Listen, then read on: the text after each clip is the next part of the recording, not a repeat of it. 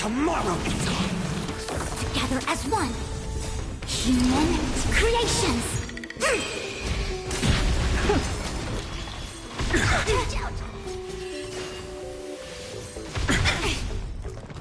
I'm fine. Feeling spiffy? Open sesame. Endless riddles. Nothing but a void. Expand your thinking. Glimpse the unknown. Open sesame. Can you find the answer? Future will come. Fury of innumerable core flames consume me. Hail the new dawn. Quench the flames of blood. Is that all?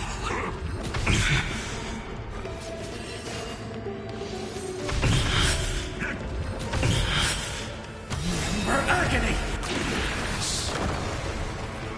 Sun tear the sky. Quench the flames of blood. Is that all? Is that all? Branded with strife.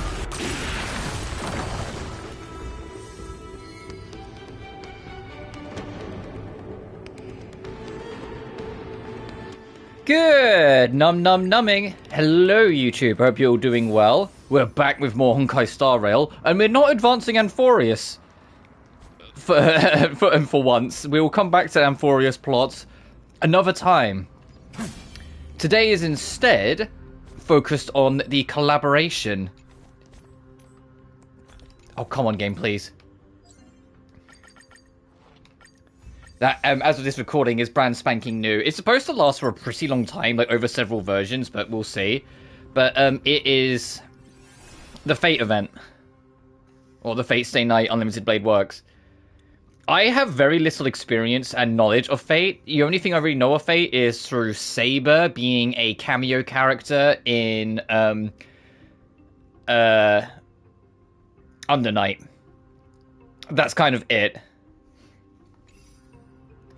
So you have to forgive me if I'm not really sure or like know anything. I just kind of go through it. I'm just here as someone who's just kind of like here to fuck around with. Story recap. As the echoes of the Why is Sampo the narrator of this? Peace Corporation successfully establishes itself on the planet of dreams, with the nameless of the Astral Express becoming one of the planet's shareholders. Now, a grand fuck off, Sampo. is about to unfold yet again in this holiday resort famed throughout the cosmos. Starring the superstar of Epsilon and the head of the Oak family, the lead actor is Miss Robin. Featuring a special appearance from the stylish and witty Oh, Jesus Christ, I remember this. Where you just crash land and we fell in we like hit the ground like the Yamcha pose. With a powerful guest appearance from the charismatic and commanding director, Aventurine. Hello, Aventurine. One of the 10 stone hearts. Why they pick this image of Aventurine? Like when they made him look super fucking evil. Directed by the renowned Mr. Rekka and his Oh, trusted fucking Rekka's there too. Lastly, exclusively sponsored by I'm gonna be real, I really don't care for Mr. Rekka. I thought he was just okay. I know there's like a lot of people that are like super excited for him and whatnot, but I just thought he was just painfully okay. And then there's Scott. Why? Why? Why do we have to bring this fuckwit back? Why can't we just kill him yet? Animals? Okay, well anyway, the marketing development department is in on this too. Sweet Dreams and the Holy Grail War. Now airing across entertainment channels throughout the universe. No one gives a fuck about Scott. They hate him for a reason. Isn't that Robin? Oh, Hazel was voicing. What's she doing here? It's been a while. Oh, I've missed your voice, Robin. Said you'd stop by today, so I figured I'd wait here for a bit. So this is the device for testing the divergent universe, huh? You're interested in it too? Why didn't you leave a message? Sorry for just showing up out of the blue. The Astral Express's trailblazing journey is always a whirlwind, so I try not to disrupt your plans. I'm here today on someone's behalf. to bring you a gift. Do you still remember the Holy Grail war we had back in Penacony?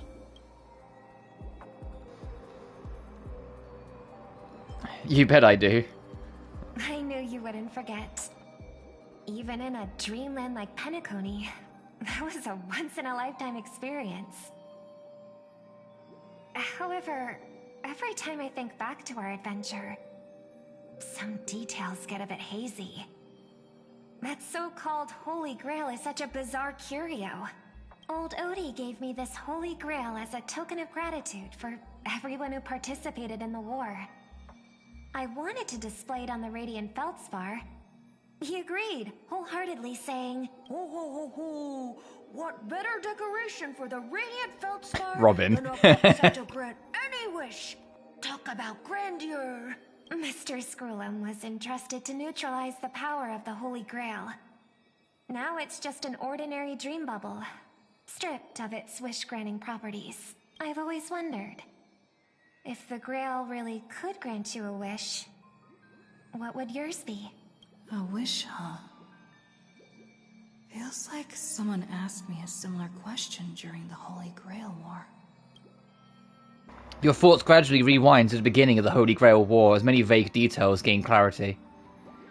It was a long time ago, or not so long ago. As Penacony's last festive superstar, Oh, she was God. once the center of everyone's attention. And now, with the unprecedented first Penaconian Holy Grail War about to kick off, she is back in the spotlight. Come on, girl. Show the audience that, what's it called? Tattoo on your hand? It's the command spells. Right. Command spells. Proof of your selection to join the Holy Grail War.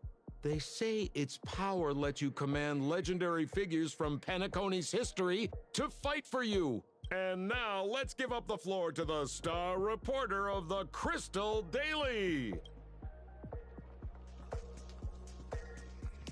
So honorary member, if you win the Holy Grail, what wish would you want granted?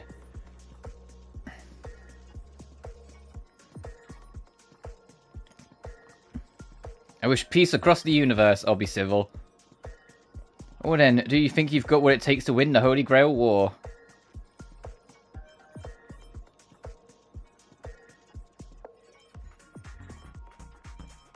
You betcha. It was literally one answer said yes, the other four basically was some version of no. Right, so honorary member, which legendary figure from history are you planning to summon? Don't tell me you're as clueless as Penacony's history as I am. What's your deal anyway? Oh, come on, Oh, it's girl. Hook. It's Right, a okay, that makes sense. They haven't kind of caught up on their voicing yet. Running into an old friend on an alien planet. That's pure joy. It's been a while, Sure, Hook the Great. occasion might be a little weird, but don't tell me you don't recognize us. I promised Pitch Dark Hook the Great we'd record every thrilling moment of this trip to the planet of festivities. Do you think this is like the HSR devs going, see, look, we haven't forgot about our 4 stars, there's 2 right there. I see. I was just wondering why someone else was taking my job, considering our channel secured exclusive rights to this interview and broadcast. Security? Clear the area. We can talk this out. How about a collaboration? Hey, even the money-loving Alfalfa family wouldn't charge such a cute kid a licensing fee, right?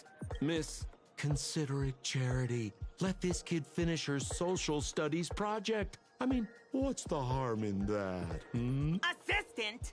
Get these 2 out of here. The assistant surged forward without warning, escorting the 2 foreign visitors far from the scene.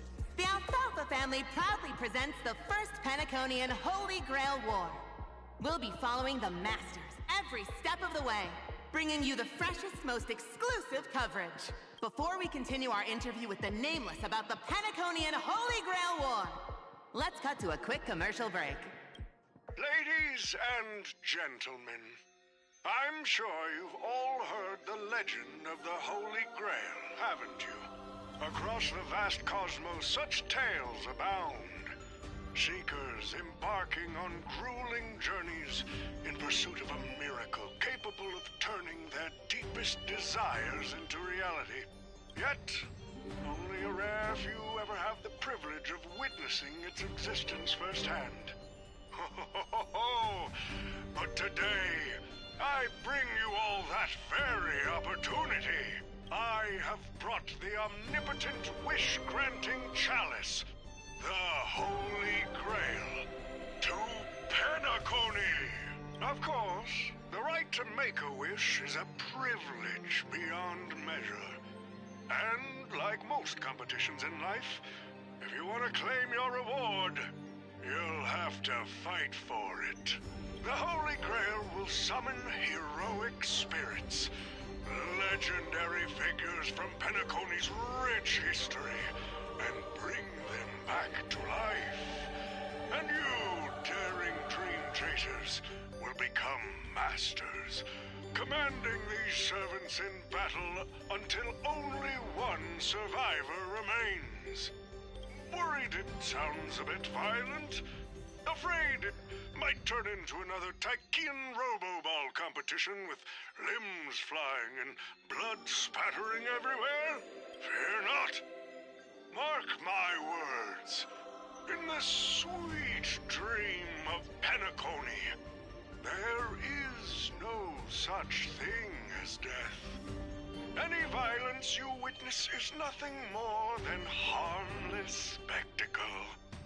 The only thing real is the prize of having your wish come true. After all, this is the planet of chasing dreams. Here in Penacony, anyone with a dream in their heart has a chance to make it a reality. Now, brought to you by the Alfalfa family and proudly sponsored by Soulglad, the high-stakes battlefield where dreams are on the line, the first ever Penaconian Holy Grail War. Let the games begin. At the same time, the host of the Holy Grail War is sitting elsewhere watching the advert with interest. Terrific! Oh, fucking... I loved how you used the word survivor instead of victor to rally the contestants. Nothing stirs up a person's drive quite like the goal of simply staying alive. What an inspiring speech, Mr. OT. Even Lewis Fleming himself couldn't have done it better. Easy on the sweet talk, kid. I'm not here for your flattery. Yeah, shut the fuck up, Scott. Become the survivor. Don't get me wrong, Mr. OT. I'm honored you picked me, but I'm just a nobody, a bottom-tier cog in the IPC.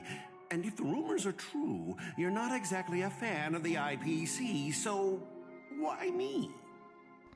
Because you're a loser. I sent invitations to Penacony's top shareholders and family heads, welcoming them to join this Holy Grail War. Some accepted. Others turned their noses up, dismissing my carefully orchestrated spectacle as just a marketing stunt. Seems like living in luxury has dulled the ambitions of the so-called elite. But underdogs like you, you're a whole different story. Now, remind me again, what wish would you make to the Grail? Me, Scott? I'm just a lowly grunt trying to climb to a P45 corporate rank. What a delightfully mundane wish. You aren't even dreaming of rubbing shoulders with legends like Diamond or something. But compared to lofty nonsense like world peace, your dream is refreshingly grounded. So, the Holy Grail, can it really grant my wish? Of course it can. Kit, the command spell branded onto your hand is proof of your qualification. You've also summoned a servant and witnessed their power for yourself. Well, we are in a dream world where ice cream talks, wine bottles sing, and instruments play themselves. A grail that grants wishes and legendary figures resurrecting from history? Not so far-fetched here, I guess. But here's the bigger question. If the grail is real, why are you sharing it? Why turn this into a show? Let's face it, if I were in your shoes, I'd keep it to myself, make my wish quietly, and get filthy rich. A sharp question, Scott. let me put it this way. Picture an old man who survived 10 Amber Eras, navigated countless conspiracies and power struggles, accumulated an endless fortune, and climbed to the absolute pinnacle of Penacony. Now tell me, what's left for such a person to wish for? More money and power? No one ever thinks they've got too much of either, right? I don't know. You tell me, Mr. OT. You're already getting close, kid. But a single wish, that's far too small to satisfy me. I want to transform the Holy Grail War into an unprecedented form of entertainment in Penacony. Imagine meeting historical legends, summoning them as servants to fight for you, and finally making your wildest dreams come true. This will be Penacony's next grand spectacle, standing alongside the Charmony Festival as a beacon for the universe's attention. Dreamers and wealth beyond measure will pour in, far more than ever before. And for the first ever Holy Grail War, what story could be more compelling than the wish of a nobody coming true? Understand now? Ah, I get it now. Don't worry, Mr. OT. I won't let you down. As a lone wolf, I've learned how to survive, no matter how desperate things are. But I'm not gonna lie, Mr. OT. Just now, during that broadcast, I saw someone who's dragged me down to rock bottom more times than I can count. Funny how fate works. She's here on this battlefield, too. Let me guess. You mean that nameless from the Astral Express? A real showboat and a tough competitor, I'd say. Oh, yeah. In terms of pure strength, the old me couldn't compete with that monster and her crew. But the person I am today, I'm not the same man I was back then. As a master, survival hinges on using your summoned heroic spirits, your servants, wisely, and utilizing their noble phantasms. Isn't that correct, Mr. Rekka? While the Holy Grail War is ongoing, please address me as Greedy, producer. Actually, during this war, he should call you by the code name Assassin. You're right. In the current Penacony, the name Greedy carries no weight. Best not to bring it up.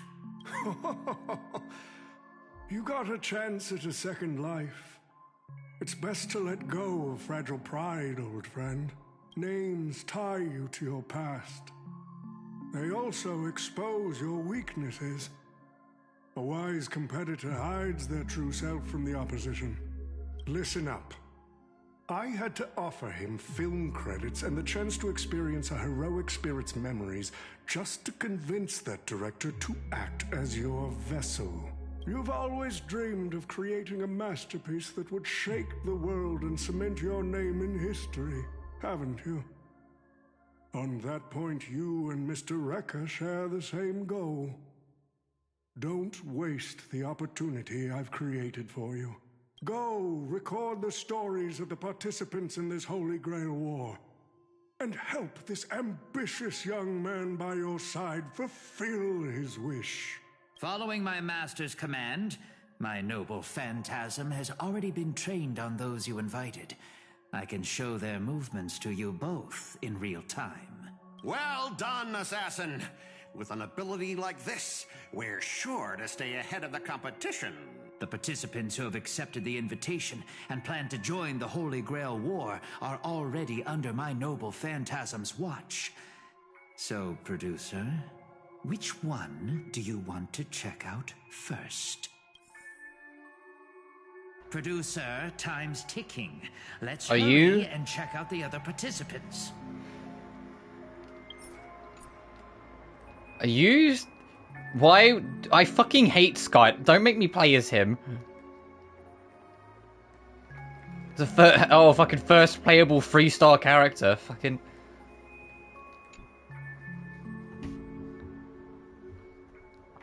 Using memory bubbles as invitations. A very Penaconian thing to do. But what's even more Penaconian is this omnipotent wish-granting chalice. listen to that. Doesn't it sound like a cheap business scam? Only someone from a backwater place like Eurilo 6 could be fooled by a trick like that. Old Otis serving up the nectar. But what kind of poison is mixed into the cup? Madam Jade. Now don't tell me you're actually trying to figure out what kind of game this old man is playing. Why not?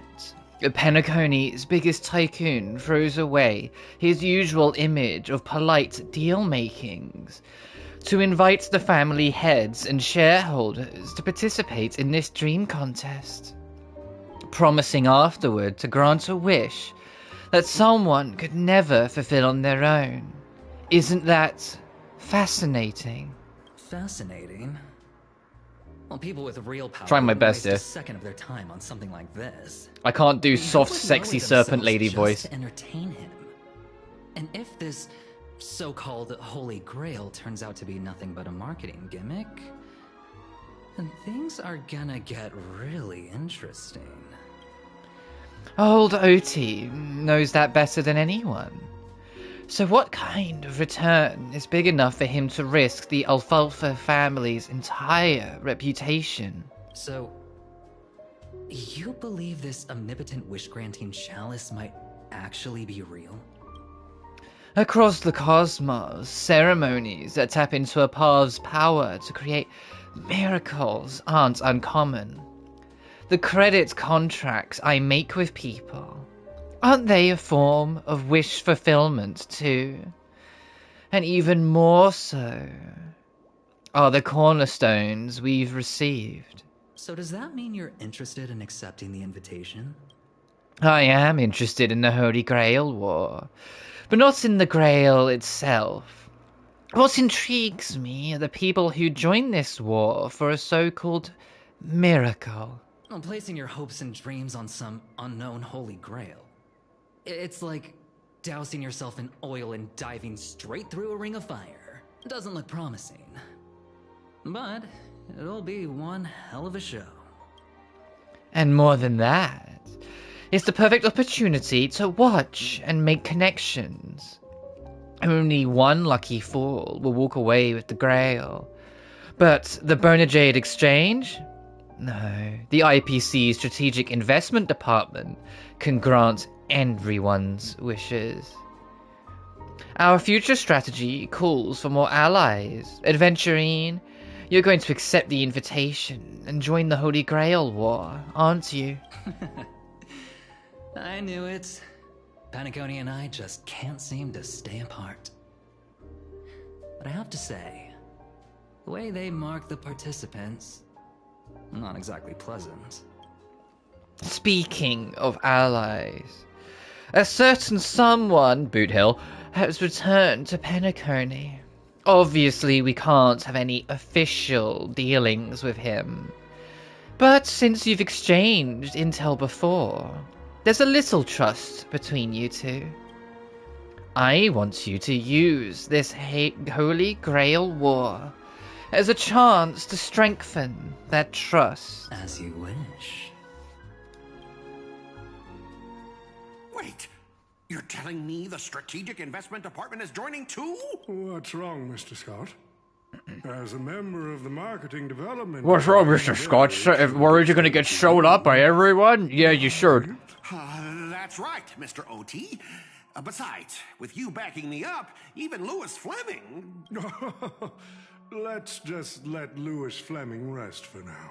Mr. Scott, the IPC is just one of many choices in this vast cosmos. Okay, I see Boot Hill. I see Pom Pom. I see us in the news reporting. Mr. Pom Pom, it's been a while. Now that's forking hilarious. Girl, I know my identity's a little touchy, but here in Dreamflux Reef, just call me by my name. All right? It sure has been a while since we last saw each other. Not since that monkey raised hell here. Fucking that monkey How would quest. your agent even let a big-time star like you put on a street performance like this? A true singer doesn't only perform for the ones who can afford front row seats. But you, Mr. Boothill, your appearance here means something big's about to go down again in Dreamflux Reef. Doesn't it? I'm getting awfully nostalgic, not just from the areas, but just seeing, like, the Penacony gang. Because that was, like, the first major story arc that, like, I got to experience the hype cycle building up and going into for this game. Because by the time I got into HSR, you know, like, Sunshine Lawfu was already finished, and it was the build-up to Penacony. So, like, just coming back, it's like, no, Penacony was, like, where I really found, like, my comfort zone with Honkai Star Rail. You know, I really found my groove with it properly. And so it's just kind of like, it's nostalgic coming back to it. It's sort of like when I go back to Inazuma and Genshin. It's like, well, that's where I kind of like really started to find my groove with the game entirely. And so it kind of just sits, it sticks. Hey now, don't go making me sound like some kind of walking disaster siren. You've heard of the Holy Grail War, right? The ads are everywhere. Nobody in Penacony could have missed it. Wait, are you telling me you're joining the Holy Grail War? Oh, why do you sound so shocked? Am I not supposed to? That's not what I meant. Or maybe that is what I meant. As far as I know, only the family heads, IPC execs, and the Astral Express crew received invitations to this Holy Grail War. Basically, the decision makers of Penacony. Does anyone remember when Boothill first got drip marketed and everyone under the sun was expecting it to be Firefly? So when Boothill showed up instead, who at that time we hadn't met in the story, everyone just went, what the fuck? Who? Where'd he come from? I remember. That was hilarious. And ain't I Pom Pom, a member of the Astral Express? That's not what I'm saying. Relax. I'm just messing with you. For some reason, that old man went and sent an invitation to Dreamflux Reef, too. Micah figured things might go down the same way as they always do. The folks up top have their fun, and the people below take the hits. So, he sent me the invite. Said I might be interested. I see. So, Mr. Micah's asking for your help in his own way. Makes sense. I mean, after all, I'm a two-time hero of Penacony, Sunday, Monkeys. Daggone my stupid mouth. Why'd I bring that up? Sorry. Listen, I don't care about any muddle-fudging Holy Grail, but a Holy Grail War. Now that sounds dangerous. Yeah, I get that feeling too. Summoning dead guys from their graves to duke it out, winner takes all. That sounds like something those IPC shirtbags would come up with. No heckin' way I vibe with that kind of setup. But, since I took Micah's request, I gotta see this through. Make sure things don't spiral out of control. Alright, time to get prepped. Up next, per the invite's instructions, summoning a heroic spirit. See ya. That guy, that's the one in Criminal Boothill. Mr. OT, sir, can't you revoke his qualification? Letting a criminal join the Holy Grail War is way too dangerous. What if he wishes for every single IPC employee to drop dead? That'd be the end of us. Yes, that's exactly what I'm banking on. Shut the fuck up, Scott. Sorry. You're basically admitting you think that cowboy is going to win the whole thing. Where's your confidence? You gotta keep your head in the game. Once you accept the invitation and are branded with the command spells, your qualification as a master can't be revoked. Then we should send out the bloodhounds and take that criminal down immediately. But Mr. Boothill wasn't wrong, was he? He saved Penacony twice before. If we jump the gun and hunt him down now, that wouldn't be very tactful. Why are you so scared of this guy, Scott? Let's just say there's some personal history. He's got a particularly brutal way of handling my department's people. Oh, then isn't this your perfect shot at vengeance? Win this war, And you can bring that cocky cowboy crashing down yourself. Don't worry, Mr. OT. Forget a small fry like Boot Hill. If the traps are set right and the schemes are airtight, even Louis Fleming wouldn't be able to escape. Good. That ruthless streak of yours reminds me of my younger days. Who the heck keeps tossing garbage around? The next passenger Pom-Pom catches littering is going to have to write down the train's sanitation rules 100 times! Huh? The first Penaconian Holy Grail War? Inviting the Astral Express to join? Sounds like the kind of spectacle that might interest you. Seems like she's not around. Maybe Oh yeah, it says a year ago. So this is before they went to Amphorius. Wait, why is there graffiti on Pom-Pom's hand? Did Pom-Pom get fucking picked? It won't come off! Who's behind this prank? The world's turned upside down. Even the animals on the Astral Express can enter this tournament. Mr. Odie, should I take care of this first? No need. Letting a contestant like them compete just makes things even more interesting. Last but not least. Okay, fuck us, I guess. The stage is set, and the characters are all in position. But, Master, for you and me, this Holy Grail War comes with a few complications. Yeah, the competition this time is no joke. No, what I mean is, if you look at the backstories of the participants, they generally fall into 3 categories.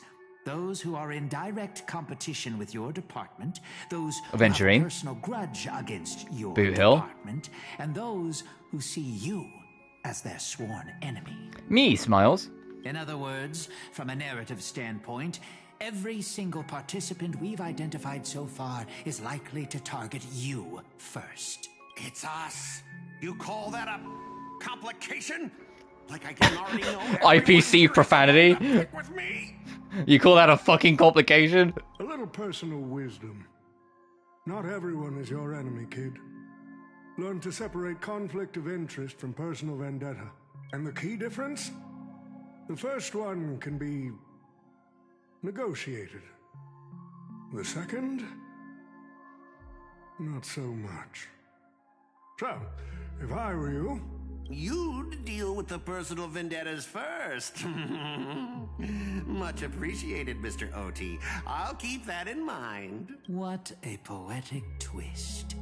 Old rivals, now destined to settle the score on the Holy Grail War's stage. Lucky for me, I drew the best possible card. Assassin. With your noble phantasm, we should have the upper hand. That said, knowing your opponent's next move isn't enough. It's like having a script but never actually shooting the film. Let me remind you, Master, your least favorite Nameless is preparing the ritual to summon a servant right now. Nameless? I gotta take care of you first. Can't have any loose ends hanging around. Next up is the moment we've all been waiting for. The Nameless will step into the summoning circle, chant the spell, and summon one of the greatest souls in Penaconian history. Who will it be? The legendary Dreamweaver Glocks? Or perhaps the first Bloodhound? Let's find out! The stage is set. Now step into the summoning circle and begin the ritual. Yeah, time to have, presumably, Saber, like, crash bang into us. All right, let's begin. Heed my words. My will creates your body, and your sword creates my destiny. If you heed the Express's whistle and obey the crispy, crumbly pom-pom pie, then answer! I have not come to bring all the good in the world, but I am fated to perish, defeating all evil in the world. 7 souls flowing from the Ember Lord's stony heart. Come forth from the circle of binding, guardian of the scales!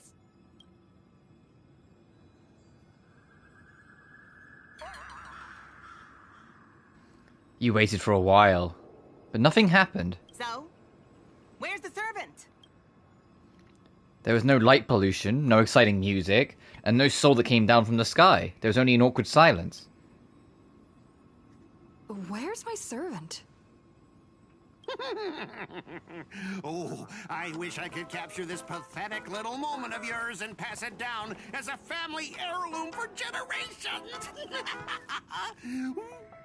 I was actually worried you'd luck out and summon some terrifying servant. But turns out you're just plain cursed. Compared to you, even I seem less of a lone wolf now that I have a servant. Maybe I should let you borrow the title for a couple of days.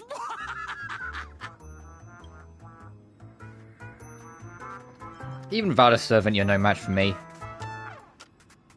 You think you could take a cheap shot and beat me just because my summoning failed? Listen up, girlie. Let me teach you why rules matter. This is the Holy Grail War. Having a servant versus fighting alone? That's the difference between wearing power armor and charging in shirtless. Let's not waste time. Your summoning ritual just flopped. This is the perfect moment to serve you every ounce of humiliation you once dealt me, with interest. But hey, I'm a fair guy. Since you failed to summon a servant, I won't use mine to beat you either. Boys, go get him. This fucking idiot. Specialist Scott! You never said the enemy was this strong! This is way out of our league! Don't forget to file my overtime pay! Yeah, yeah, fucking Kevin's coming at you. Creations! Curiosity. Endless. Beat him up. You can take him. There's nothing up to it. Fucking Finan shows up. Finan of ID's Elysium is here to kill you. How many rounds? Oh, only one. Okay, never mind. It's gonna end real quick. Let's play through. A quick. Open sesame.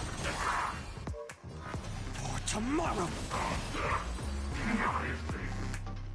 Oh, these useless mooks are even worse than I thought. Anyways, just fall back for now. Scott, that's all you've got? Guess it's my turn to hunt you down now.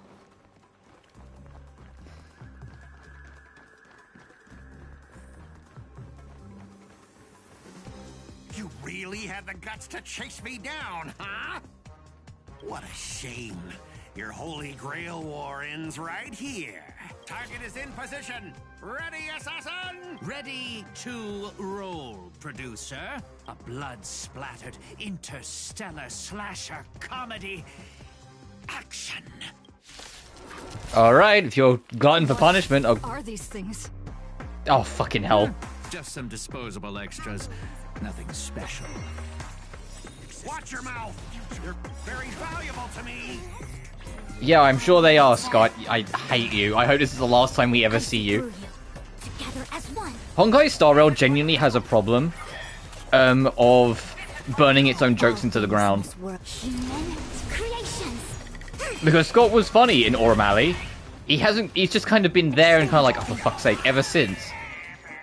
The whole, like, trash-loving raccoon protagonist was funny back in UELO 6, and then it was all over the place in Penacony.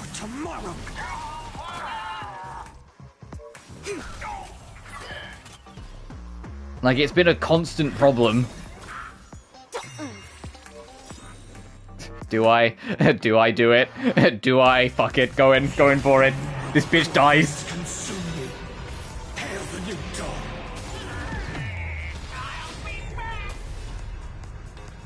Quench the flames of blood. Is that all?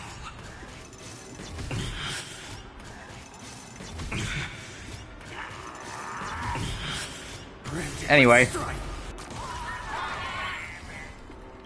Empty shell.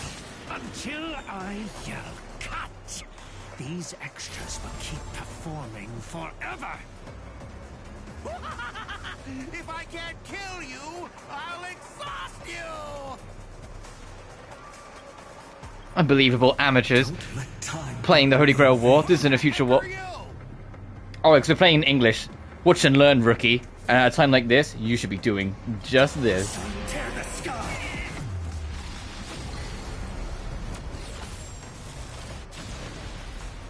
Jesus Christ, Archer. 500,000 damage. That spear! What just happened? It wiped the field! Because I'm playing in the English dub voice, Saber and Archer aren't voiced full stop. So if you want to hear them talk, you need to swap to another language. I don't know why, if they knew they weren't going to record in English, I don't know why they didn't just make it, oh, I don't know, so they were voiced in Japanese. But everyone else would carry on being in English, but fucking, oh well. Oh, hey, Lancer. Music. I'm assuming this is Fate music. Assassin, do something! Someone's crashed the set, producer. I'm not built for frontline combat, and that guy is bad news. So, how about we take the smart approach and run? Or teleport. So he put his master into spirit form too? Assassin class. Always such a pain in the neck.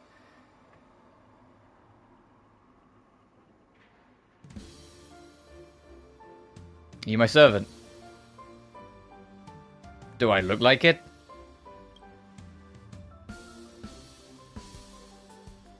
You can call me Lancer. That's not my true name, of course. But since you'll be out of the game soon, well, does it even matter? Farewell, master with no servant. Oh, I mean, well, here comes Saber to fuck everything up. Hell yeah. I ask you, are you my master?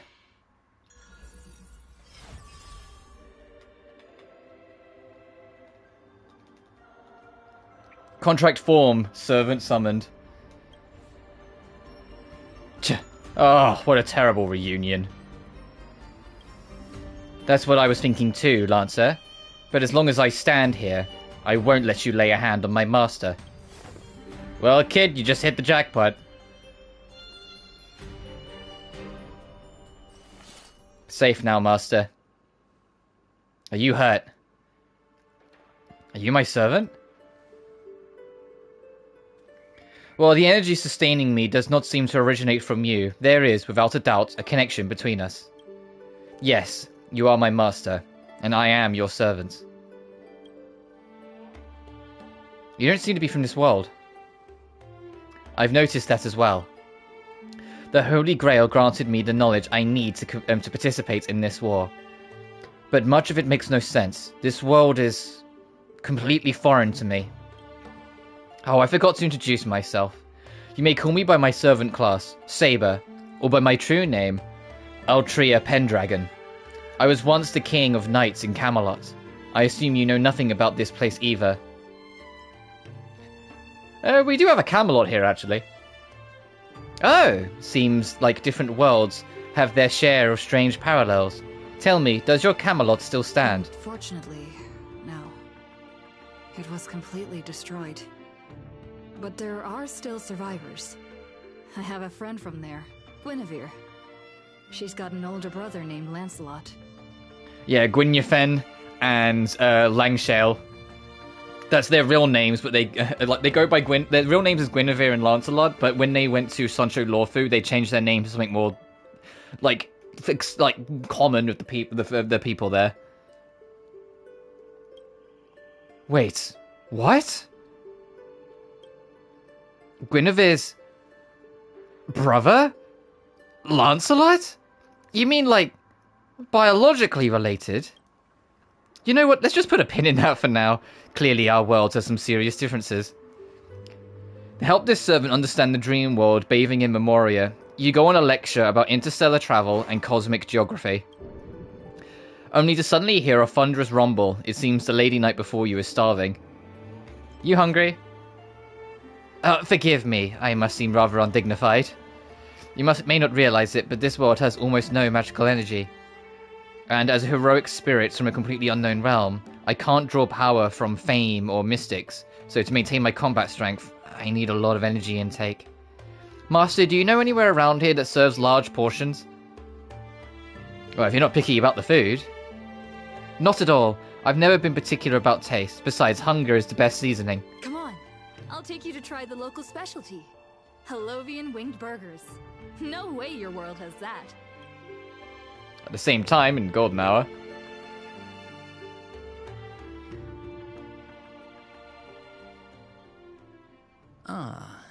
I've always been a gambler, teetering between bad luck and incredible fortune. But even for me, this draw of the cards is a bit... Still, I have to say, I kinda like your servant. A partner who plays by the rules and knows his boundaries. I'd take that over you schemers any day. At least he's trustworthy. Oh, no doubt he's an incredible servant, but... who exactly are you in Penaconian history?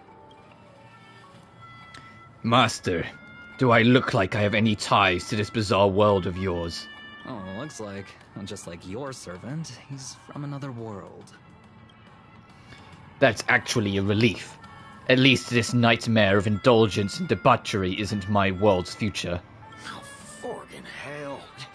So, 2 outsiders summoned 2 more outsiders?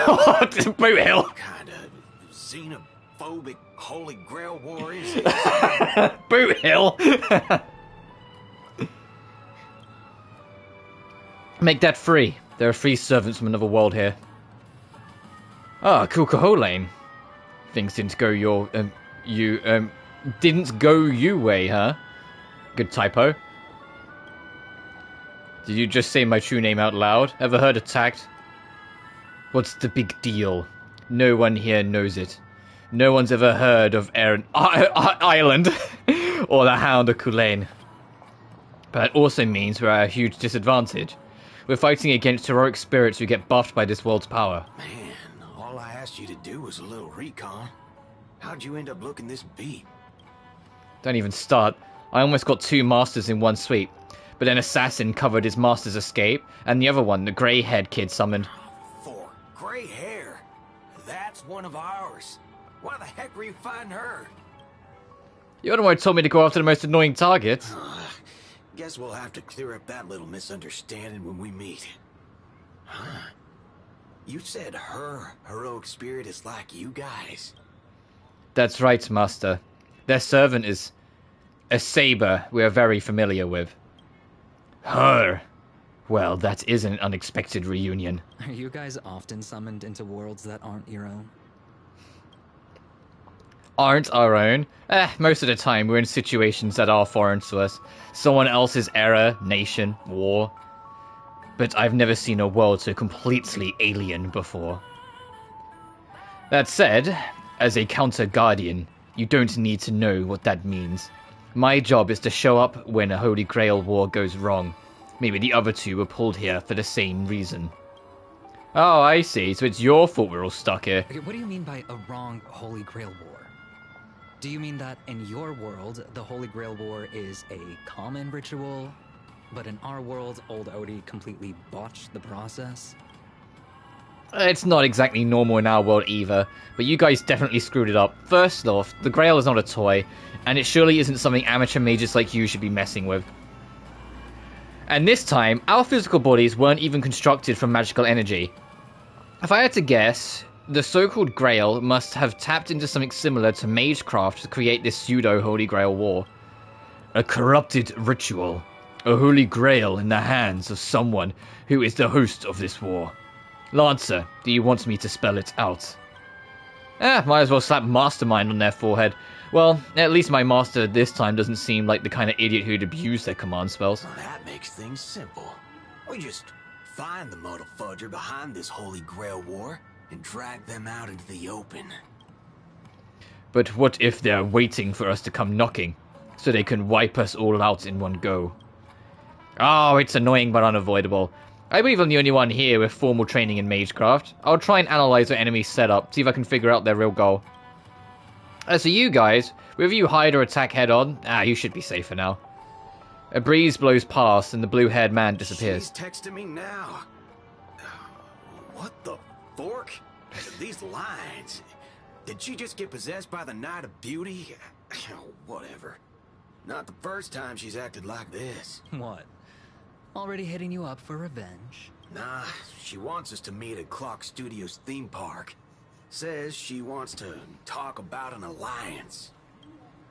In the meantime, in the Dreamflux Reef.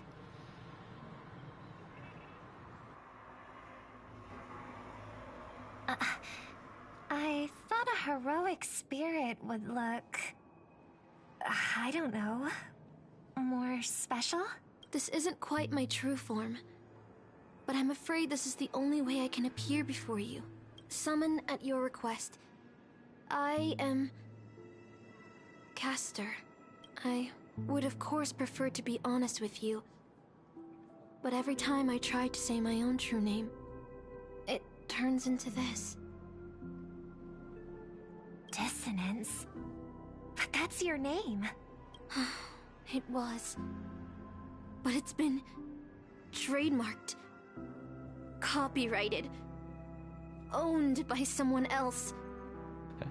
What? Is this something to do with fate lore as well? What? Just call me Robin. I'm not used to being called anything else. Miss... Robin. I'm sorry if this isn't what you were hoping for. I'm just a faded star from the age of dreaming. A piece of dead skin in an industry that sheds his past without a second thought. I was brilliant. Once. Who was I? Well, maybe you'd find the answer buried in some old, forgotten magazine.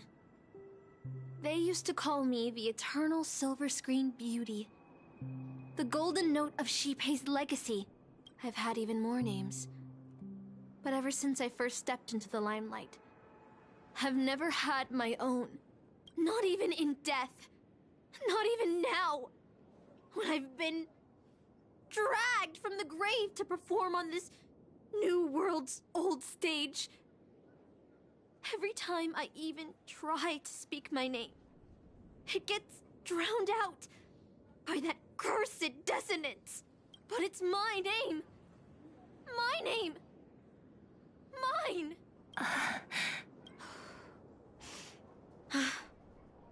I'm sorry. It's okay. Let it out. I get it. Sometimes I want to lose control too.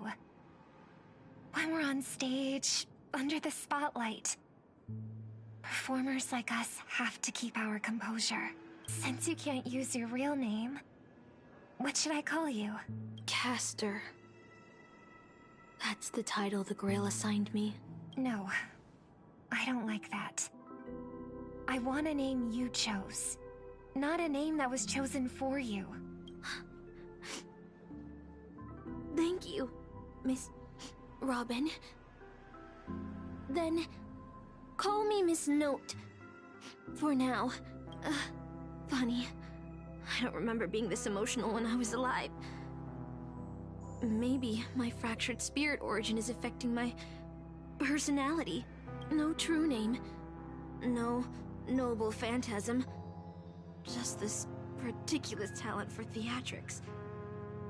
But I'll do what I can. However little that may be, I'll fight for you and myself to earn a chance to wish upon the Holy Grail. You want to win? To me, the only real victory is making this war disappear. And that's something weapons can never achieve. Only song can do that. But people always remember the ones who win wars, never the ones who try and end them. Whether you want to end this war or win it, you're going to need allies. No performance is complete with only the lead on stage. I know. I was just thinking the same thing. Out of everyone in this war, there are at least 2 people I can trust. I've already invited one of them, and I plan to lay everything on the table for her.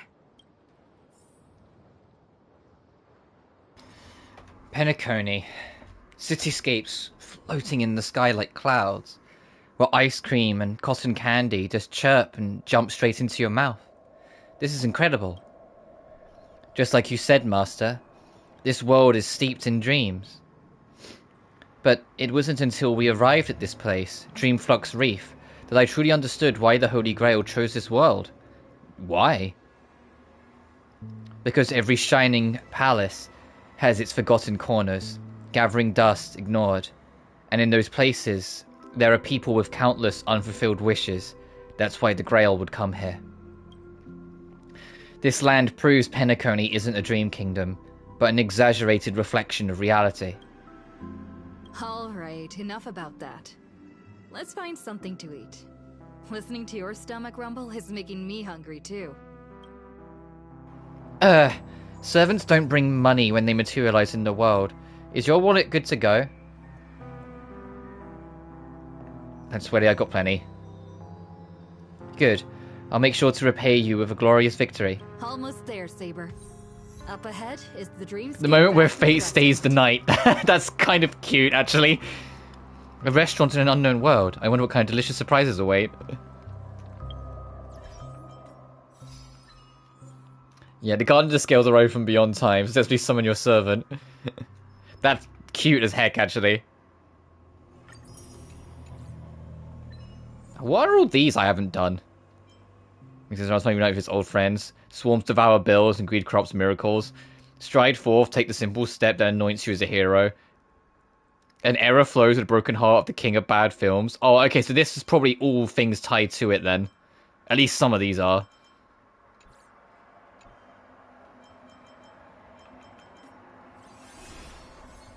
Oh, right, we'll get to that.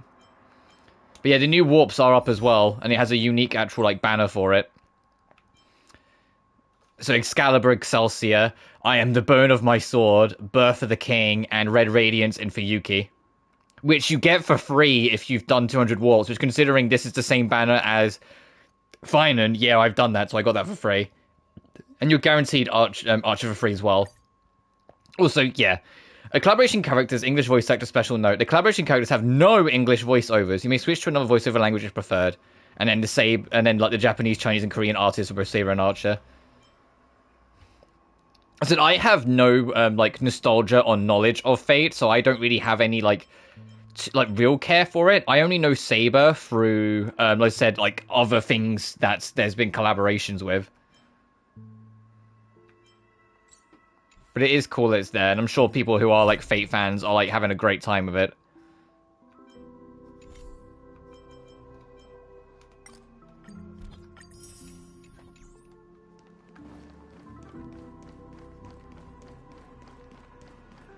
But let's go get some grub. But yeah, because I play in English, because they're not voiced, it means I'm going to have to be voicing all the Fate characters. My dear guests, welcome. What would you like to eat? Wait a minute. Isn't that our festive superstar? You're here for that Holy Grail War, right? You guys know all the gossip around here too. Oh, please. This is Dreamflux Reef, and news spreads like wildfire in this place. And this must be the heroic spirit you summoned, huh? Dare I ask, miss, which famous person from Penaconian history do you represent? Sorry, but in the Holy Grail War, revealing my true name would be a major breach of security. Gotcha. Like a secret recipe, huh? Why don't you tell me this instead? What's the best dish on the menu? If this is your first time in Dreamflux Reef, I highly recommend the Halovian Winged Burger. It's a burger you won't find anywhere else. Our store only uses pure organic ingredients sourced from the Memory Zones farms. The soil they're cultivated in is free of harmful emotions. Thank you, but no need to explain. We'll go with the Havlovian Winged Burger. All right. We'd like 100 burgers. Okay, wait. Did you say 100? Are you sure about that? The lady next to me needs to replenish some energy. With so many Halovian winged burgers, it'll take a little time to prepare. Please be patient, folks. So, Saber, what wish would you make to the Holy Grail? If I'm lucky enough to win, I hope... Hold on, let's talk later, Master. I sense another servant approaching. To vials of Suza juice. Miss Note, is that okay? Of course. But I'm afraid this isn't exactly a quiet spot to dine. We have a rather noticeable servant in front of us.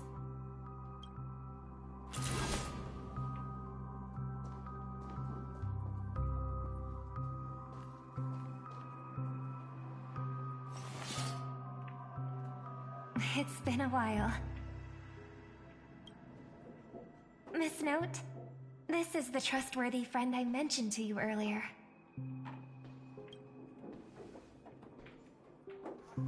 So, they're a friend of yours, Master? God, it is a busy bar. You can feel her aura bearing down on you as you're standing before an army. Excuse me. Could you please put their meals on my tab as well? Also, make sure we have a quiet dining experience. No interruptions from the other guests. I'll leave an extra tip for that. Thanks. All right, you can rest easy. No one's gonna bother you while you're eating. Miss Servant, over there? Could you turn down the murderous look? If your hand's always on your sword, I'll have to step in to protect Miss Robin. This is the Holy Grail War. Please forgive me, but I'll stay on guard until I'm sure you won't mean any harm to my master. Let's just try and get along first.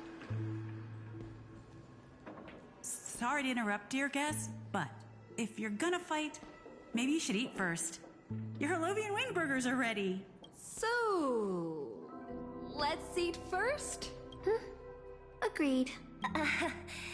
You two ordered all of this? With quiet poise and grace, the two servants polished off the Harlovian wing burgers off the table. It seems they've all calmed down after eating. The dinner table really is the best place for diplomacy. Thank you so much for treating us to the Havlovian winged burgers. No problem at all. I'm sure Robin's sitting there going, why did I just impulsively say put their food on our tab as well? Why did they get 100? Servant's appetite is truly impressive. Miss Saber, I don't remember anyone like you in the history of Penacony. That's because I don't come from Penaconian history. In fact, I don't come from the history of your world at all. I don't quite understand what you mean. I am the King of Knights who once ruled the kingdom of Britain in another world. I don't exist in Penaconian history, and thus I shouldn't have been summoned to this Holy Grail War. But in reality, there is at least one other heroic spirit in this war who also comes from the another world. Forgive me for asking such a naive question, but what exactly are you heroic spirits? Are you truly the souls of historical figures who have passed? Let's put it like this. Heroic spirits are those who have been remembered by history. When summoned by the Holy Grail, they materialize in the form of bodies made of magical energy and use special abilities, noble phantasms, which are based on their famous deeds in life. Magical energy, noble phantasms. Do these things really exist? How should I explain this? There is a world where mystics are extremely rare. The magecraft I know likely can't function as usual, so many things in the Holy Grail War are different from in the past. My body is no longer composed of magical energy, but of other fundamental elements. But you, Miss Note, being a caster, you should have a better idea than I do of what has happened. In life, I wasn't anyone special, so I'm quite surprised to have been summoned as a heroic spirit.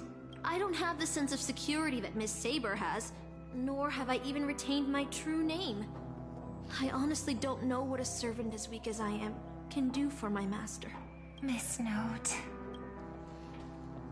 Even so, the fact that you are summoned by the Holy Grail means that you must have left behind your own story and history. And in the Holy Grail War, the strength of the heroic spirit is not an absolute condition for victory. Well said.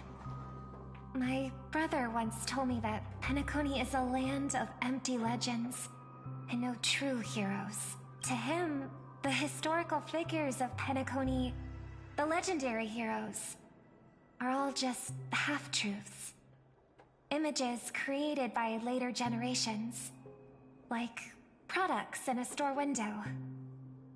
Even their dreams turn into reality TV prizes. But at this moment, whether it's the otherworldly Miss Saber or the historical Miss Note, I'm certain you both are more real than that. And not just some commercialized product. Master, thank you for your comforting words.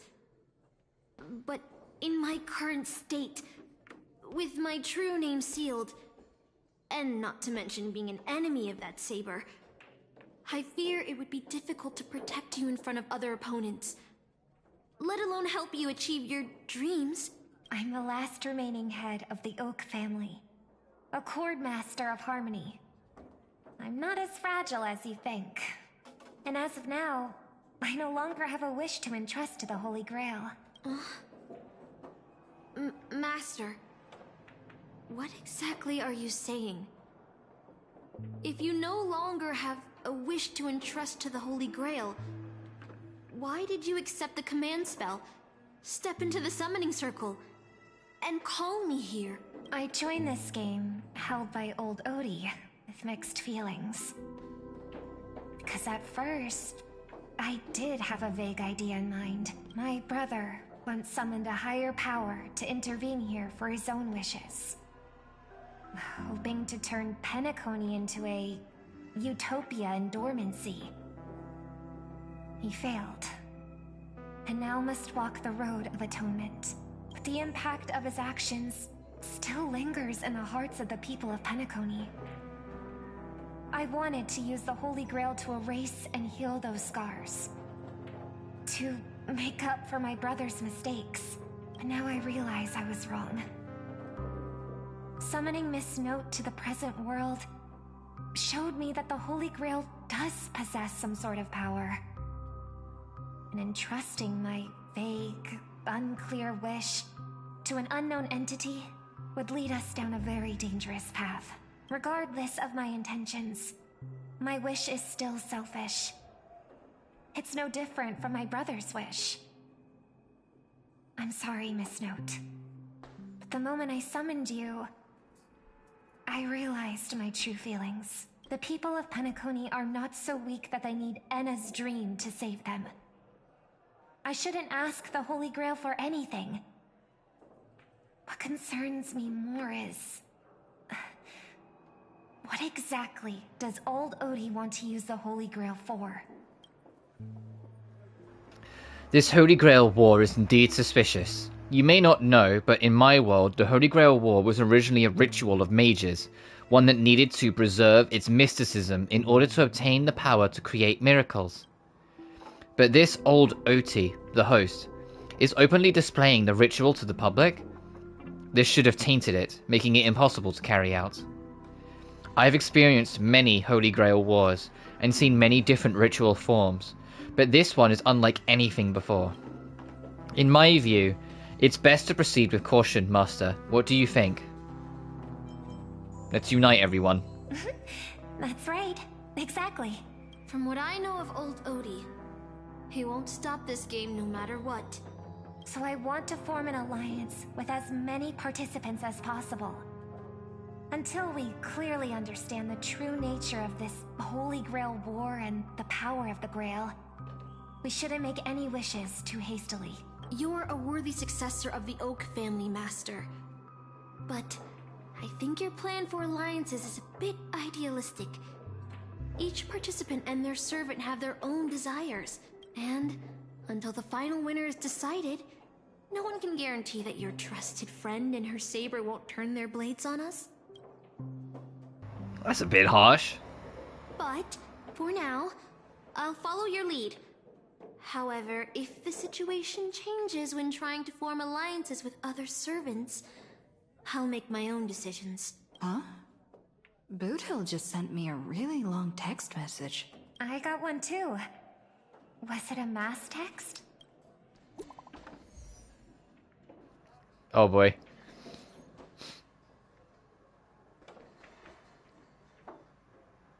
What the fuck? Okay, yeah, he's not the one sending this. Someone else has done it in his place, but... To my dearest masters, greeting to you all. I am Boothill, the Galaxy Ranger. As the evening breeze of Asdana carries with it the tender whispers of approaching summer, I humbly pray that your noble souls remain in radiant health, untouched by the vexings of seasonal ailments, so as to not miss the splendor of this midsummer's enchanting beauty. Though but a humble fugitive, it is my profound honor to stand alongside your esteemed selves in the pursuit of the Holy Grail. As such, with a heart brimming with reverence and gratitude, I extend to you a most earnest invitation to grace Clock Studios theme park with your presence.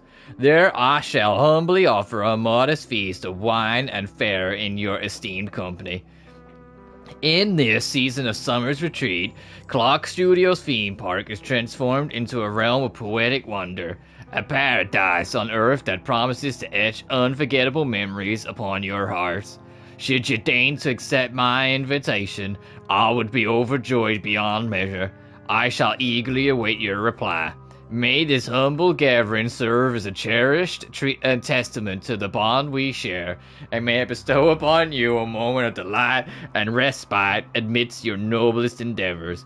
With the highest regards and deepest wishes, here's to you. Salutations from yours humbly, Boothill. Is this a text from Mr. Boothill? This isn't from him at all, is it? Putting the content aside, Boothill isn't exactly good at typing, let alone this kind of formal letter format. Looks like the mutual slaughter has already begun. See? Peace is just the interlude in a war. That Boothill. He's probably already been taken down. No, he's a seasoned warrior. There's no way he's out this early. But someone must have gotten their hands on his phone and is using his identity to lure us to Clock Studios theme park. This invitation is written so earnestly. I guess we'll have to graciously accept. Yeah, I was thinking the same.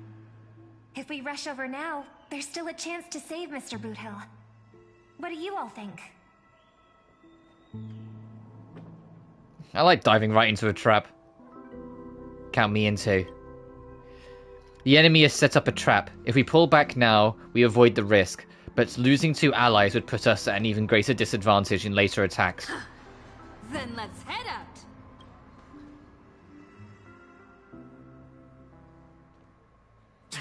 Aren't we supposed to meet up here? Where did they go? Something's off. Maybe someone got the jump on them and took her and her servant out before we got here. With all due respect, if that hypothetical enemy could easily defeat your friend's saber, then none of us here would be walking away alive. Or maybe our old friend is concerned about an IPC employee showing up. So they're lurking in the shadows to assess us.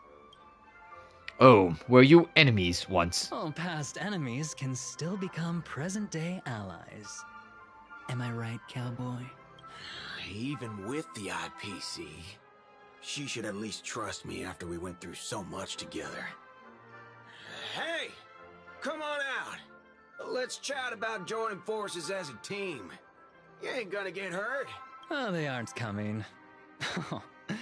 I went through a lot of possibilities in my head before we got here.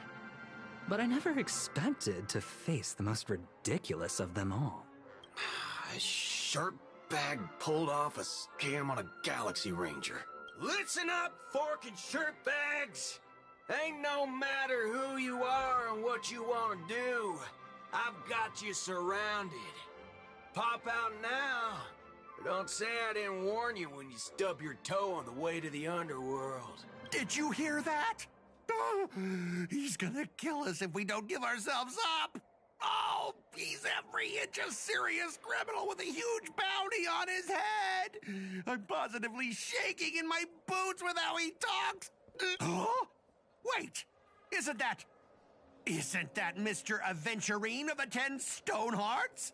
Why is a criminal wanted by the IPC walking around with an IPC executive, Sir, If that blasted cowboy's got you kidnapped at gunpoint, just give me a blink. Or maybe you two are actually friends? An IPC executive secretly in cahoots with a cosmic fugitive. Assassin, you've got to grab this awesome scene on film. Oh, your servant is... Mr. Rekka? No. Wait, now that I'm looking at him, there's something off. Hey, you know him? The guy in the IPC uniform next to Rekka? There are more IPC employees who know my face than there are grains of sand in Sigonia's desert. You think I can remember them all? Yeah, Venturine just hooed this man, hell yeah. Oh, wretched brat. You think I'm scared of you just because you're a Stoneheart? The Strategic Investment Department's reach may be long, but it will never reach my neck of the woods. After I win the Holy Grail, I will make everyone do as I say. I'll make you all kneel before me and beg for mercy, then have you bark like dogs, oink like pigs. No, croak like frogs. What a waste. Using the Holy Grail to make people do animal noises. So old Odie even sent invitations to your department? But I thought you folks barely stationed anyone at Penacony. Unless your name is... Huh? Oh, have you actually heard of me? Never mind. There's no way I'd ever remember the name of some nobody. Ha! You high and mighty executives have never treated us basic workers as people! You would send me to a primitive post like the Cienjo with one word and switch me over to Penacony with the next! I thought Penacony might be a juicy gig, but all I've done every day is talk business to a bunch of papashi! It's making my neck crank even worse! But hey, all of that'll soon be a thing of the past. Aventurine? Ha! I'll replace you and become the new Stoneheart of that name. Assassin, use your noble phantasm to bring me victory! Huh? Do I finally get to see this shrimp servant in action? Archer, get ready for a fight. What's with the happy smile? The filming has begun, actors. Take your positions. Let the camera roll. Let the film spin. And let us return to the silent horror picture show. Ready? Action!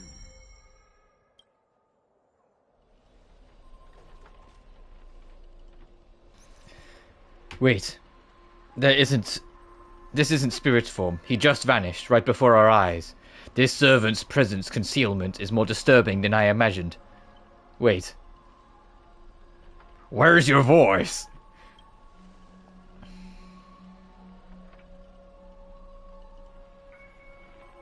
Where's my voice? Forkin' hell, son of a fork! It's no use. I've tried analyzing this bounded field. It doesn't just mute sound. Something far more dangerous is closing in. There's no sound, and how the hell you know what I just said? Look, there are subtitles here. Shut the fuck up. People don't like this event? What? Oh, it's hilarious.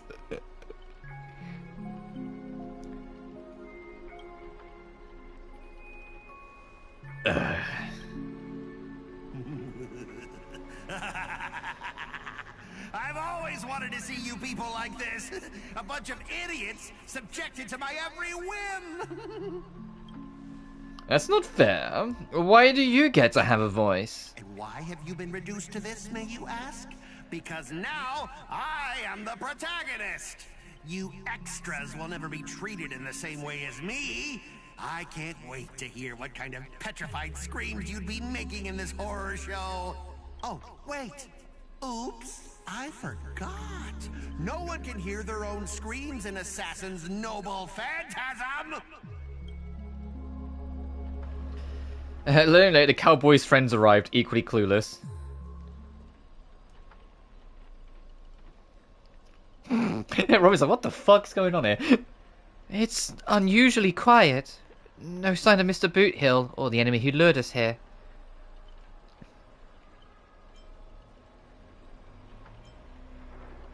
Saber's a knight who gives her all too.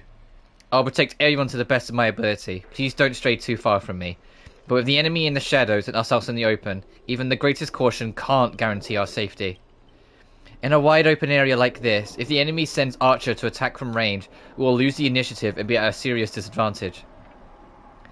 From what I know of old Odie, he's the type the higher the lowest scum is his pawn, summoning the most wicked servant to eliminate anything in his way.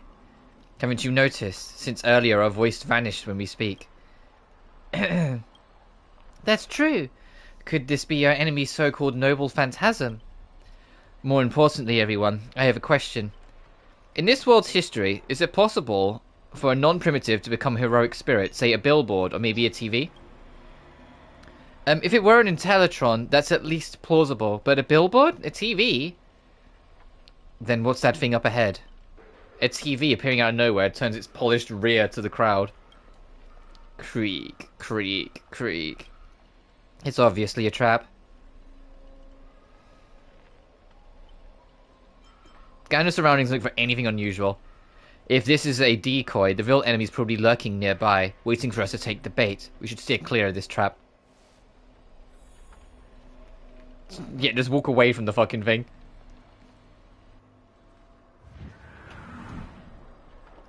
A frigid force drags you violently back to where you started, and then a voice you know all too well murmurs in your ear. You want to leave after entering Boss Scott's turf?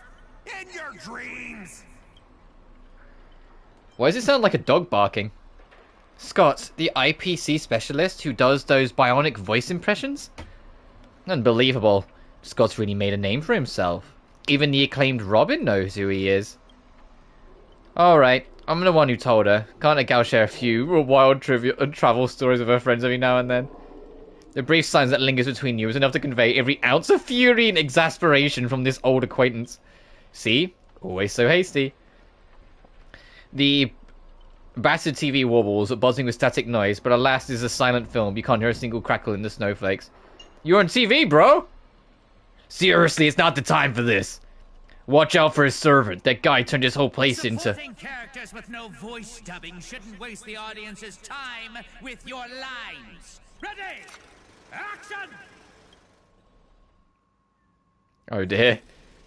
The Midnight Chainsaw Rhapsody. Fucking Scott.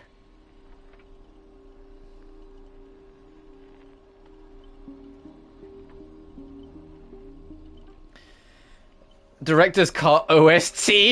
You wake in a sealed chamber, the TV static crackle singing Death's lullaby.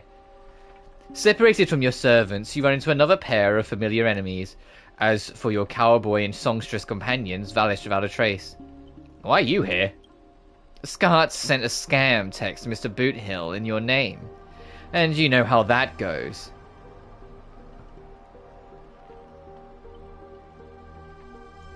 Let me think, how would he bark this time? Oh, forget that third-rate nobody. What I really want to know is... where did he send our servants? Splitting up in a horror movie? That's a death flag. Let's figure out what we're dealing with here. That monster in the room sure is an eyesore. Watch this. Just in case. Naina's corpse lies before you. When you... Don't ask why it's still twitching. More importantly, you find no clues on it, but I've got a little hint for you all. You are employees of the Inter-Astral Peace Corporation.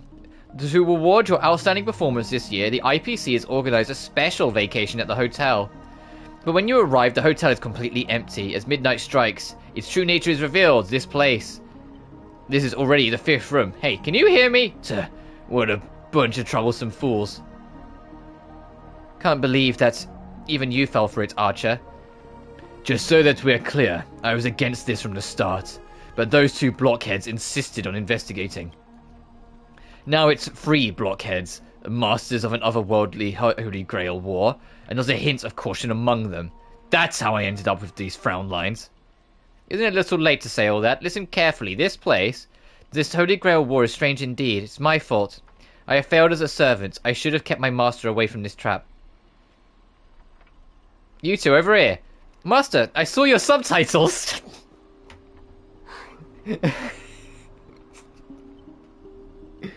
I'll find a way to get you out. Hold on. If I were the enemy, I would disguise myself as a master and wait just behind that door for the perfect ambush. Archer, listen to my voice. It's obviously me, right? Sorry, this is a silence film. All I see is a line of subtitles under the door, with the name Aventurine slapped on it. If you want me to prove you're really my master, you'll have to spill 10 humiliating secrets that only my real master would know. You really don't know who I am? Will this ever end? This is a horror film, people. Background characters start acting scared. This place was once an IPC prison, whose criminals were banished. Its deadly traps ensured none escaped. Now, the inmates have passed, leaving only bloodthirsty, vengeful spirits. I wanted to ask, since your first line, why target the IPC workers? Back when this was still a prison, the IPC scoundrels turned into a living hell. What do audiences love most? Watching those criminals suffer. Saw off someone's leg and the door unlocks automatically, but if nothing happens after a system hour, boom, the room explodes. Oh, it's a fucking Saw. You, the guest, will go up in flames. I know this one. The room you can't leave unless you do a particular thing. It's one of the classic tropes from Penacony's vintage horror flicks. You watch rather wild films. By Cipe, I did not expect someone your age to know that much about Penacony's early dream bubble cinema. You have a bright future ahead. That's right, I was the one who gave the world my genius vision with my first film in Penacony's early days. So this noble phantasm is based on that? This guy is really getting carried away and started babbling. Nice work, master. No wonder this scene feels so awkwardly shoved in. Now it all makes sense. Randomly cobbling together old school horror tropes? Yeah, not exactly groundbreaking. Take that sawing of someone's leg bit. Originally, the protagonist was restrained by ferrofluid shackles, and had no choice but to cut off their own leg, but here it's just a lazy copy-paste. Kid, I take back every compliment I said about you. You seem to be played on loop on the most conspicuous spot at, would they call it Greedy Films? Is Greedy how you pronounce it? Revealing your true name on purpose, let me guess. Just part of your dramatic flair, eh? Hey, Fabled, hope you're doing well. You fool! How did you let your true name slip like that? Isn't that supposed to be a heroic spirit's greatest weakness? Assassin! Don't panic, producer. I'm not some legendary hero or anything like that. Just ask them, what does greedy even mean in Penacony?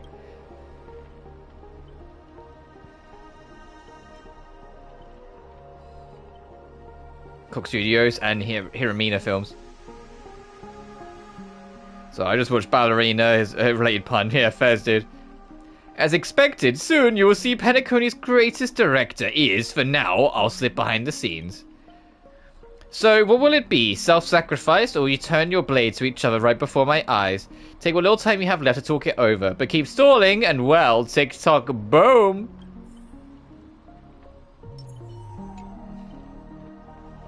Oh, you finally meet a kindred spirit, and I don't get any fan benefits. Master, you heard him. Pick a leg, left or right. Honestly, if I could get a bonus, I'd rather go for an arm with the command spells. Hey, you're my servant, remember? At least consider cutting off Easel's leg instead. Wait, old pal, don't give me that look, I was kidding. Everyone, don't dance to his tune. Don't let him pull us along. The more chaos he sows, the calmer we'll have to be. Still not turning on each other yet. Room's about to blow. What class are you, Bomber? Let's vote. I vote for my flamboyant master. Hey, no need to egg things on. You already figured out the real answer, didn't you? A sealed room, a bomb about to go off. It sounds dramatic, but... rationally speaking, as a servant, wouldn't it be easier to just cut the door down? Master, please take 2 steps back. The sword-wielding girl unleashes a fierce shout. Crack, the door splits and the door cracks open. Master, stay close to me. I don't know what the assassin plans to do next, but it's still dangerous here. Using brute force in a horror film? Heroic spirits from another world clearly have no sense of art. A blonde beauty like you. Shouldn't you be screaming for help and waiting for the hero to save the day? Skulking assassin. Once I reach you, scream all you want. Call for anyone to save you. Then you'd better reach me first. Thanks to your recklessness, the hotel chainsaw spirit has been awakened by the noise. Protagonist, take the stage. Trying to run? Did I, the protagonist, ever give you permission to run?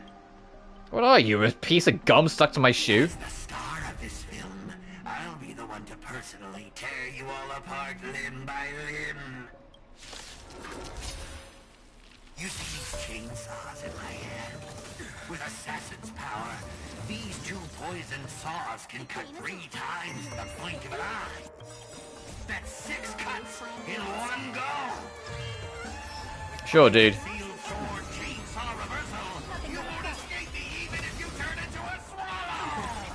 Uh-huh.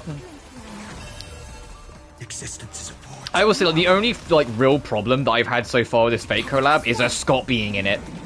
He's such an overused, annoying piece of shit that I'm just tired of him. I get his whole thing is supposed to be that he's, like, the joke character who, like, he's basically the Team Rocket grunt that will never get what he wants. But the jokes are overstayed its welcome, and it's tiring.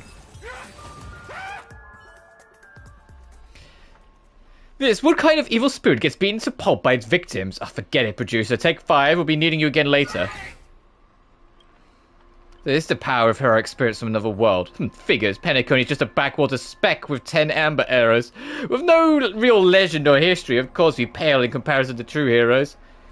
But that's also why you're going to lose. I'll take each of you runaways, run by one, and turn you into obedient extras for my film. Pray tell, does anyone look like they're running from you? Don't get ahead of yourselves, Act 2 is about to begin. After a brief pause, you exchange the information you've gathered with one another. Boot Hill, Robin, and Miss Note are all still missing. Scott and his servant could strike again at any time. So they're giving us time to breathe, huh? Guess they're pretty confident about their trump card. Archer's Master, you seem very familiar with films. What do you know about this greedy? I've only heard the name before. The guy was some terrible director back in Penacony's early days. He cranked out a bunch of cheap horror silent films and was a master of interesting commercial gimmicks. But people in Penacony forgot about his name ages ago. I only found the film he used to trap us through sheer luck. I picked it up in an interstellar junk market. So we're dealing with a total nobody? No, that's not good. What makes you say that? As heroic spirits who left their mark in history, our legends usually hint at our greatest weaknesses. Like that one warrior who bathed in the river of the underworld and became invincible except for his heel, Achilles. I was hoping you'd know something about this person's past, but turns out he's just some washed up no-name that even you folks have not heard about. Fits right in with Mr. Scott, doesn't it? A pair of nobodies with shady tricks up their sleeves. Still, I've got this feeling, even if they've got the upper hand now, they've got no real way to finish us. We're all just fine for the time being. Trix has never packed much of a punch anyway. Right, he was a film director in life. That means he's not going to suddenly become a powerhouse after turning into a heroic spirit. His noble phantasm proves it. He built it off one of his old horror flicks, basically a reality marble. Though it's a rare ability, it feels more like a trap, one that only ensnares its victims. But if the trap can't hurt its prey, then it's the hunter who will be in trouble. He's only got 3 servants in his stomach, while the strongest fortress always falls from the inside. You really do have a mind of a leader, always so sharp on reading the situation. I'd better pull my weight too. He might not have an obvious weak spot, but if we can find Assassin's true body, and let my arrows give him a proper haircut, that reality marble would no longer exist. Sounds like everyone's got their sights set. Hazel, I know I've butted heads with the express clue before, but that was just a difference in perspective. As for this time, I've got no interest in the Holy Grail. My boss is more concerned about what old Oti has up his sleeve. If you're willing, maybe we could actually work together this time. Deal. You see that, Master? It's like Miss Robin's alliance is starting to come together. This army is a goal, and now it's time to move. We saw the exit on our way in. Let's head that way while we still can. Oh, I'll say before we do that, though, I'm going to just please. Please. I swear to fucking God. Oh, I was gonna say, I was gonna see if we could have them as guests. I do have Archer because you get him for free, but I haven't built him because I'm not interested. Listen, I have no nostalgia to Fate. I've never experienced Fate, so this means nothing to me. I'm just gonna take a quick pee break though, which is why I wanted to pause. So I'll be back in a minute, guys.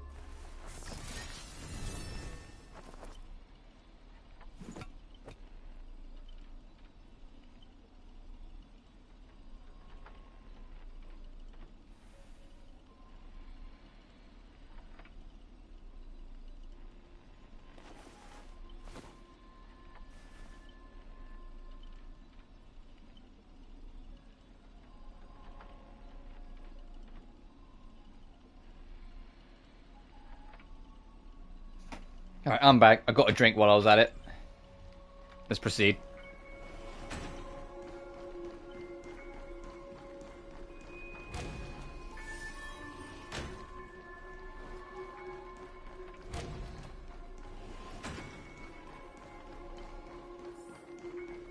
Yep, it's gonna do the whole... An endless corridor. A layout bounding different from before. What's an annoying bounded field?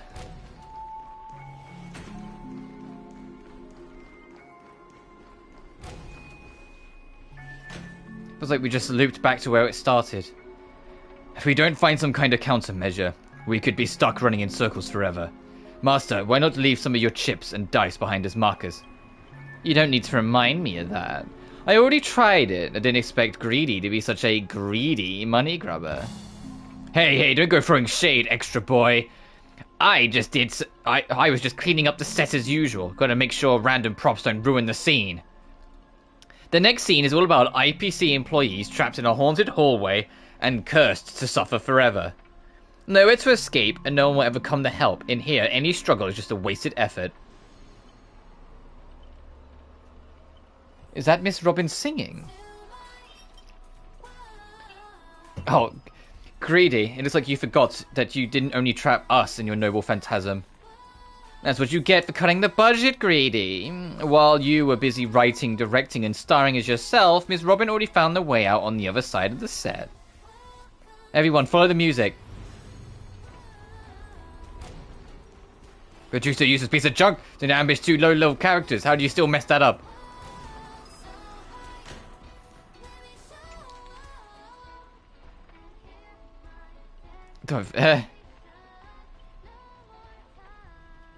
Oh, hey. Miss Greedy once more, there is no unexpected perspective. You established the Greedy company while still in prison. How do you convince the company inspector to allow you to form a business behind bars? For most IPC dogs, it comes down to one thing, profit. When prisoners were alive, IPC's Nicodium cinemas successfully drained what little money inmates had. But Dreams, well, before they realized that was happening, my lawyer friends had already put my name on the Dream Bubble movie technology patent. They wanted to squeeze every last coin from prisoners' savings into their own pocket, so they set up a company under my name and made me chairman. Of course, the actual person in charge was our dear Inspector McCory Tyner. You faced plenty of criticism at the IPC puppet back then, but today's Greedy Films practically a brand new company, wouldn't you say? Yes, all thanks to Mr. McCoy's excessive confidence. He actually gave me, the so-called honorary chairman, a dividend share. Treating it as like spare change. So prisoners' savings, which should have flowed 100% back into the IPC, now had a tiny stream diverted to me. Though barely significant, that money successfully helped fund the initial stages of Penacony's War of Independence. McCoy died whilst trying to crush the rebellion, and the original Greedy company became history. But the Nicodium cinemas and assets he left behind formed the foundation of rebuilding our film industry later. In that sense, I should be grateful to him, especially for dying when he did. Beyond importing excellent films, Greedy Films has foisted many local talents. As competition intensifies, what wisdom we'd like to share with the next generation? Make films with passion, not opportunism. I hope future Penacony creates its own universally famous masterpieces that truly belong to us. I also extend a warm invitation to Dream Weaving technological specialties to join Greedy Films. Help us improve our still evolving Dream Bubble movie technology and create better experiences for audiences everywhere.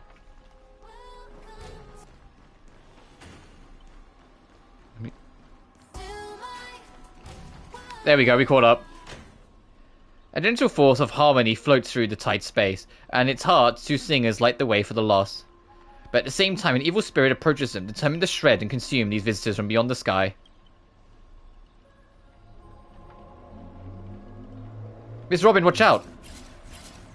Whatever you have in mind, it's already too late. In a blur too fast to track, Miss Note grabs the attacking monsters and viciously smashes their head into the floor. Oh no, my Kefrude Ray troops. Oh, don't hit my screen with your microphone. Ow! Clunk, clunk, clunk, clunk, bang, bang, bang. Honestly, this might be the first R-rated scene of the whole movie. You start to wonder if Robin actually summoned a berserker. That's it, the guards back in Azanan prison were covered in these things. Bravo! Truly Penacony's brightest bloom, brilliant in both drama and action. This terrible wardrobe, this nonsense plot, no one else could have cooked this up but you, Greedy. I spent so much effort clawing my way out of the grave, so quit burning my eyes with your bargain bin flicks. Of course, real directors know when to leave the stage to the actors. You and Greedy seem to have a bit of history. Let's just say it was unpleasant. We meet again. As a caster, your combat style was quite a surprise. Can't say that counted as a fight between mages. Guess people in Penacony really have a broad definition of caster. Really? I thought it was pretty normal. As archer dual-wielding swords isn't qualified... An archer dual-wielding swords is not qualified to talk about this. I imagine to feel out the right path using the power of harmony. All thanks to Miss Note's protection. I saw you covering me in the fight. Even if I can't say your name, I know you must be someone great. I believe in that wholeheartedly. Master, this cannot change the present situation. Without a true name, I'm just a weak Iris family artist. No. The way you shielded your master now just proves you're an exceptional servant. You'll never understand the despair when even your name is taken away. And you've been wrung dry of all worth. Exactly. Powerless. Barely able to protect her master, let alone win this Holy Grail war. Then why not work with me again like before? Mr. Oti can grant you all your wishes. Shut up! You're a fool with less artistic taste than an automatic instrument. Your work doesn't even have an artistic value of a ruined roll of film. Did she say you've got even less talent than AI? Yeah, fuck you. Yeah, get fucked. Like, AI is the bottom of the bottom litter, so yeah, fuck yeah, she's saying you're real shit. Sorry, Greedy, that was a bit harsh, but why are you serving this opportunistic, fat old fight? Hiding somewhere off screen, Greedy sighs too, his voice full of melancholy. Because he summoned me, of course, even in death, forgotten by the world, Penacony clutches our swords like a mice misser. But hey, sweethearts, at least we have a chance to rewrite our past failures this time. This gloom won't do. Let's kick off the final act of Midnight Chainsaw Rhapsody. The true evil awaits at the end of this haunted hotel.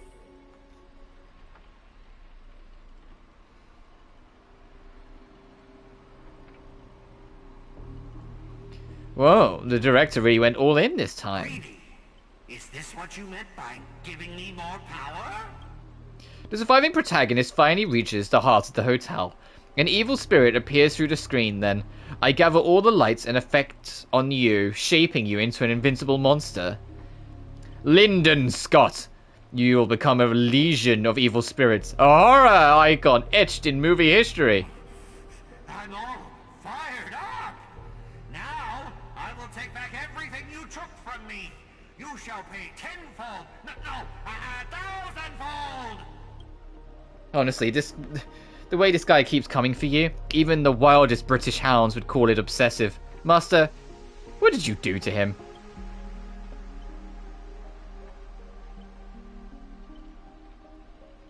There's some private disagreements. Private disagreements? You ruined my life!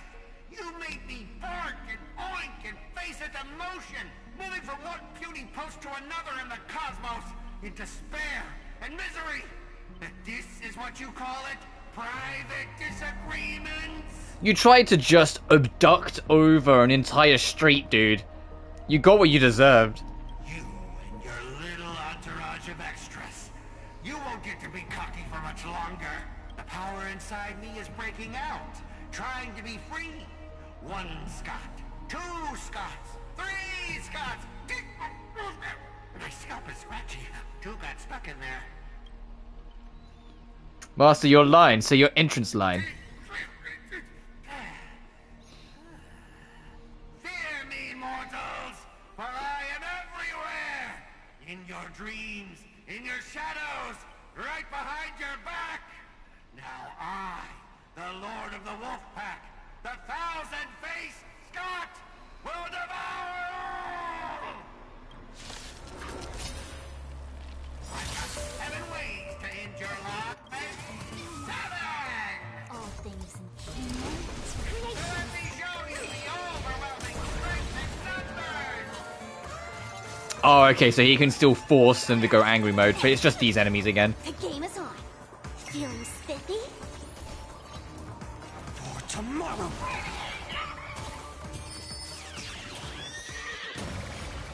Oh, it's the monkey variants. It's just the monkey variants, but with Scott's head on it instead. Got it.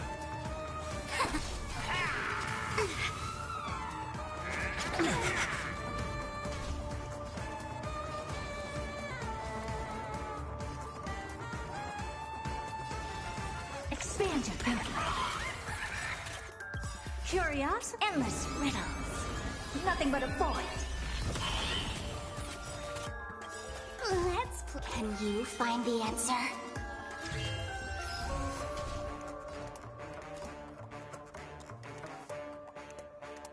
Oh, fucking... Look at how far away on the side thing, how far away Fu Xuan's turn is.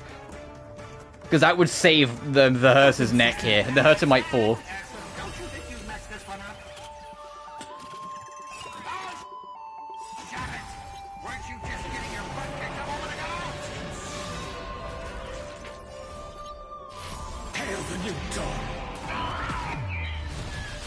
Get the fuck out of here. We are gathered here today to commemorate the many Scots who have sacrificed their lives again and again. If those dead weights weren't dragging me down, I'd have won ages ago. The true lone wolf walks alone. Only weak rabble sticks together. Coward! You've been hiding at the back all this time. Even my eyelashes did more work than you. The Scots start bickering and tossing blame around. What a scene. Fighting someone like this, there's no honor in it. Lady, do you still even want the Holy Grail? Go change the script on the fly. Move the stage props. Give me more power. Let me crush them all. Crush them in the palm of my hands like a true villain. Sorry, Mr. Scott, I was wrong about you. You're a natural comedian who's only good at playing comical characters. Dropping you into a horror flick, that's just a miscast, but an insult to the lens. Don't insult my little ray of sunshine. Actually, I think that was being generous. Are you trying to betray me? Don't forget, I am Fucking here we go. With my command spell, you'll have to...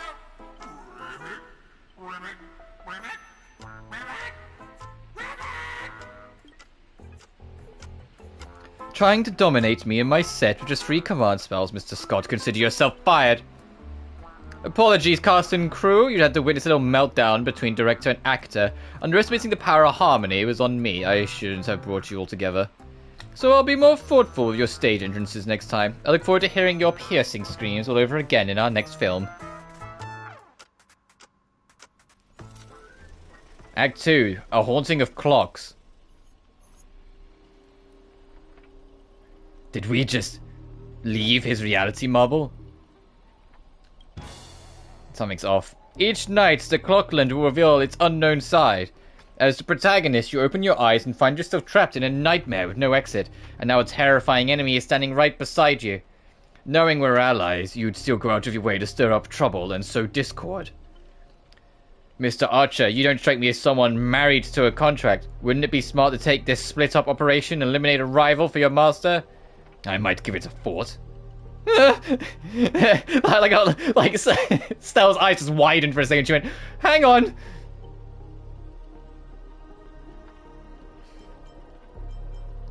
Now let him get in your head. Should I kill her? I turned to that question over 12 times before you woke up. If I decided to act, you wouldn't have even had a chance to open your eyes. Too bad. I thought you were smarter than this. Guess you'll just have to suffer for it. Some more drink. The Wicked Watchmaker brought from hell evil spirits that wield different curses, disguised as harmless amusement park mascots. They drag victims into sleep and torture their souls for eternity.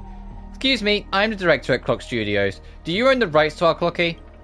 Don't worry, Miss OT's PR team will handle it. I used to dream of turning Clock Studios theme park into my own nightmare park. Who knew I'd get my wish this way?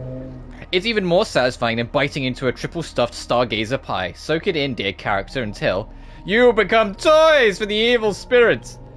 If you're just going to stand there, I might take Assassin's advice and write you out early. Come on, according to that great director, it's time for us to be tortured by the evil spirits.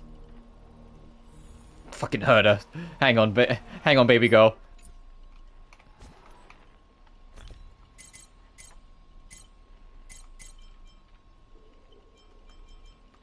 Man, can you tell I almost never use food? Like, I've got so little of it.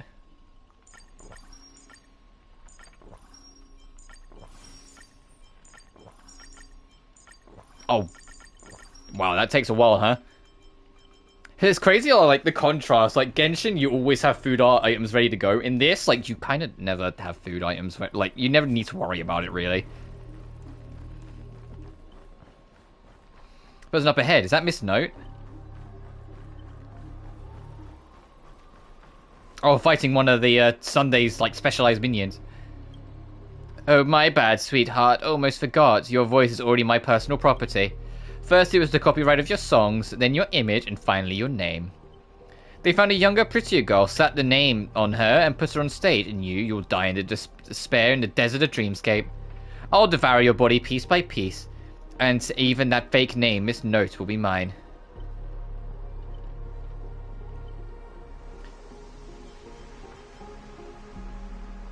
That's not copyright, that's monopolization. Finally, and right on cue, let your friends get a good look at how far you've fallen.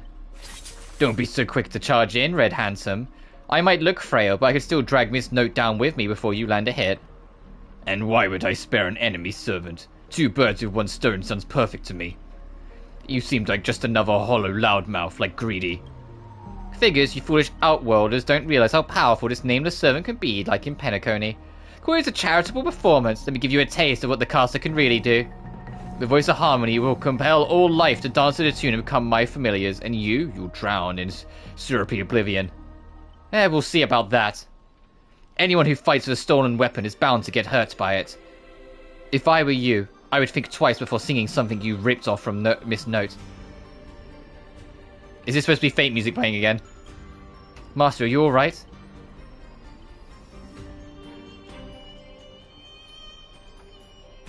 Let's fight side by side. Need to trouble yourself with small fry like this, Master.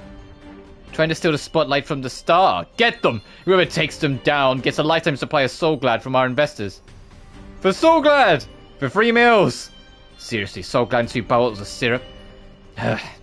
And you're all in for the devil? What happened to your pride as monsters? I'm a background extra. Who has time for pride? Human or monster, beast or demon. If you've got a mind of your own, then you've got a right to chase hope with your own 2 hands. Your soul's worth is far more than the pittance your employer is offering. I can't promise you paradise, but I swear I'll always fight on the front lines, not hide behind you while you die. So what'll it be? Spend your life as a dancing puppet for him, or live one moment as a knight? It's not too late to turn back now. There's only one answer to that. Whoever my king's sword points, our hearts shall follow. I was here first. How are you controlling my familiar? Is she riding the dino?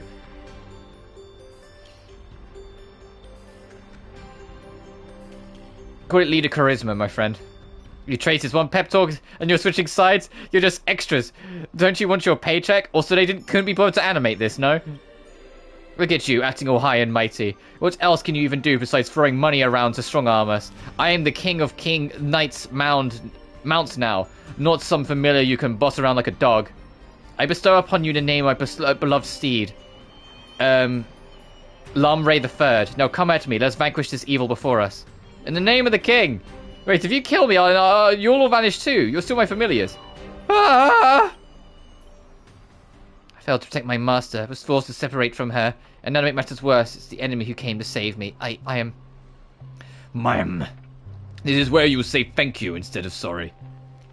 But no excuse can cover up my incompetence and negligence. A powerless servant is nothing but a worthless doll. About Miss Robin, there's something... Never mind, just come with me. Riding bee. Oh, I can't check it from here. Is that... Okay, so yeah, all the achievements are going to be tied to it. I did think some of the achievement names were weird. I'm not sure what the enemy did, but it looks like she's been split into pieces. It took me a while to even find these few. Her weapon, her crown, and her lipstick, or her halo. I figured I managed to do nothing in this war. I don't deserve to be called a heroic spirit. It's Greedy who plays dirty. Love using your little harmony tricks on me, huh? Then I'll scatter your singer across my nightmare park and see who's helping you get out of here. Please don't be sad because of us. You've already done your best, just like an iris by the riverside. Go what you want, she's still too weak, no need to sugarcoat it. That old fool! Once I find that darn OT, I'm going to tear his puffball and stomp it right down into the ground. Judging from what I can tell, splitting us up like this is probably an act of revenge, but our minds naturally try to reconnect. Theoretically, if we can reunite all of me, you'll go back to normal. The correct answer is she'll merge back to her original form. That is, if you survive the curses from the devils. Then let's get going. Wait, you're really going to drag all these dead weights with you while you fight? Heads up, I don't have an action part of Robin with me. I only think, I don't do. Wait, please, someone must stay behind with me to protect Miss Robin. And this is asking too much, but I'll even offer my life. Victory gained through coercion is a disgrace to any warrior. Since Miss Robin is our ally, protecting her is only right. Then let Saber stay. Oh, what does it say if I say the other ones? As a master, your resistance to magecraft is far weaker than ours. If Greedy knocks you out, I disappear with you, and that's exactly what the enemy wants. Sorry, miss, I don't take orders from you. My master is still missing, so I've got no reason to babysit this shattered kid for you. This is indeed the best solution for the moment. Archer, please protect Azel. This is all I ask as an opponent. Don't place too much faith in me. I always have faith in every friend of mine. Master, good luck. Alright. Let the knight stay here with the princess, and we will go reap some enemy lives. This plays less like an actual full story thing and more like a character quest. Which, speaking of, there's been a real lack of character quests, so it's kind of appreciated. Oh, for fuck's sake, Scott. I was hoping we'd be done with you after the first act, to be honest. I think that is genuinely, like, unironically, the biggest criticism I have with this Fate event. Is that the Fate characters are just kind of there, and most of it is just the Scott show. It's just leaning into this joke so hard, they're burying it. It's like, no, this was an opportunity. I should have had the proper Holy Grail War be the story, not Scott's bullshit be the story, you know? Hehehe, traitors don't get to boss us around. Before I lose my patience, here's your chance to switch sides. Kill the one next to you and return to us.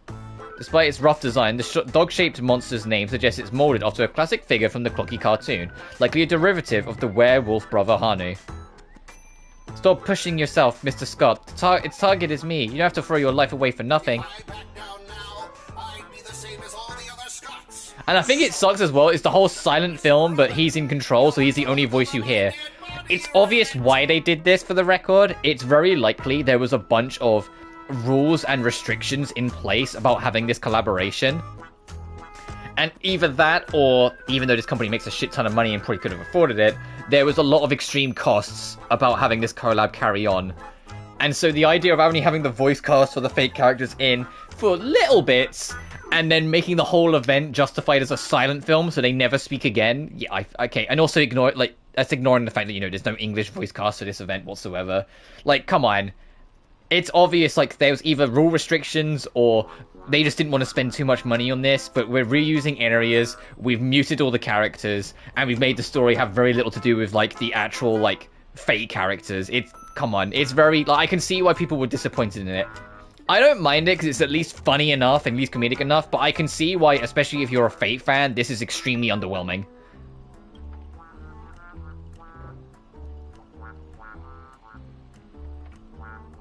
What do you even have to do with justice?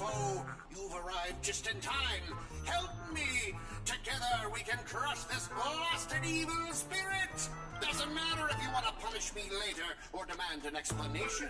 As long as Miss Robin is safe, you can do whatever you want with me, Ribbit. One or two, it makes no difference. You will get stuck in an endless cycle of suffering and play Hanu's adventure for the next billion years. The Lone Wolf Brothers are very satisfied.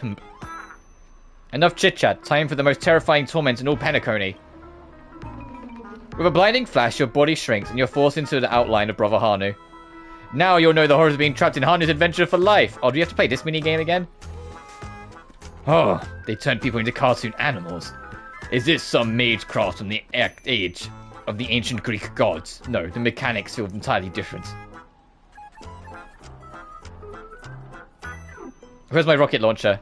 I know you have a lot to say, but to preserve the integrity of Hanu's adventure, all you can do is let out a very urgent humph. They even lost the ability to speak rationally. Maybe I should just leave her. It's not like she was all that helpful anyway. You let out a terrified humph? So you understand that? Guess I can't just leave her. Can you make sense of what she's saying? Of course, Brother Hanu says he's going to punch the evil spirit right in the face. Ribbit? How did it come to this? Is this a nursery or a zoo? Surrounded by animals, echoing cries. A vein throbbed faintly on Archer's temple. It was the worst mental trauma he'd suffered since the Holy Grail War began. You really want to tell Archer you need a Hanu TV to return to normal. Maybe you should look around for clues. Guess we could listen to this theme again. It's actually a nice little melody.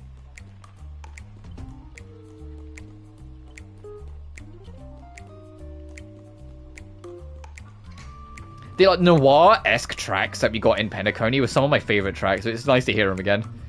I'm always a sucker for like these kind of like crime noir tracks. TV, the Lone Wolf Brothers already smashed every Hanu TV in the theme park ahead of time. What? Is there something weird about this TV, or is it part of the solution to the curse? Learn out a confirming humph. Things are as small as our hopes, you glance at Scott, but as a righteous TV, all you can offer is anything but help. Maybe it's just your imagination, but its expression seems 30% smug, 70% mocking. You lash out, kicking Scott in frustration. Alright, let's do this. Every time I ask you a question, if the answer is yes, kick him once. If no, kick twice. This TV is key to lifting the curse, isn't it? By our usual magecraft logic, destroying the core should nullify the effect. Should I smash the TV? No, kick twice. Then let's think in reverse. You want to repair this machine and restore it to its original state, right?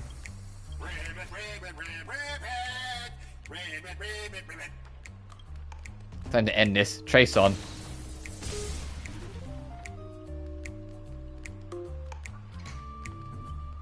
to normal. Impossible, she found a way to break the curse? That's cheating, doesn't count. I demand a rematch. You think you'll get a second chance at the same trick? Looks like I won't have to step in after all. Thanks, pal. We're taking things head on now. Anytime, any place. Galaxy Ranger, serving justice. Die, you son of a fuck. I'm gonna see what he wants to say. Alright, I voice Boot Hill. I'm gonna voice him what he's actually trying to say. Long time no see. Only it's been a little while. Ever since that shitbag sucked me into the TV. I've been lost in the hotel, sending my greetings to all the other ill fuck pies along the way. Just a moment ago, the whole space cracked and collapsed. Oh, that's Boot Hill still talking. It calmed over, so I was... Just a moment ago, the whole space cracked and collapsed. When I regained my footing, bam, there was Miss Robin right next to me. Didn't expect it, but the girl's got a bit of a ranger vibe in her. By the way, what's the fucking thing raised by the nose walker next to you, a prisoner? Ribbit, here comes a hero of justice, Ribbit. Huh?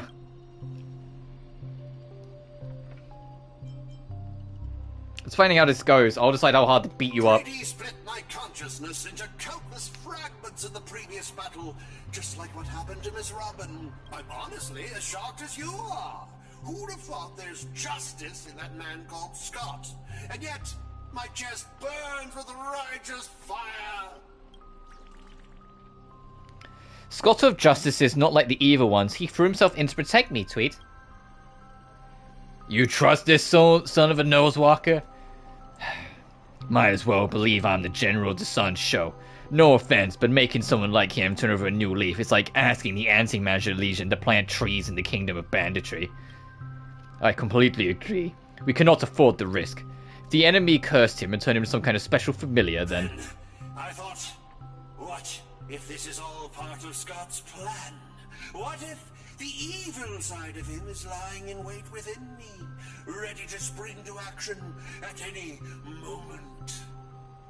I want to go with you to save the other Miss Robins, and I also need someone to kill me if Scott ever takes over my body.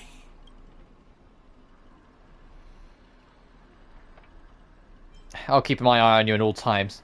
Nope, let's not be too hard on him. We don't have time to waste. And the old saying goes, every trotter deserves a second cookie. Sorry, save my water. How about we take him in for now? If he turns out good, great. If not, we can always chuck him at the servant as a projectile. Well, since the victim herself said so. To honor the trust placed in me, I will never bend to evil, Ribbit. Miss Ranger, we'll count on you to escort this little bird back to Saber and the others. We'll wrap this up fast, find the rest of Miss Robin, and track down my unreliable master. Ribbit, I'll prove my justice with my actions, Ribbit. Find the lost Robins.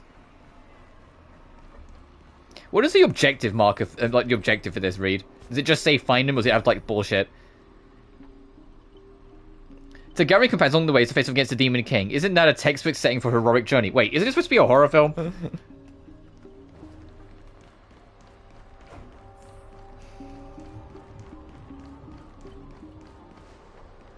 Alright, so what, you need to click on your clockwork.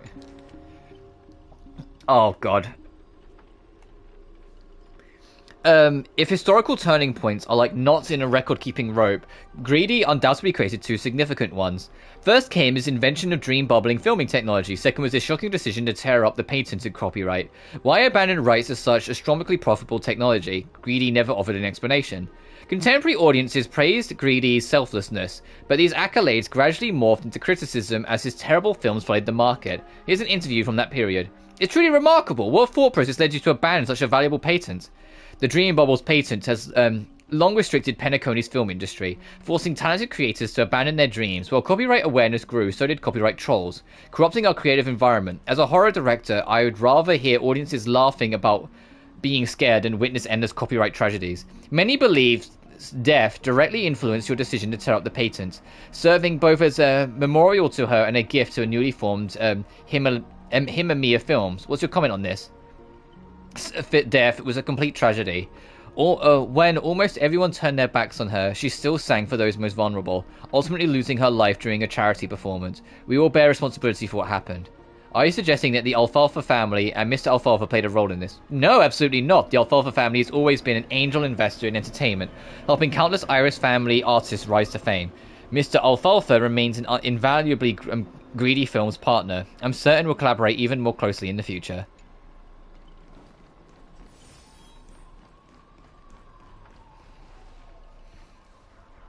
Before I judge you all, I must first deal with the disobedient pawn, Scott. How utterly despicable that you'd side with them. So desperate to play the hero, aren't you? Just felt an ominous chill run down my spine. Why waste your breath on it? One bullet to fuck them up, and we're done here. Tick-tock! Thought I'd play along with your little hero fantasy. Mr. Greedy gave me a special bullet that never misses. One pull from this trigger, and the master and with the most dialogue will drop dead on the spot. Die, Hazel! Scott took the fatal hit meant for you. I can't keep going with all of you. But I'll die happy, knowing that I gave my life for justice, to keep others safe. Yeah, time to crack open the champagne. Don't rash me. The night we broke up, I lied to her. There's no such thing as a Scott of Justice. That justice is a part of the name. It doesn't mean anything. What do you think? How would you rate this shocking reveal, Ribbit? Director, heal me up! I worked so hard to lead them into the trap, and now you're shooting me in the butt! Penacony profanity? Oh, this fucking bitch. If your worthless steam-stealing self hadn't blocked that bullet, Old Clocky would have eliminated Hazel already. Who are you to have the audacity to act proud? I sent you undercover to deliver a crushing blow at the story's climax. Instead, you couldn't even manage basic narrative structure. Even a child could tell you were putting on an act. Since you're so desperate for attention, congratulations, Mr. Scott. You're here like demoted from actor to stage decoration. What about my butt?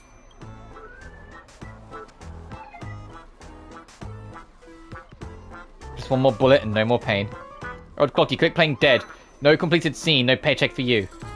Tick-tock, what gives you the impression I was faking? My clockwork has been ticking away this whole time.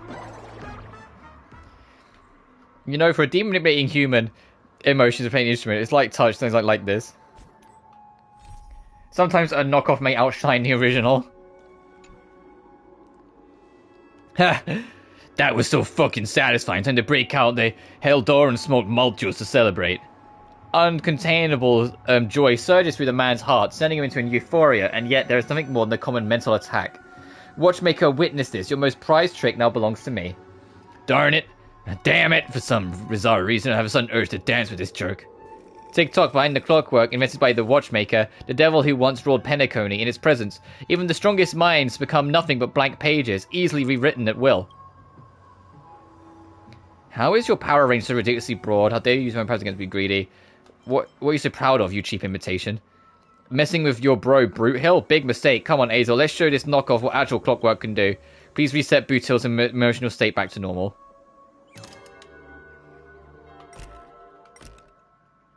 If you're reading this, it means you chose the wrong opponent. Oh, we can't do it.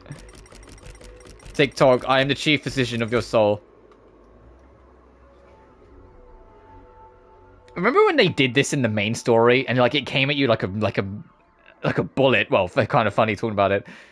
Where you just couldn't melt and like alter that one person. Well, who do we have here? Poor little thing trying to save your friend from a curse where you can't even protect yourself. Surprised your clockwork is useless? Shocked? Confused? Well, of course you are. The power of your clockwork comes from Clocky. But I am Old Clocky. Where the junior meets the senior, it's only natural for you to fail. Now it's time for the old man to teach the kid a lesson.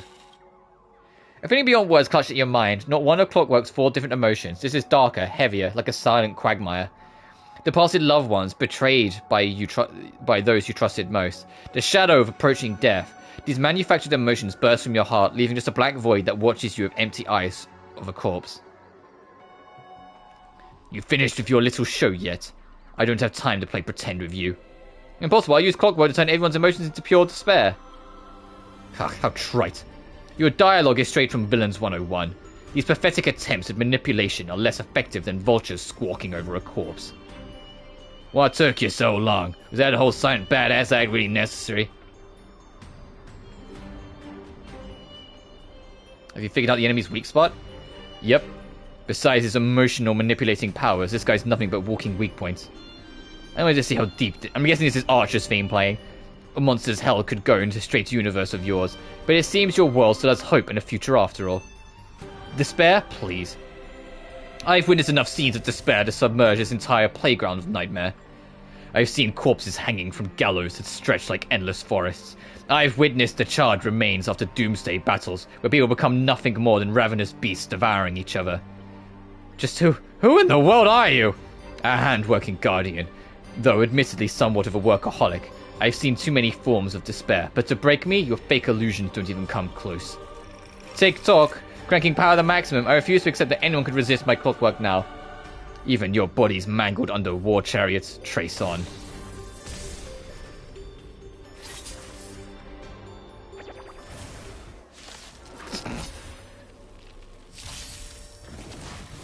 What? Feeling spiffy? Existences of no future will come. I see through you, together as one. Never seen perfection. Yep, keep targeting the guy that will destroy you for doing it. I'm fine.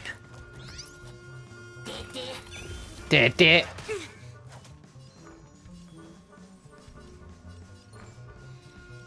No, I would like a little SP. A quick divination. Expand your thinking. All things in the human creations. No other choice but forward.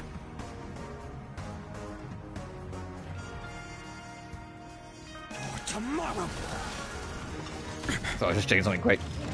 Yep, keep targeting me, see what happens. Keep targeting Finan. Finan does seem to have a lot of built-in aggro. Oh, Spark's not going to be able to do our ult. Whoops. Oh, well, that's fine. Tear the sky.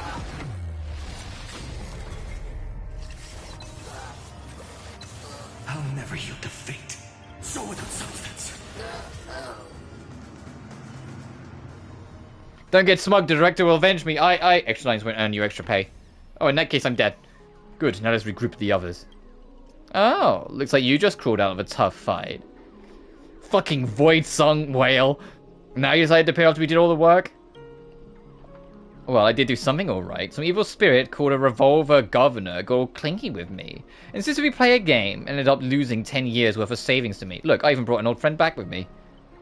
Sleepy Robin. After a short break, the scattered allies finally reconvened from across the set. I had no idea so much was happening. Thank you for keeping my master safe. I just didn't want to give Greedy the satisfaction. Let's save the thanks for later. Didn't that girl say that if we brought all her split selves together, she would return to normal? I proposed this theory assuming none of Robin's would be in a defect status. There's a dissonance in the melody. Despair. You old clocky, dang it. Greedy, what foul language are you having me use? Anyway, the emotions affecting the last master haven't disappeared despite the enemy's demise.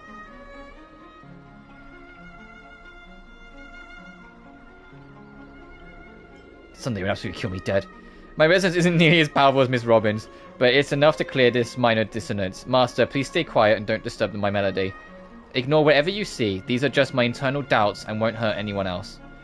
Now I rebuild a melody that's truly your own. Thank you everyone for your help. Without you, I definitely would have been fudging... Sorry, seems my consciousness switching effects I'm completely one off. No, let Robin swear. Let Robin swear. That would have been hilarious. Like, just hear Robin go, oh, fuck! Everyone, please come closer. I've decorated this film's melody. With a few adjustments, we should break free from Greedy's noble phantasm. Master, you give me a choice to join the Holy Grail War, and I saved you once in return. Now we're square. What a pleasant surprise, old friend. Have you finally understood, that who it is can truly grant your wish? The evil spirit must be still affecting you. Let me tune you properly. Master, you're far too kind-hearted. With no interest in the Holy Grail, that's why I must pursue this path myself. Mr. Oti is a businessman through and through. His price will be astronomically high. And? Would you really betray your friends just to let me win the Holy Grail War? Here's some advice. While I'm still here, use a command spell to kill me, just like all those others who toyed with my fate. This is beyond me, Miss Robin. Then we must part ways here. This is a declaration of war? Since you're no longer Miss Warren's servant, I have no reason to let a potential enemy walk away. I can tell you're still hesitating. Before I draw my blade, there's still time to change your mind. Everyone, aren't you forgetting something? I'm still here. My old friend has finally found her path to fulfilling her wish, and I won't let anyone block her way. You want to escape my noble phantasm? Then I'll just have to add more excitement. The second screening is ended. See you in the final nightmare. Goodbye, Master. May your kindness never meet betrayal. Director, what about my bot? My bot! Plan 6 from outer space. Lead actors to self-deceiving heart. Oh, hey, they're just going to chuck us in the space station, huh? Oh, we're all here, including that dickhead. Hero's blood, monster's blood. In this third act, the story details how explorers cause bloodshed in strange worlds. This is exactly what dream chasers of the pioneering age live for. Dadgum wabba-boo, will this never end? Aren't these movies all the same? Oh my. Even a proper pioneer like that cowboy can't bear to watch it any longer. Director, though I don't know your life story, but surely a box office disaster and a miserable end seems all but fated. And you, Mr. Scott, did you change your tune because you're planning to abandon the darkness and embrace the light? Looks like even the Assassin's Master can tolerate his trashy films anymore. Director, did you place me in the wrong spot? I'm still among the bad guys. No. Given your stellar performance earlier, our partnership ends here.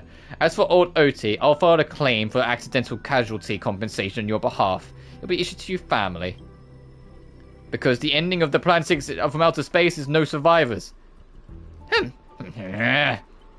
Greedy, since you've shown no mercy, don't blame me for returning the favor. Director Aventurine. My early hostility was just an act to fool our enemies. I infiltrated OT's group specifically for this moment, to help you win the Holy Grail, the only one who truly deserves it.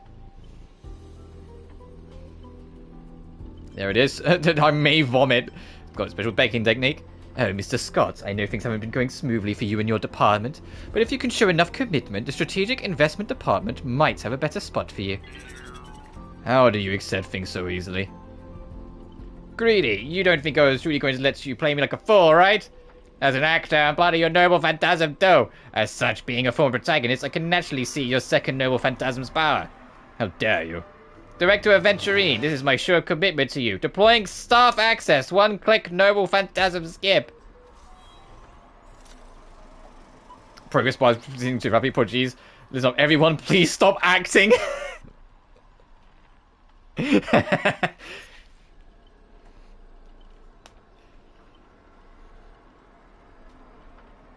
Oh, so taking a stretch for a second. Lyndon Scott! Well, obscene language from a prison world era. Me? Well, fuck me. How can there be an audience so uncultured? You skipped all the best parts of the movie. This is the result of my entire life's work. And it was trash. You know nothing. I am the creator of the bubble movie genre. It was I who established the first film company in Penacony. If I hadn't given up on the monopoly on filmmaking technology, the Watchmaker and Maven would never have achieved what they did. So, would that make your films you made not bad? Oh, you're feeling a little bad for you now, Director Greedy. You were thoroughly outclassed by true amateurs. As a master of marketing or an inventor, you're undoubtedly a success. But the audience don't care what you gave in your efforts, they just know that your movie was terrible. You can feel the limits of the audience's patience. It's just an endless, cliche-ridden, silent series of utterly unexciting gore. What a waste of everyone's time. It's no surprise that the audience eventually abandoned you. Ha ha ha! Well, it's hopeless. The guy's probably gone mad. Archer. What? I simply offered him a final shot. You're the one who drove him insane. What a sharp-tongued, amusing, and flamboyant actor you are. It's rare for anyone to make me go completely speechless during a debate. Didn't see that coming, did you? Strangling you in this nightmarish pantomime feels a bit dull now. Tell me, would you be interested in siding with old Oti? What are you yapping about this time? Trying to drive a wedge?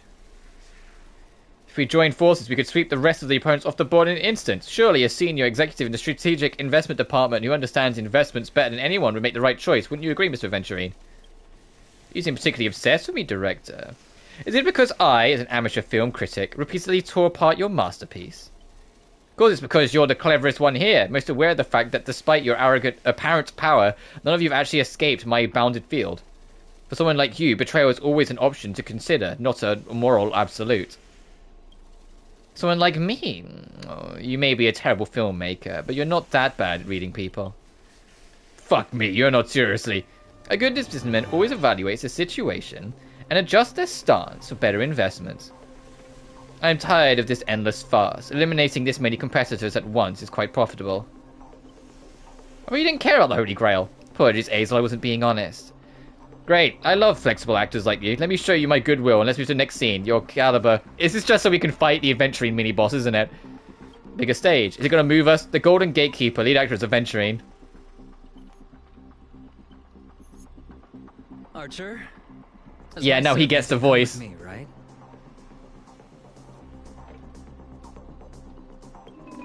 Taking orders from a hack like Greedy? Seriously? Makes sense. I mean, I don't know if Archer would be voiced here. I'm going to assume he would be. Makes sense compared to this lot. You and Greedy are clearly cut from the same money-grubbing cloth. Oh, what's wrong with being a little underhanded if we can win? Gonna be a lot tougher than Scott was. Totally misjudged you. Guess I need a few extra fucking bullets on this guy. No, you should be my sword that delivers the final blow to an enemy commander. Master, if you're just joking, I'll still cover for you if you apologize now. But if you're serious, this won't end without blood being spilled. I'll ask one more time. Should I remove your legs first? Or should I start by cutting off your irritating hand of yours, Mr. Aventurine? So you still refuse? You know, I should use my command spells to force you into submission, but I hate brands on the flesh that bend someone to another's will. If staying with them is your wish, then so be it. But sometimes a change in perspective will make you see the gamble in its entirety. That's right, killing you will exhaust my existence. Well then, sorry everyone, I surrender, I give up. Archer! You gave up way too quickly. What did I expect of some awful summoning luck? I told you, a guy covered in gold is never good news. But as your servant, I follow your commands. Wait, Director, I can be a traitor too. I want more seats too. Direct! Fantastic, 2 more exceptional leads at once. I'll give you even bigger roles, turning into unstoppable monsters that tear everyone apart. Step into the spotlight, Mr. Aventurine, and enjoy this special featurette I've crafted just for you. Yep.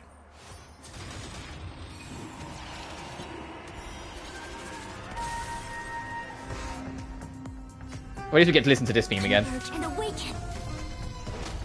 Time to bow out. Feeling spiffy? Can you find the answer? No other Dun, choice. dun, dun, dun, dun, dun. Expand your thinking.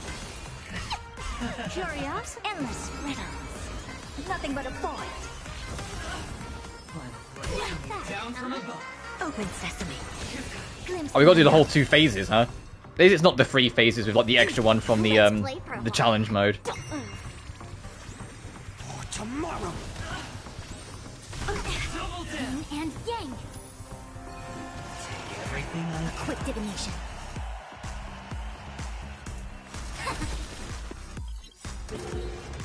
All things human creations.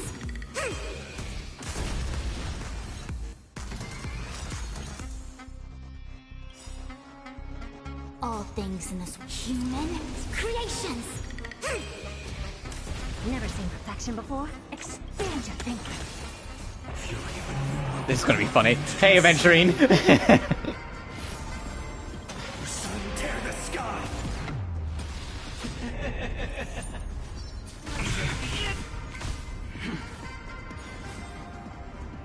Quench the flames of blood. Prepare for some hard mode. Strike. Oh god. Yeah, I was gonna say, hang on a minute, is that gonna kick in automatically?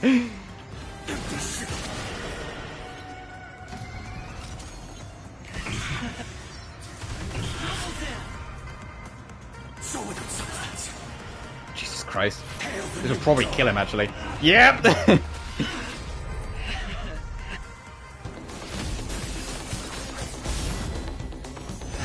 I was eventually just gonna get fucked up again, like the same way he was with Acheron. The enemy's position now, Archer. Now it's time to put an end to this.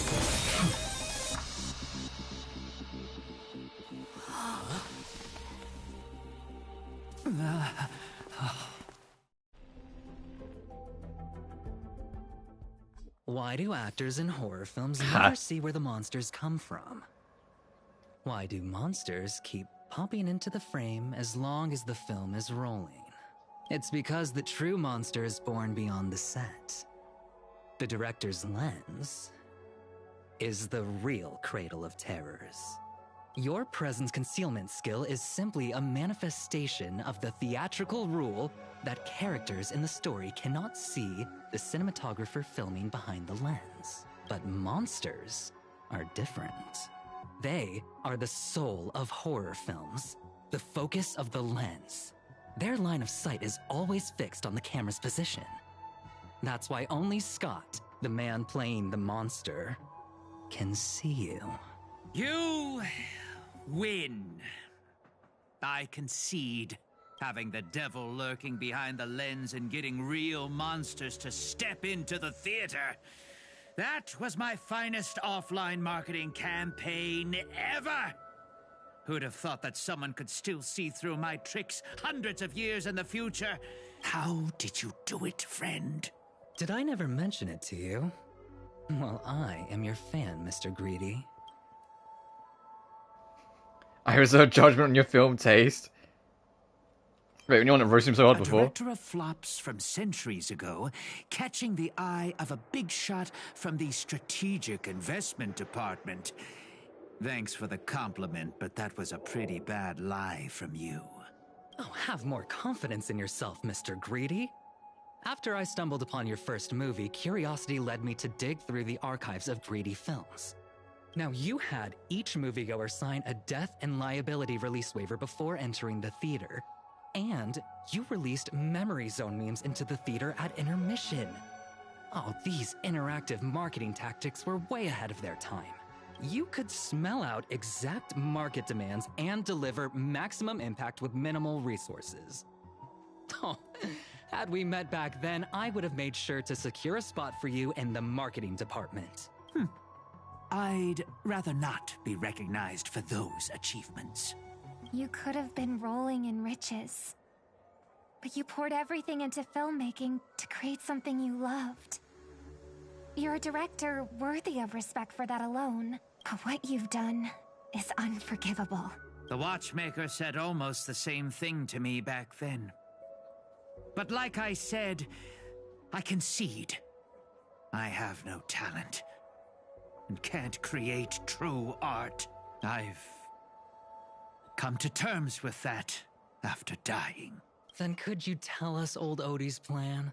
If he truly wanted to achieve his wish, he could have easily hired a few masters to stage out a variety show with a rigged outcome. But he deliberately gathered a group of uncontrollable individuals to participate in a Holy Grail war that might never even happen. Mr. Odie gave me a backup plan before I came here.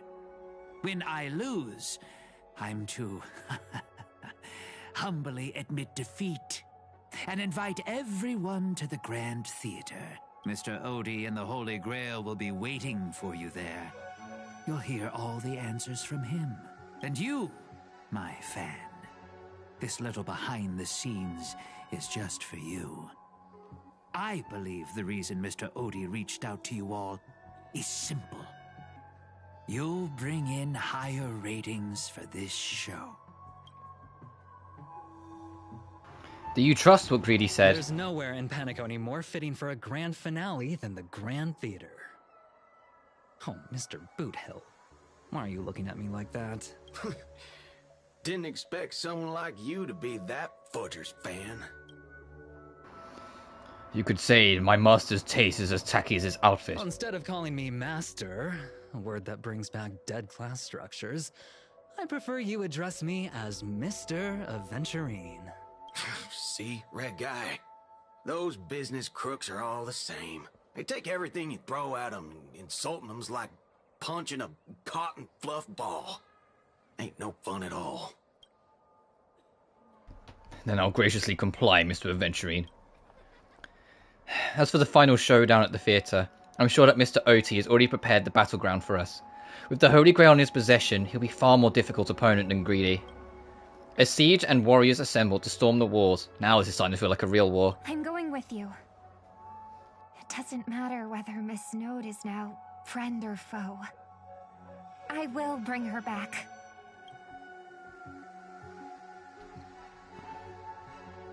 And the princess rescue mission is on. Can't think of it. Wasn't there someone else not far away? He's slowly slipping away with hushed steps. By the way, I think I forgot to ask. Mr. Boothill, do you know which department Scott's from? Eventually flashes a grin more sinister than the devil's own, his lips barely moving as he silently mouthed the names of that department. The space cowl lets out a hearty laugh, cracking his knuckles with a sharp snap, and wicked smirk spreading across his face as he strode towards Scott. He lets out a cry straight from the cartoon, over the top, full of flair and surprisingly heartfelt. And you just know for a fact that Scott won't be getting out of that hospital bed anytime soon. Oh, they beat the shit out of him! But have faith that the medical advances of the cosmic age, no Scott was irreversibly harmed in the Holy Grail War, especially not in a dream. Whew. Now, that's more like it. Let's move out. Let's go. The Great Greedy.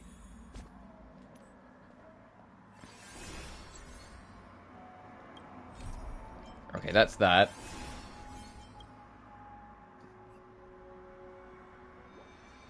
Oh, this is to actually like do the actual thing. Okay. So Lance is like the person who like actually like will get you going on it. Or the OT is the business, so it's favor Holy Grail swap with summoning spirits.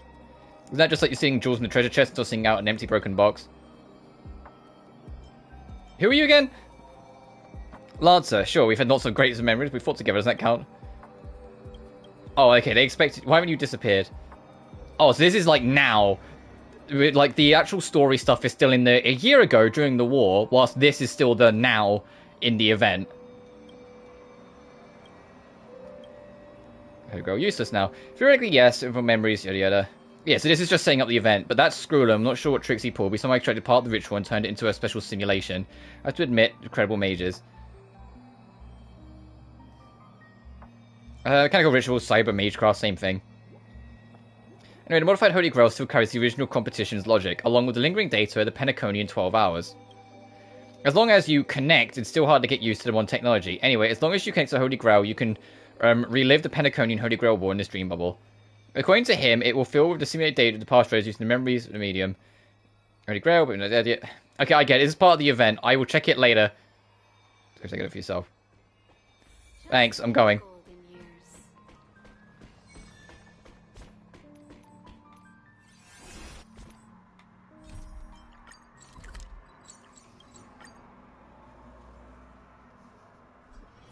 If at all, I kind of just want to get through the rest of this story stuff now. I think it's better than people were making it out to be, but it's also very underwhelming. I can see if you're a Fate fan especially.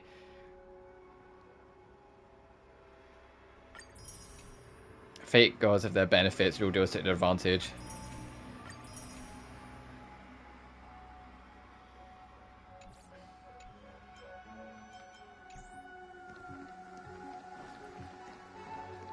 Whew. Now, that's... Team has to include Saber. Ooh.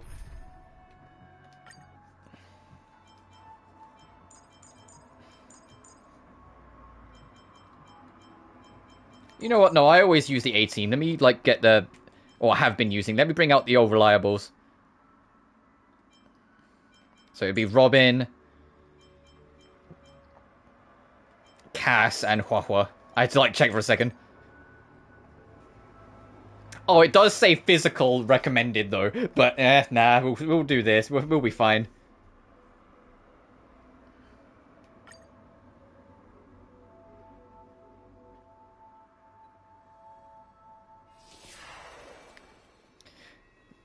It is a mockery of a war, but you set it up so intricately, I don't get it. The 12 hours that reference the passage of time, and this moon placed right at the heart of it all. Anyone with magecraft training can feel power continuously flowing into this place, but this world has no magecraft or mages. So did you really design this whole Holy Grail war, old man? You don't exactly look like a mage. The sharp instincts of a businessman are enough for me to know where and when to make my moves. And the Holy Grail has told me everything I need to know. You are the servant of that Galaxy Ranger. I didn't think your nose would be even sharper than the Bloodhound family's minions. Is it really wise for you to charge in here on your own instead of loyally staying at your master's side? That cowboy's in quite a pinch right now and would appreciate a speedy rescue. What a pain. If I blow your head right off here, that'd save my metal clump of a master too, no? Let me offer you some advice from experience. The Holy Grail never grants wishes the way people expect. All it leaves behind are dead souls buried by that desires. I appreciate the advice, truly. In that case, am I not giving the Holy Grail a new purpose? It'll become an entertainment spectacle much more worthy of investment than some wish-granting chalice.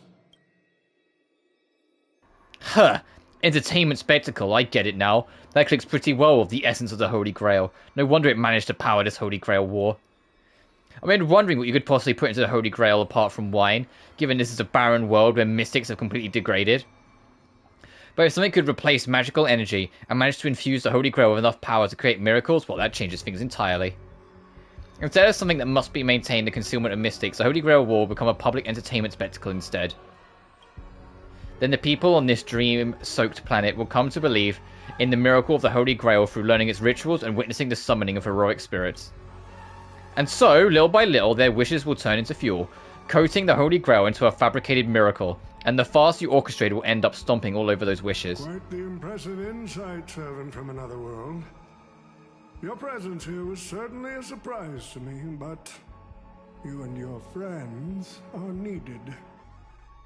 The Holy Grail needs more efficient fuel. And that means you. Miss Note? No. It's time for you to show Penacony your true charm.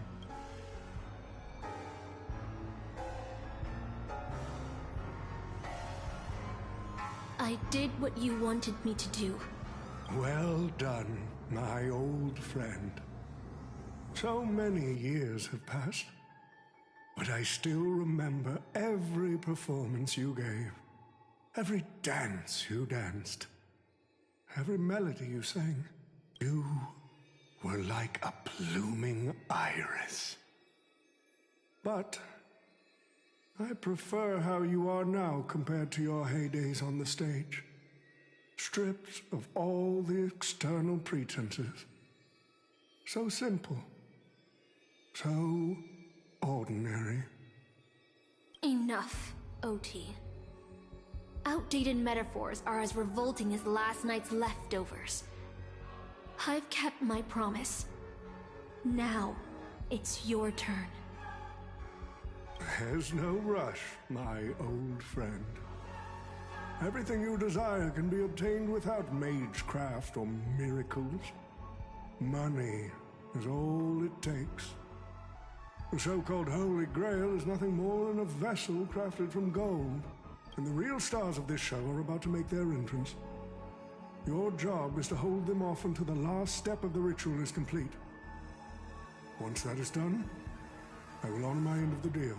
OT. Looks like your business acumen has rotted along with this world. I could barely restrain that one servant, and now you expect me to take them all on? Don't be so modest. Unlike Greedy, you are a true artist. You have the talent to bring thousands of characters to life all on your own. You are the perfect counter to these heroes. I will give you the power the Holy Grail has accumulated so that you can crush them all. Then this grand spectacle will come to a glorious finale.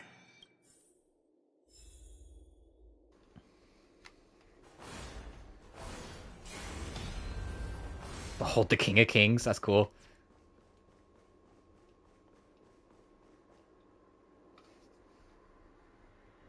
Oh, fork it. Wasn't that blue guy supposed to scout this place ahead of us? Haven't even heard a single peep from him so far. Could that old man have pulled a fast one on him?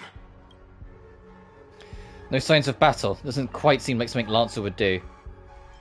Is he lost? I'm guessing the fact that they keep on bringing up fishing with Lancer, he's probably a fisherman in Fate, and that's what they're referencing. Or about the man, he might even stir up some pointless fights just to walk away happy. Miss Note, I'm glad you're okay. Wait. Something's off. Miss Note. I trust that you've seen Lancer here, haven't you? Yes. He came to the Grand Theater with his spear raised and ready, eager to impale old Odie on the curtain. I couldn't agree more with his approach, but I still have dreams left unfulfilled in this miraculous second life. So, I asked him to take a break, and I must insist that every one of you take a break as well. Until Mr. Odie finishes the ritual. Fear not. There will be no pain. Please, leave your passion and ambitions on the stage. Like how actors shed their fatigue and makeup behind the curtains. And rest. Let the curtain fall! Canon Can presents!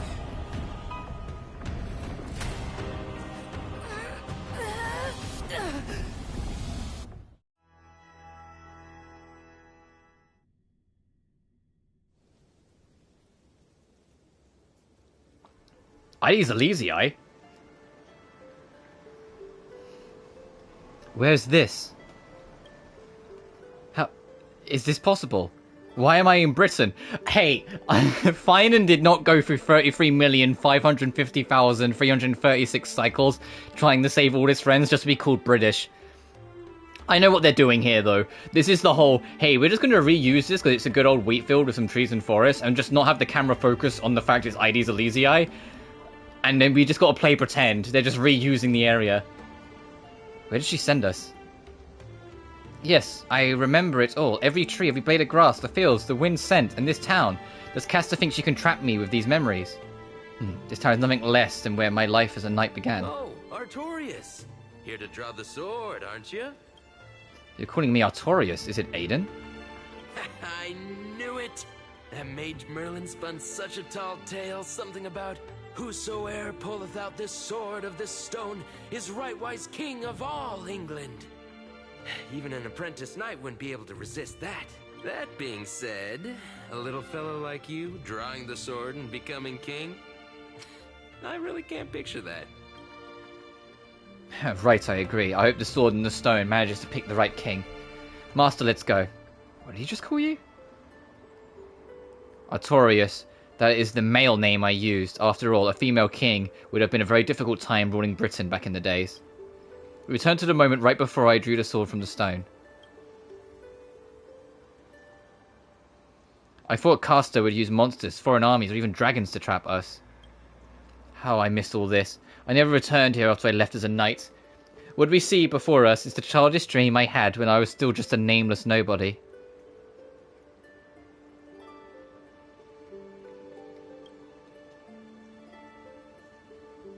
The girl seemed drawn by something. Her gaze wandered to the end of the path. What a shame, she goes to such a fantasy for me, yet I don't even have a mount.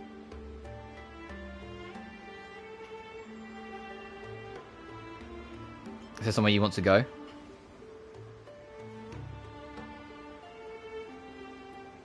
My greatest dream as a child was to have a mount of my own, to become a knight, to ride a horse, to follow this very path across the field and reach the grasslands where X's house lies. Who's Ector? He's an old knight tasked with raising me. He was my father in a sense. He always wore a stern expression but laughed at the smallest thing. He always told me that he hoped I'd become the ideal king for this land. But in the end, he never got to see me become a king. I'm sorry, Master, I got carried away talking about my past. Now that we're here, how about we set aside our worries about illusions and dreams, and I'll show you around my hometown instead. Fucking I wasn't born yesterday, guys. Yeah, you can bar off a bit of it all you want. This is just ID's Elysiae, fuckers. Didn't want to make a new area, huh? There, beneath a tree, a tiny night doll rested, as if lost in a dream that would never end. If this was a soldier summoned by Caster, then it must be an incredibly powerful opponent. It looks a bit like you. You've seen a toy like this. My first 15 years were mostly spent caring for horses and honing my swordsmanship. During my breaks, a mage named Merlin would visit me in my dreams and teach me about the rulings as a king. What about you, Master? How did you spend your childhood? You've never talked about your past. I don't remember a lot about my past. The only thing I remember is being woken up by someone in a space station. Really? No wonder your personality is so carefree. It's because you don't have a past holding you back, Master. My earliest memory was boarding a train, headed for the stars, and meeting many kindred spirits as friends. Though I have no past, I have a future. I became the person I wanted to be. Well, even in the face of hardship, you are still continuing on your wonderful journey. I wish I did that in my life. Once upon a time, I also wanted to become a specific person. I wanted to save the land I stood on and the people who lived upon it. I wanted to repel the tyranny of King Vortigern, the White Dragon. I wanted to deliver my people from the foreign invaders' hostile rule. I wanted to be an ideal king my people dreamed of, someone who would save Britain. For that, I would have sacrificed everything. The mage had told me I could pull the sword from the stone, that I would achieve my wish. Everyone thought that I would save Britain. But no kingdom lasts forever. I didn't save Britain. I once believed that once I slew Vortigern, expelled the foreign invaders, gathered the knights of the Round Table, and built the impenetrable castle of Camelot, peace would finally come to Britain. But that was all a fleeting dream. The knights who once served me abandoned me, and some even raised armies to challenge my rule. Britain was once again engulfed in war. Merlin had already warned me all of this before I drew the Sword of Selection. He told me that once I drew the sword, I would meet a tragic end hated by all. And while the kingdom was in its prime, he also told me that Britain would one day fall, and its current prosperity was built on the suffering of its king. Yet I thought I could carry the weight of the kingdom's pain and trade it for the peace of the people. The sacrifice would be worth it, and I'd be willing to face my thankless end. The only thing that you can grant your wish would be the Holy Grail. You remind me of Sunday. You recount the fantastical dream you had during Penacony's Charmony Festival to Saber, how a man dreamed of creating Paradise Kingdom of his own power. Miss Robin's older brother, his thoughts and actions do sound a lot similar to mine. I promised everyone that I would build the ideal kingdom, but I left the land of Britain with endless wars, dying warriors and starving children. The one who desires or deserves to face destruction is me, not my country or my people. That's how it should have been.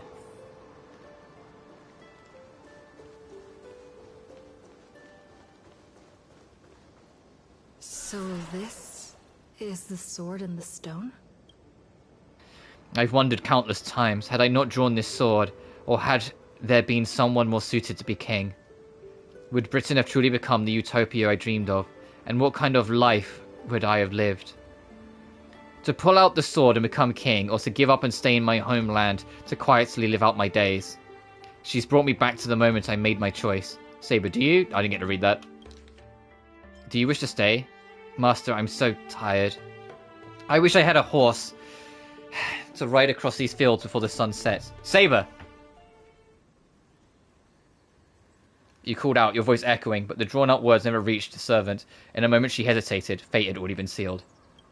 In truth, you would never hear it all. What remains in this place is merely a shadow of you who fell into a noble phantasm, lingering in a dream of another. She was nothing more than an ordinary girl. Playing the part of a king was already painful enough. Why should we force her to continue in the delusion known as heroic spirits? Better to cast aside her sword, abandon her glory, and become a nameless nobody who watches the world's grand show on the sidelines. I'll help all of you to remove the hero's garish makeup, bit by bit. Until I've wiped away even the choice you've made to become a hero. Until I've wiped away all the pain you've endured on this thorny road. I've prepared a simple and happy life for you all in this show. Including you, Trailblazer.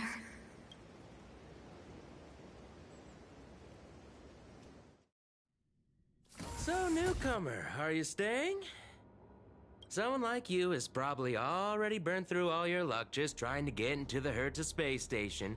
But I'll go through the motions and confirm it anyway. Just so you know, working at the Department of Cosmic Oh, I Geography see what's going on. The illusionary dream we're going to go on is that we didn't go with the Astral Express and we stayed here. Where did she send me? Who? Madam Herta?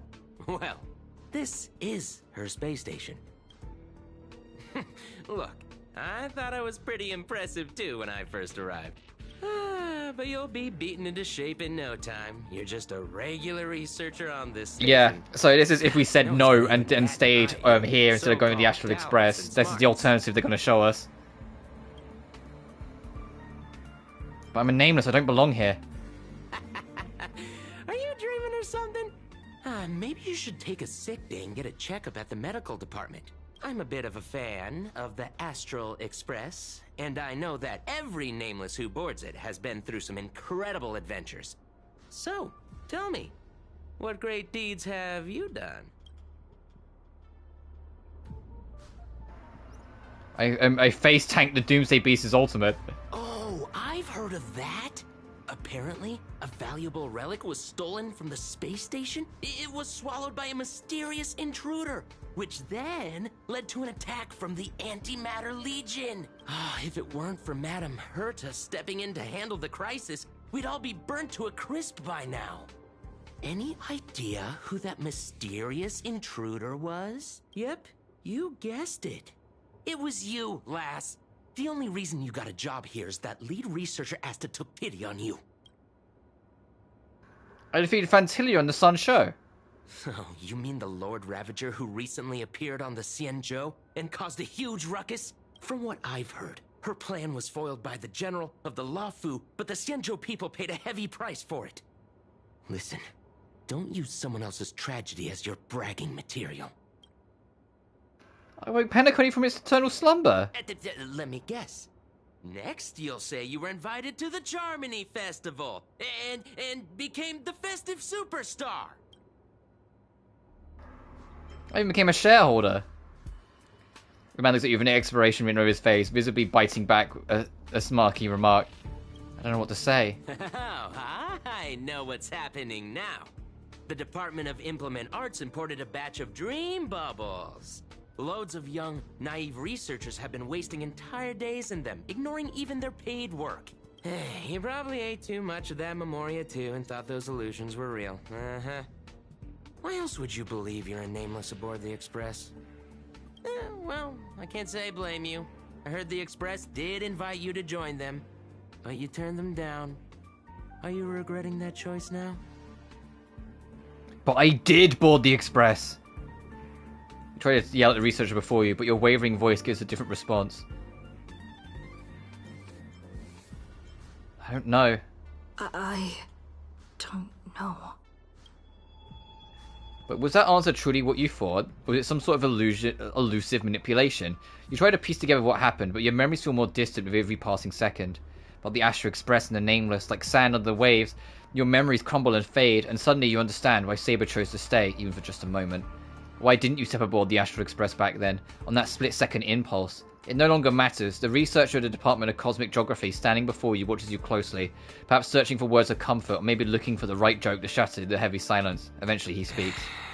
Well, your resume doesn't show any particular skills, so I'll start you off with some light tasks. Sort the Department of Cosmic Geography's expenditure report for the past 6 months, schedule research meetings for the upcoming month, collect project proposals from all levels of researchers, yeah, That should keep you busy for a while. Isn't that the Department of Cosmic Geography? Don't be so surprised.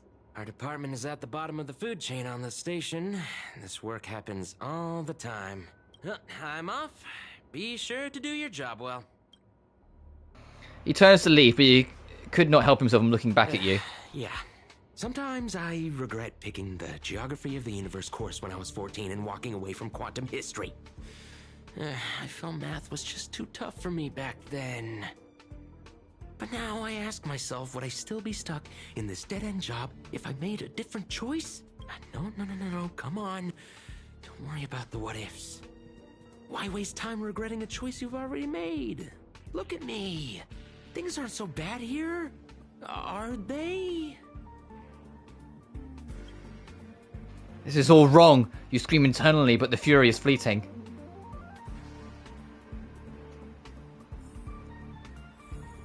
Brought to the workplace. You're late, newcomer. A few more system days of delay, and we'll miss the reimbursement deadline. I'll cut you some slack, given that you're new. Now get to work. What a messy desk. Am I supposed to organize all this stuff? Where do I even start? Sort by mood. You're too slow.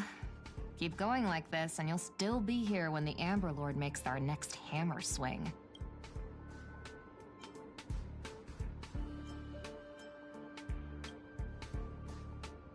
On the verge of jump, but then a sliver of doubt creeps inside you. Is this really what you want? Take a breath. Don't lash out. Focus on what you truly need to do. Give him a good beating. The bat is always by your side. Is no longer there. Then again, did you ever really have it in the first place? I quit. But where would you go? Is there anywhere you can really go? You're young. You've no special talents. Isn't your best bet a cushy job with full benefits, clocking every day until the world ends? What are you standing around for? You think space bionic snails are going to do the work for you? That's it. Calmly and nicely drop the fight. By now, the job feels like second nature. Might as well tidy up the last of the files.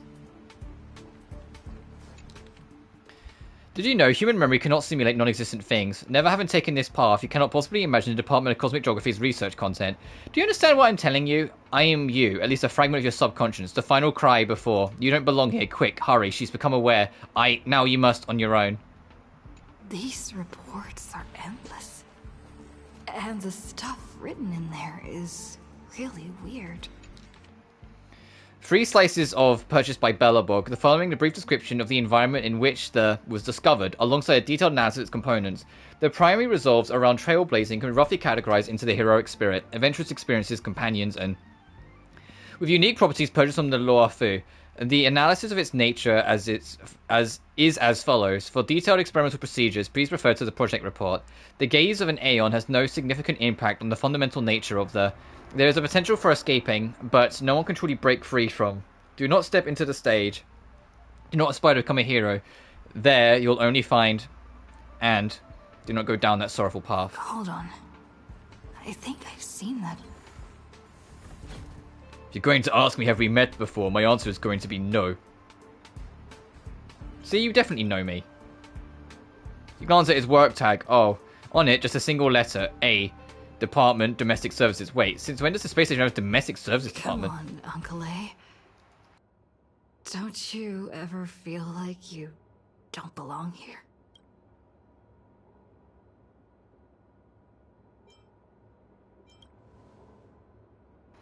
I guess I really do. Dozens of researchers come up to me every day, all claiming that they don't belong here. They think they should be somewhere else because life isn't going their way. It's just another dressed-up excuse to escape reality. As long as your instincts are just to back down and run, you'll run out of places to go even if you manage to get out of this place. Personally, I think this place isn't so bad. No world-threatening crises, no freaks trying to end humanity. The kitchen's convenient too, though the ingredients are a bit cold. We've still got a little girl who throws around gemstones like dirt, but it's pretty much a utopia for most people. There's no turning back once you leave your ordinary life behind. You glance at him wanting to say something, but decide not to. Changed your mind, huh? I knew it. You don't really want to leave, do you? Days passed. After long hours of sorting, you're finally done with the work. Although an uncanny feeling lingers in your chest, before it's resolved, you should take a break. I'm exhausted. I feel like I can't even think anymore. Fate, are you a rotten gold? Deep down, I still feel like I don't belong here. What does your mission objective say? Oh, I can't bring up the quick menu.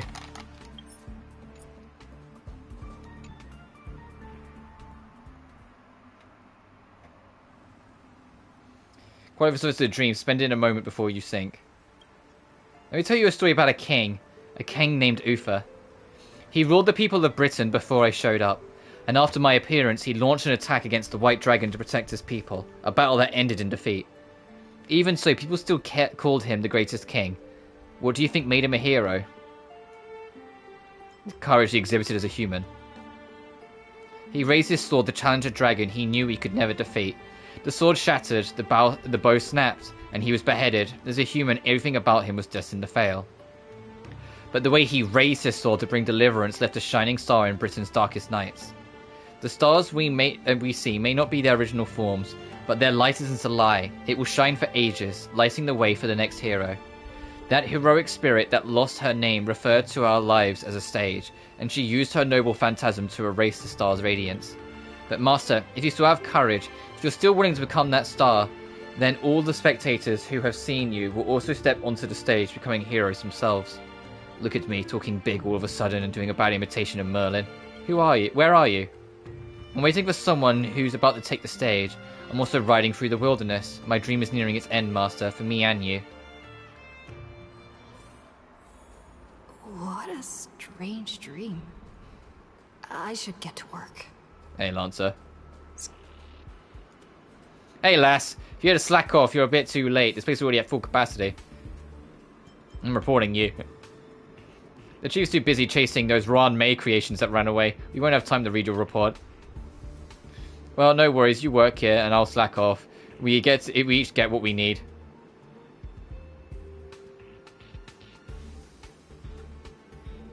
For now, you ignore the security department's staff's careless attitude and lower your head to resume your task. You've got this. You're not losing to some grown-up who's slacking all day. First on the list, a quantitative analysis of a microphage cluster interference on planetary magnetic fields. 15 attendees must be scheduled within the next 2 days. After the next day. So no conference room available for your requested time. The conference rooms are always fully booked, even at night. People here really are workaholics. Ah, wait, you're the Hesteron they were talking about, huh? Tell me, when you sleep, do you glow like a butterfly? Or firefly?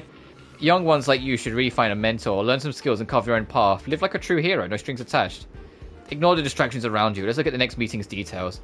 The effects of Starquake pheronomia on the artistic expression research. There's 2 attendees, no time constraints. A century later.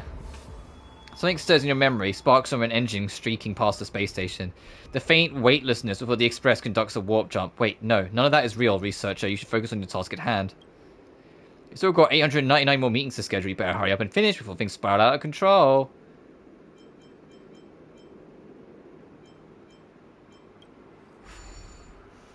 We're into 2 new system-generated meetings. Just... oh, Jesus Christ.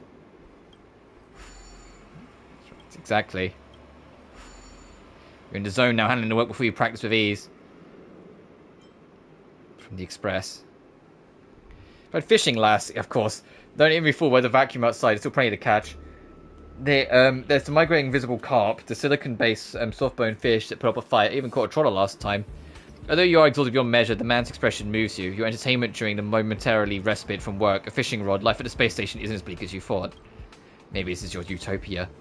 By the way, I heard the Astral Express is coming back, and we'll be stopping at the space station for a while. Want to go check in, just for fun? The Astral Express.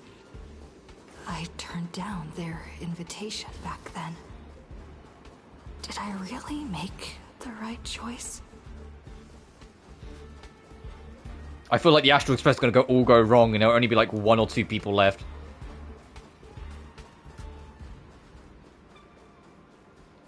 Well, I only see Himiko, so I might be onto something here. Oh, right, Himiko's not voiced either. Long time no see, Hazel. How's life been on the space station? It's been really bad. I see. If things are tough, you can always talk to Asta. I'm sure she'll help you out. We travelled to many places after we parted ways. Belobog, Sancho, Lawfu, Penacony. They were both good and bad moments along the way. How's Dan Hung? Dan Hung? It was an easy journey, but he's back on the Lawfu now. After all, that's where he's from. How's Mr. Yang? You ever heard of a planet called Earth? Soon after Dan Hung left us, Welt found his way back home just as he had hoped. Let's pray he makes it there safely. Well, Pom-Pom! Himiko frowns, as if your question has caught her off guard. Unsettling sensation flickers through her mind. You've never boarded the express, so who is this Pom-Pom you speak of? Where did you hear the conductor's name? Did Dan Hung tell you? Pom-Pom's still the same, but with fewer and fewer people on the express, it must be getting lonely for them. I sometimes wonder what might have changed if you'd come with us. Sadly, the trailblazing expedition doesn't leave room for regrets and what-ifs. What about March 7th? March... I'm not sure how to put it. I hope that friend from the garden can cure her. Is the express still in need of passengers? Life as a nameless isn't easy. After we left the space station, we'd have some passengers travelling with us for a short time, but they've all gone their separate ways now. Our friends from the Interastral Peace Corporation recently suggested we make a stop at Camelot. That planet should have been destroyed by the Antimatter Legion long ago, but we've been picking up multiple distress signals from there. So we're going to be stopping at the space station for a while to meet some old friends. You can join us and leave us at this time if you want, Azel. I'll pack my bags right away. This is really how you feel. If joining Express doesn't change your life for the better, what then? What if what awaits you isn't some grand adventure, but endless cleaning, constant repairs, wounds that never heal, and death steeped in despair? What will you do then? What if you can't help anyone? What if you become a dead weight on the Express? What if the Nameless gives you their life to save you, yet everyone silently watches you just leave? What will you do? Think about it. What answer should you give? I'll think about it. I'll make sure to give you my answer before the Express leaves. Alright, I'll respect your choice no matter what you pick. I'm so tired. Maybe I should head back first. The Astral Express. The Astral Express. A peaceful dream stirred by birdsong beyond the window. However, can a robin really sing in the vacuum of space? Let me tell you the story of a bird who was imprisoned wrongfully. She was once a singer, thrown into a dark cell for composing songs that the powerful didn't like. The bird heard many voices of sorrow. So, she sang for the others trapped inside, soothing their homesick hearts and inspiring them to rise up.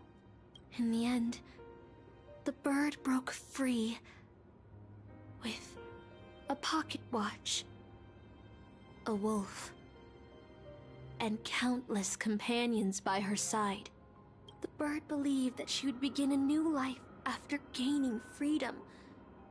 She would shine on the stage and the silver screen, displaying her beautiful feathers and voice, just as she had once brought hope to the hopeless. But she was wrong. Penacony soon became unrecognizable. The songs she sang, the films she starred in, and even her own life were all locked away in a cage called money. Turned into mere commodities. The movie studio wanted to turn the bird into a symbol of beauty. But the bird longed to escape from this suffocating, filthy gutter. They stripped away her stage name, replaced her with a fresh-faced chick, and smothered her with slander and rumors, leading her to a disgraceful end. So, you seek revenge on those who tarnished your name? No. The exact opposite, in fact. When I returned to this world, I realized there was no one left to take revenge on. Instead, I will reclaim the name they took from me and erase every single work I've ever produced. I'll destroy every trace of my existence. As you know how it feels to be locked in a cage and have everything taken from you. So why do you still trap the masters and heroic spirits in your noble phantasm? When they wish to end this Holy Grail war, old Odie may be able to fulfill your wish. But the cost he demands is far greater. As someone born in the same era as him, you should know this better than I do. Ugh. OT is nothing more than a parasite feeding on Penacony. Of course I won't trust him. But you're different, Master. He's a worm who has a wish for the Holy Grail. Yet, there's nothing the Holy Grail can do to sway you. If you want to stop my noble phantasm, you'll have to force me with a command spell. Come, Master. Take away my free will. Just like how they took away my name and career with their contracts and laws. You know I won't do that, Miss Note. Let's make a wager. I've never once gambled in my life. I bet that those masters and servants will not yield to your noble phantasm, even though you've stripped their identity as heroes. I trust them. I will wait and see. The birdsong fades into silence. I feel like I had a... So, yeah, we were just laying on this bench and someone was shouting next to me. It's weird. But the details keep slipping away. My body feels so heavy. But I can't rest. There's still today's work to get through. So how many days has it been since you started working at the space station? 30? 90? Even longer? Do you still remember what you need to do now? Compiling project proposals from all levels of researchers? By now it's second nature, something you could do with your eyes closed.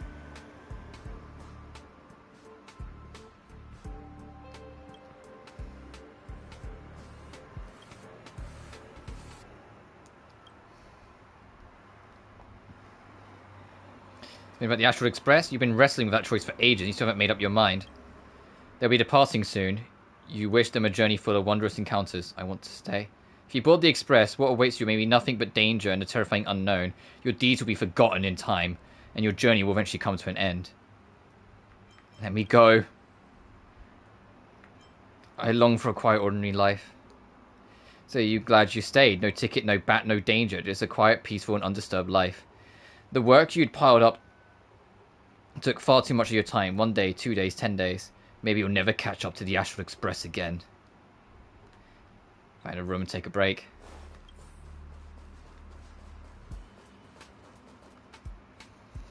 Isn't this our Stellaron girl? I was about to mix you a drink, but since you're still underage, I'll hold off for now. Underage?!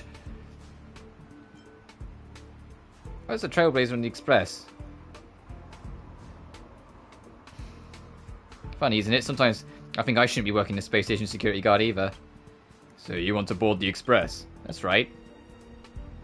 Every year there are researchers that want to go with the Express, but when it's time to leave, they all back down without fail. They know they'll just be seeking an escape from their stressful lives, instead of actually wanting an adventure that could cost them their life. So what do you really want? I want to go into an adventure into the unknown. Staying where I am is fine. Someone better will come along. I'm just an ordinary person. Why speak to regrets when everyone who has ever lived has regretted something? Yet, had everyone turned back because of their fear of regrets, humanity would never have produced any heroes. Even if the road ahead is unclear, some will still set off, driven by the desire to chase a wish. It may seem foolish, but that's what gave birth to the Nameless, the Trailblazers, and to humanity's heroes. The doll you carry is proof of a certain hero's existence. Do you know what it is? Shabby little trinket that left a trace in history because of one person's silly wish. The Express may have already left, or it may not have. But if you truly want to walk this path, what does it matter if there's no express? If you truly believe you are nameless, then there is only one thing left for you to do. I must set off. The express is already left. Going there will be pointless. Let's go to the lab. Hit the cafeteria. We should just go watch a movie. Life on the space station wonderful. People would kill just to live the life you have here. There's no antimatter legion. No abominations of abundance. This place is the most peaceful paradise in the universe. But it's not real. Something stop. Stop. The future of a nameless is nothing but emptiness and despair. Do you think you're special? Think of Tiernan and Kelbeck. The nameless who were better than you. They were all consumed by the lightless outer space, never to return. So you finally admit that I'm a nameless. So you'll finally admit that I'm a nameless? The voices that once spoke fell silent in an instant, and they never spoke again.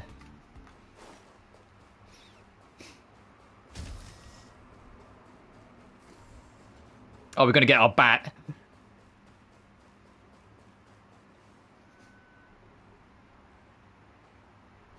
A bat, plain, unimpressive, yet strangely familiar. You once believed you'd never hold it again in this lifetime. Would you still pull this weapon out? Even if it'll bring about a tragic end?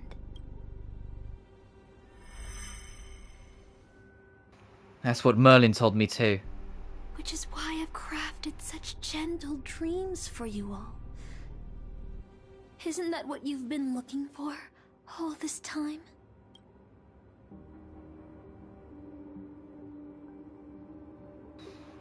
I did wonder whether someone else might have done a better job as king if they pulled out the Sword of Selection. But I can't blame the girl who drew the sword in the stone for overestimating herself. She just wanted to deliver something from disaster, just like the king who challenged the right dragon.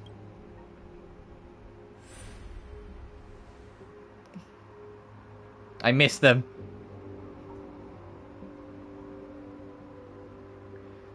If I was given another chance to make my choice, I would tell her, I hope you can do better this time. Master, you've had enough rest in your happy dream, haven't you? Now let's leave this place together.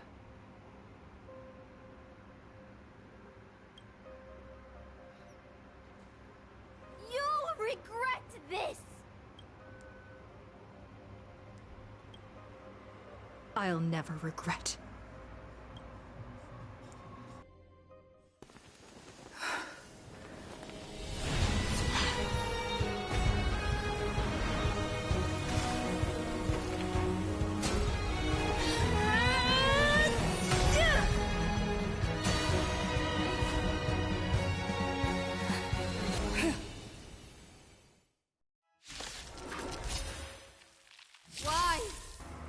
Oh, right, of course it would be this. Courage! Don't you ever feel regret? As you wish. It makes perfect sense it would be this. Thank you. Tonight. Stars echo. No more time. Embrace a new life. Return to dust.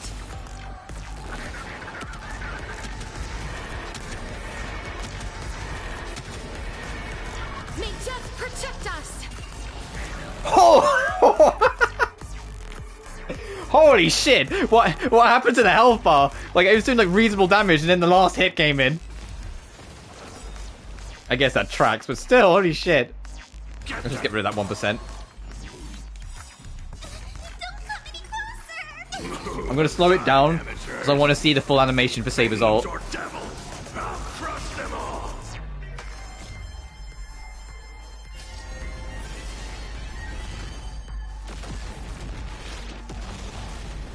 If you're playing in any dub, she'll shout Excalibur. I know that much. Become a fool like you. And I won't agree with your choices. Fiends or devils. Excalibur!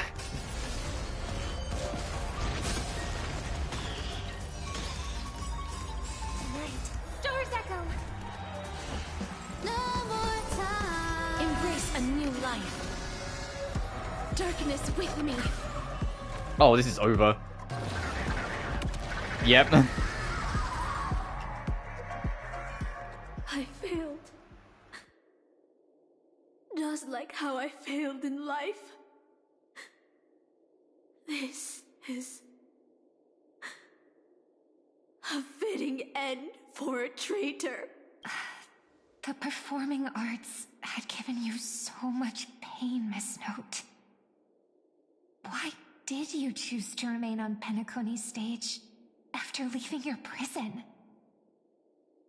Because I still remember how the rough prisoners fell silent and the crying children smiled whenever I started to sing. Those small moments made me feel free, even in that iron cage. But Penacony has changed. After so many Amber eras, it's become almost unrecognizable. And now, I am locked in this newly forged prison. Anyway, it's time to end this. A servant who betrayed their master has no right to exist. Then, as you wish. With the first command spell, I return your name to you. On behalf of Penacony, Asuna. Even if they have trademarked your name and stripped you of everything, that does not make you an unknown failure. Hold your head high, Mother of Iris. With the second command spell, I return to you the testament of your existence as a heroic spirit. Your death was what made singers and artists realize the need to reclaim their freedom and dignity for merchants. You are not some forgotten shadow. You are the founder of the Iris family, one of the 5 major lineages of Penacony. That's why you chose to borrow that name, isn't it? A figure shaped by your students and friends, by Maven and the Watchmaker. Miss Note, the one who sang freely in Dreamville. No more. I don't want to hear anymore. With the third command spell, as your junior on the stage, I return to you your freedom as a person. Mother of Iris, you will no longer be controlled by anyone from this moment on. You will now only dance for yourself. This farce is nearing its end, but I hope you can step out of the Grand Theater before you disappear and meet Penacony's artists. You are still a hero to them, no matter the slanders your name bears. Meanwhile, the master and their servants, freed from their dreamscape, stopped in the heart of the Grand Theatre. I sense a powerful force similar to magical energy. It seems the Holy Grail's holder is about to complete the ritual. The last 2 servants left are Ryder and Berserker. Which one will face us, or will it be both? With the enemy already in possession of the Holy Grail, it looks like we're in for a brutal fight. It's 3 against 2. The advantage is mine. Oh, once again, so like it's too easy in the next survey. I'll lead the charge. Master, I swear on this sword that I will protect you no matter the cost. Boothill and the others got out too. Go check on them. So I walk 2 steps forward. Whoops. Penacony's dream bubbles are pure cancer. Alright, Aventurine. The Charmony Festival nearly killed me. And that servant's fantasy almost finished the job. So, where did she put you? I had a dream where I could never win. I got to live as an obedient serf and gave up on even the thought of gambling. Darn right. Quit gambling. That's quite the educational dream you had there. And you? Where'd she send you? Me? I had a long long-awaited reunion.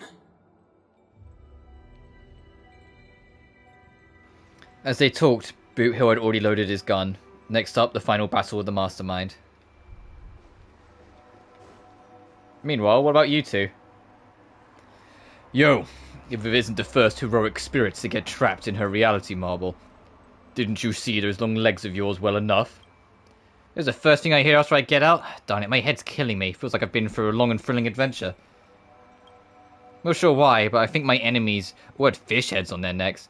Okay, so yeah, Lance's whole thing is he's a fisherman, right? I'm like, I know nothing about Fate, but they bring up fishing so fucking often with this man. With enemies in the way, the two servants are more than ready to fight. Alright, before we do the final fight of this story quest, I'm going to take another quick bathroom break. So I'll be back in just a moment. BRB.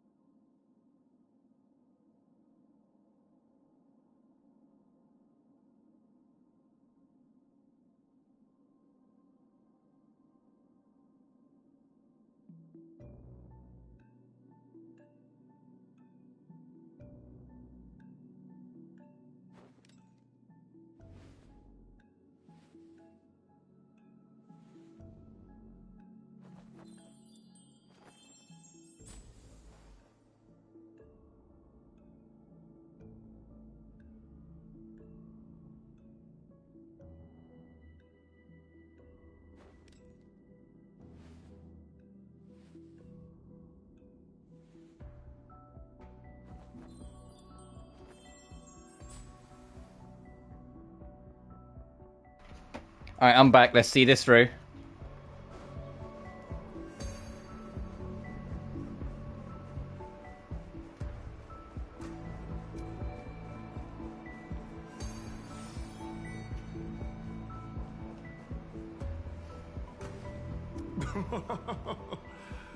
Looks like Lady Osnar has failed. What a shame. She was just one step away from tearing the flame of dreams off the servants and tossing them into the Holy Grail as fuel. But that's the business world for you. No matter how capable your collaborator is, you gotta handle the most critical parts yourself. Oh, fudgehead. It's time to tell us what kind of stinking pie you're cooking up with this Holy Grail war.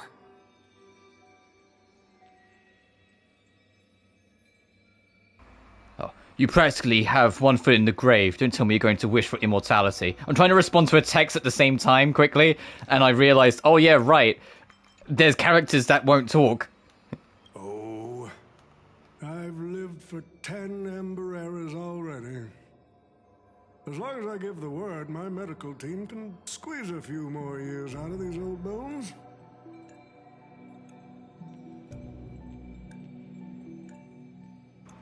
Sorry, one sec, guys. Let me just respond.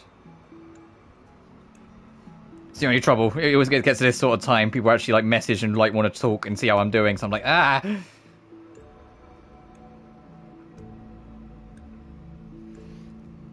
Right. Then are you trying to crush your business rivals? I heard there is some bad blood between you and my master. What a great misunderstanding.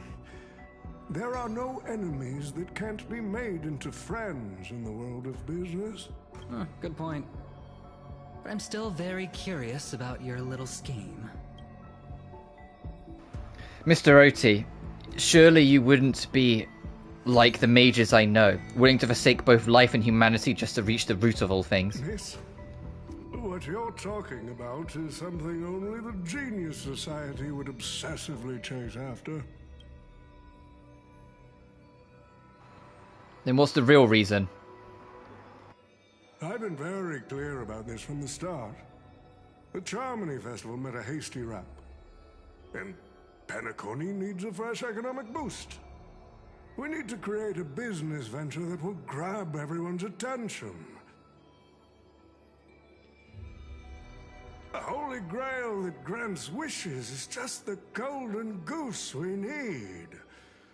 If this ritual works, then Penacony will own a glorious show to keep the money rolling in for 10 more Ember Errors.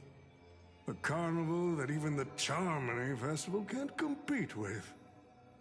Even if I do have some personal objectives in this first ever Penacony Holy Grail War, that's none of your concern.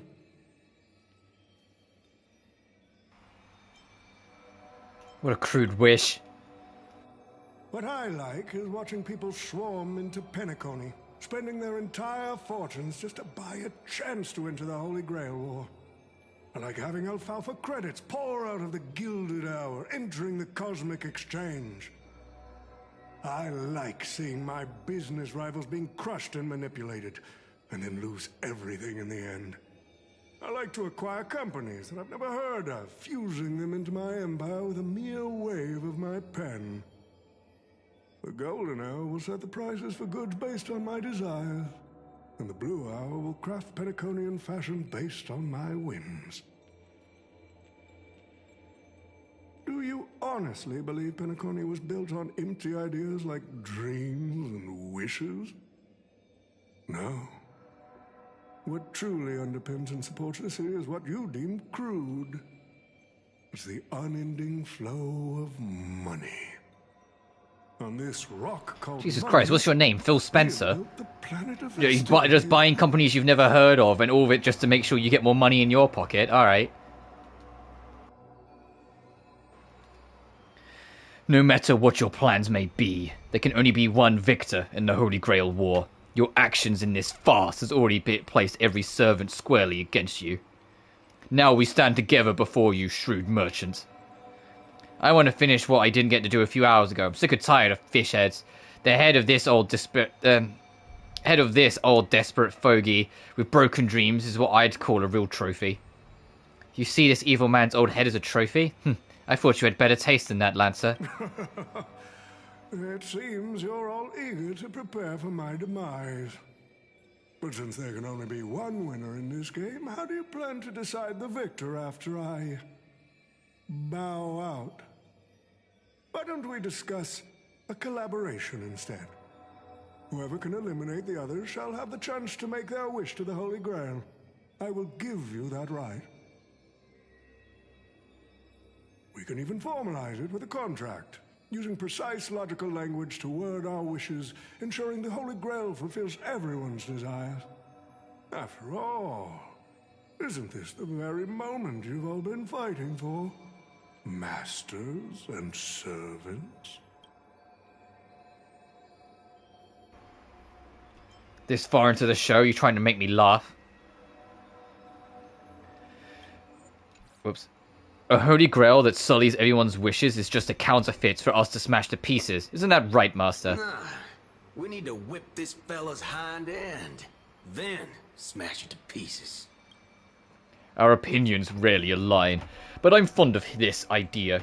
What do you think, Mr. Aventurine? It's nice to play as the hero of justice now and then, isn't it? Well, I've already been the scapegoat once today, so I'll pass this opportunity to Mr. Odie. My master, it seems I won't be able to claim the Holy Grail for you. We made this choice together. I must thank Miss Note's dream of showing me the truth. What truly matters is not the ending, but the journey we've taken to chase something and deliver it from destruction. I don't need the Holy Grail. The wishes I did not fulfill will end here. If you are all so keen to make me your enemy, I suppose I'll have to become the final challenge on this variety show. The rules said a master is supposed to summon a historical figure as their servant to enter the Holy Grail War, but who should I summon? This question has haunted me for quite some time. Don't pretend like you're not just gonna summon the fucking Sunday weekly boss and just give it a different name. Let's not pretend. I have figured out how this event works. 99% of this event is just reusing assets. Let's not fucking kid ourselves. Look at the washed-up director I sponsored? Or the legendary star whose name I purchased? No, they are not worthy of being my servant. That's when a thought crossed my mind. Why not summon myself? A person who's still standing strong after 10 amber eras of business intrigue? Isn't this living legend staring back at me in the mirror? I used myself as the catalyst. I wanted to see how the business magnate Oti reflected in the history of Penacony would respond to my call as a servant. I wanted to see how people truly view me in history. And have you got your answer?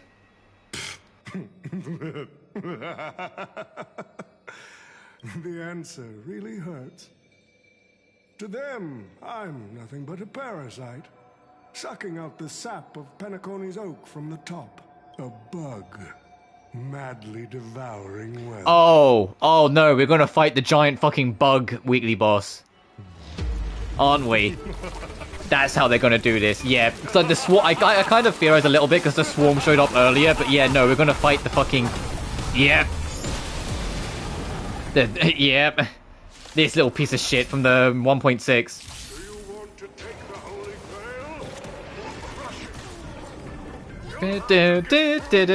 Let's listen to this sick battle theme again. I love its theme. So the person we've been talking to was old Odie's servant all along?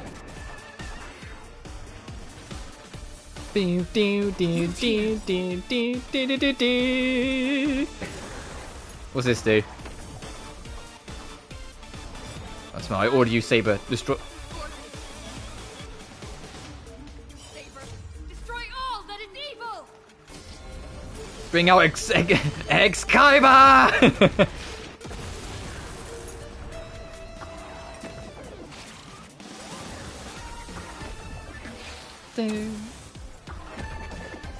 Embrace a new life. Oh, hell yeah.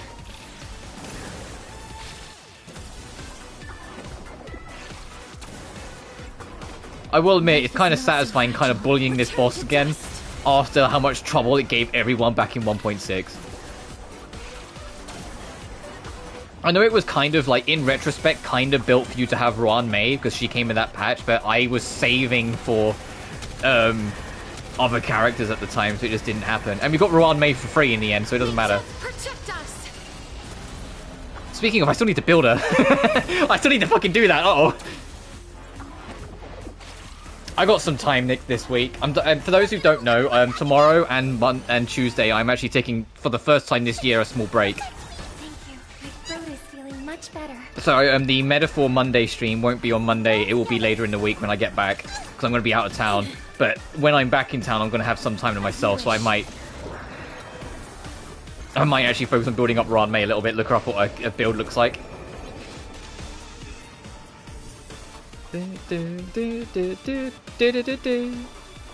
Exterminate then. Kings are facing other armies, aren't they?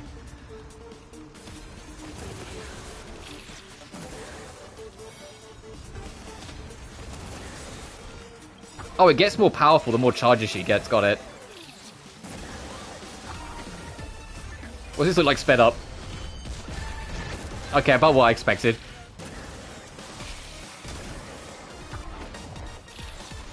Apparently in a future patch they're going to let it that you can change the languages per character. So yeah, I will put Saber and Archer into JP and not English so I can actually hear their voices. It's kind of like... a dick move that you don't have access to that option in this patch. It's going to be the next patch where the limited side, like the limited content side of this update will be over, but fucking whatever. I want to see this in normal motion. I know you said slow motion because it always feels that way, but no, normal motion. Built here.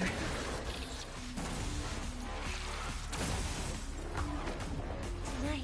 Stars echo. No more. I thought I saw that pop up. Embrace a new life. Crush it, Saber! I crushed them all. Why was there no voice acting? I guess because our voice acting was kicking in. Holy shit!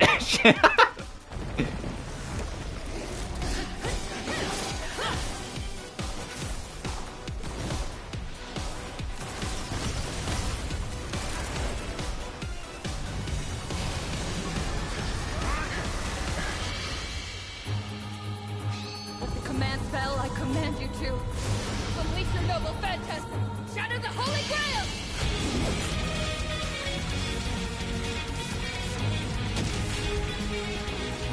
Galebog as your at your command, Master. Excalibur!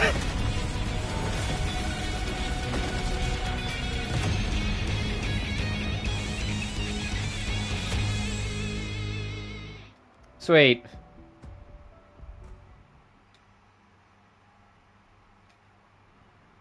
It's finally over.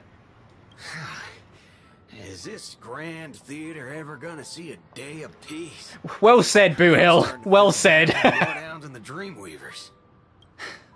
No need to feel bad for a heritage building insured with hundreds of different policies.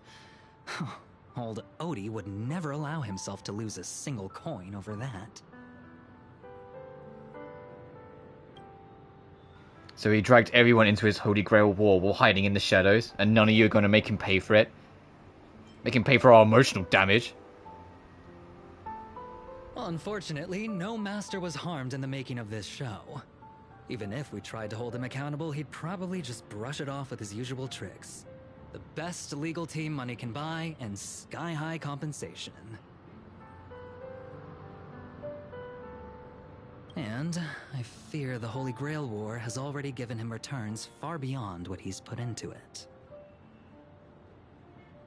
The silver lining is that this little spectacle will serve as the perfect excuse during negotiations for Madame Jade to pry open an even bigger opportunity in Penacony.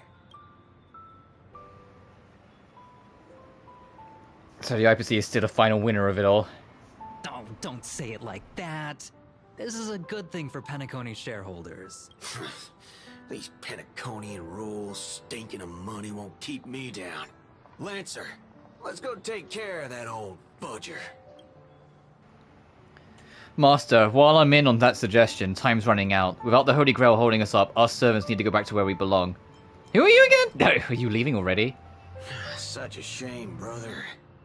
If we ever cross paths again, I'll take you to the finest honky-tonk in the cosmos for a drink. Finest in the cosmos, huh? That's something to look forward to. Alright, no need for a tearful farewell for us bros. Let's not ruin a good run we've had together till we meet again, buddy. Are you two seriously? Why can't I ever get a proper fight with you? Why can I never get a proper fight with you? Is that so? I distinctly remember beating you. You know me, just a humble archer. Let's call this one another loss on me. Tch, I'm done arguing with you lot. I'm going to take another peek at Penacony's views before leaving for good. And so it's time to say goodbye, Master. I have to admit that your fashion sense could use a little work, but as a servant, I'm genuinely glad to have fought by your side in this Holy Grail war. I can still see the determined heart of a child you once were underneath all the grand speeches and extravagant flair. You know, it would feel pretty good to be a hero of justice once in a while. Let's skip the last-minute psychoanalysis, alright? And when it comes to fashion, you're not much better than me, Guardian of Humanity. That brings up a good point. Why would I, a Guardian of Humanity, get summoned to a world without a counterforce? Archer, you should know why you were summoned here. You were summoned as a heroic spirit. So you are a hero. A hero, huh? I'll chalk it up as a beautiful dream. A faint smile tugged at the man's cold face before he vanished from sight, Soon only a final pair of master and servant remained. Modern times. Say goodbye to Saber. I am glad I was summoned to this strange world and got to experience with you. I'm not great at farewells. I saw your fears in your dream, but Master, don't be burdened by the emotions that come with being human. The fear of the unknown, the dread of loss, or the regret of what you couldn't achieve. Even Hercules was just a child before becoming a hero. You may not be strong enough now, but I have faith that you will eventually become a star that illuminates the entire cosmos, like you did. If my existence can occasionally light the way forward for you, that would be more than I could hope for. Master, please send my regards to the person you will become in the future. As the lumen flux dimmed, the valiant girl knight faded, vanishing just as she had arrived.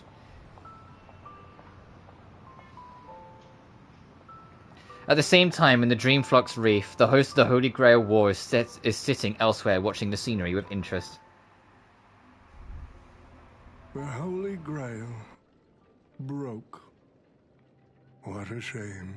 People have pursued it, fought for it, made sacrifices for it, and died for it. Much like they did for our own Penacony. They poured their dreams into Penacony to shape the planet into what it is today.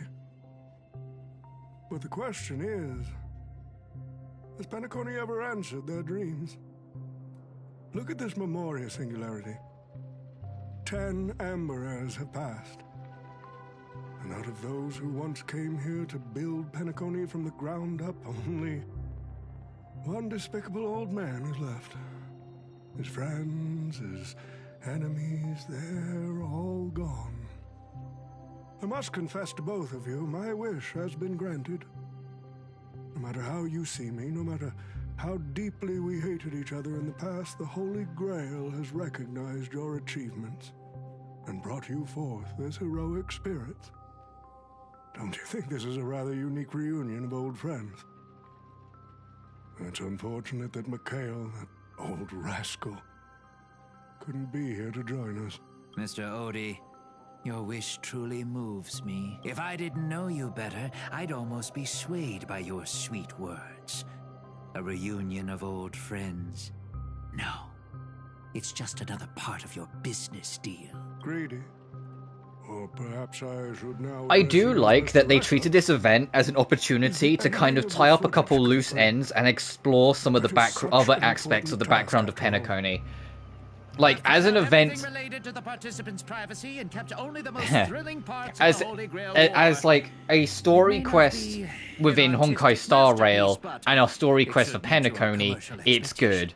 However, I think if you were only here for the Fate stuff, I think this was probably a huge letdown, and I think that's valid, like, if you feel that way, because it's very... skims the surface. The characters are, like, here, they're part of the journey, but you don't really explore any of them, so if you've never experienced it, you never get to, like... You see, like, fun dynamics, like, you know, Lancer and Boot Hill, Archer and Aventurine, and also, like, Saber and the Trailblazer. But it just feels like they could have done a lot more with it. And the fact that, like, the entirety of it just reuses areas, it's like...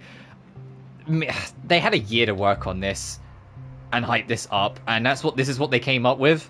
You know, like, it's kind of like, okay, it's kind of whatever.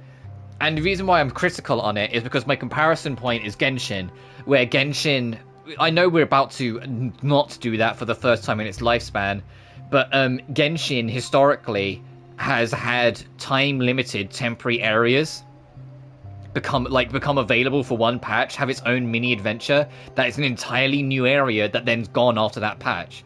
This is technically that. This event, although it doesn't have a deadline in place, that contract will run out eventually, so it is time-limited. You know?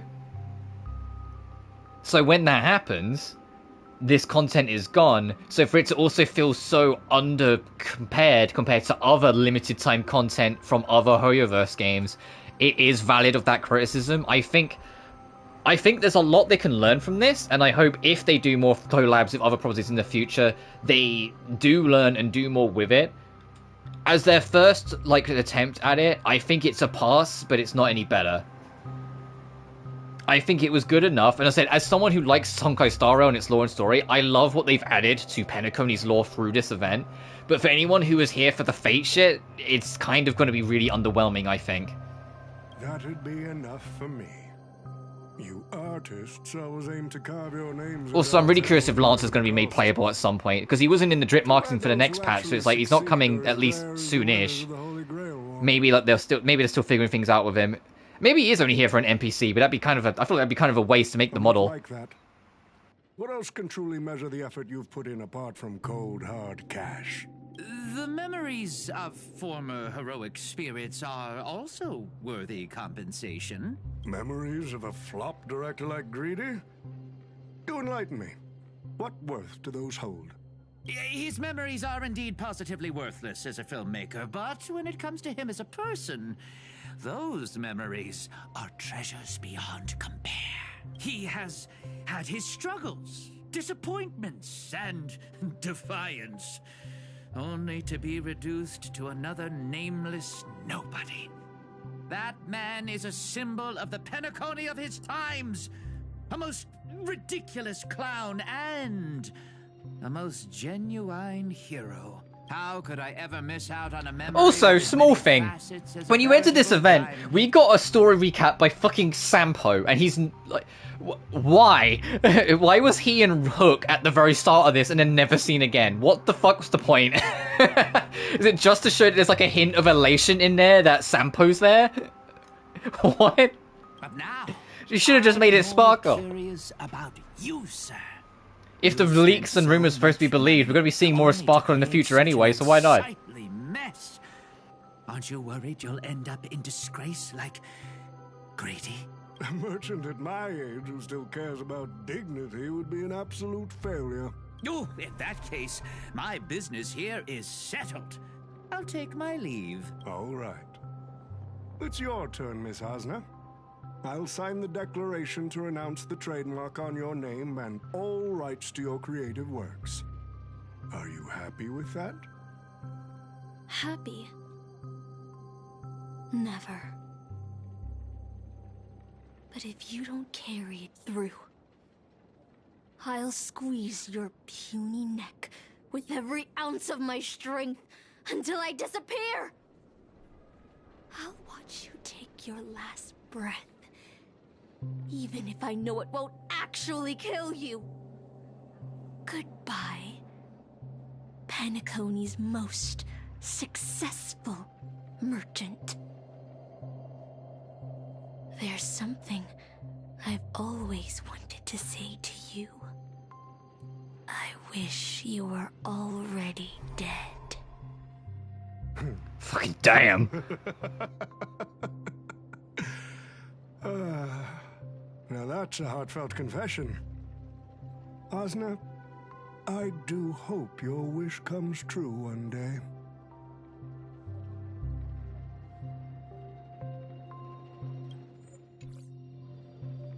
So I just got a response to a message quickly, sorry, 1 second.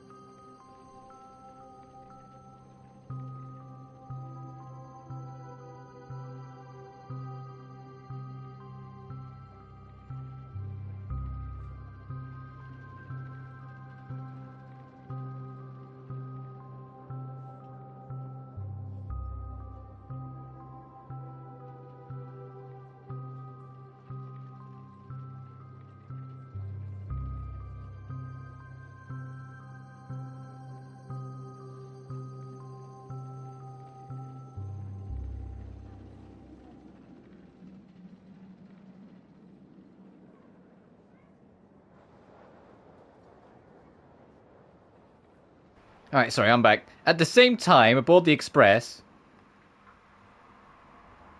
on the farther heat of battle, a servant summoned under the rider class stays on the sidelines from the very beginning. Fuck. Alright, so someone from Ryder did show up. As a rider, he once built an unshakable little ship named the Compass. As a rider, he was once a nameless who rode the stars upon the Interstellar Express. Centuries have passed. Now, as a heroic spirit, the young man finally returns to the place where... Ah! I also say, is it Misha? Oh, Misha! Oh, Misha. Sorry to see, an old friend awaits him there. March 7th is always bringing back bizarre and curious things. One time, she even brought back something called a raiding pistol, and it only gave Pom-Pom a single point. Also, watch out for Himiko's coffee. It's the most terrifying beverage Pom-Pom's ever encountered. But please don't ever tell her that to her face. Is it worse than the tea from Granholm's hometown? 100 times worse. I'd love to have a try. Oh, I'm okay. Yeah, like okay. This kind of like cements my point where I said like if you're a lore head and care about the story of like Honkai Star Rail, this event is pretty good. It's just if you're on the Fate side of it, it's kind of nah. But this is actually really heartfelt. I'm really happy that they included this. Pom-Pom had such high hopes for Dan Heng, but even he started to follow along now. You passengers are all the same. Mikhail, you're spacing out again! What's going through that head of yours?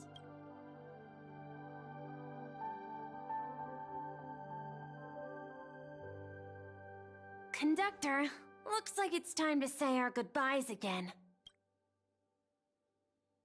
Will you be returning to the Express? Maybe. I'm just happy to hear that so many people like me have boarded the Express over the years. The nameless come and go. Some find a place they want to stay, while others keep moving forward. Just like the silver rails that never stop. That's the Astral Express. I'm sure the conductor's future will never be lonely.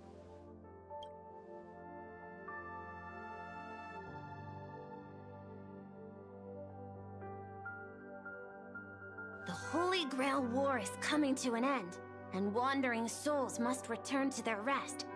I need to go back to Penacony.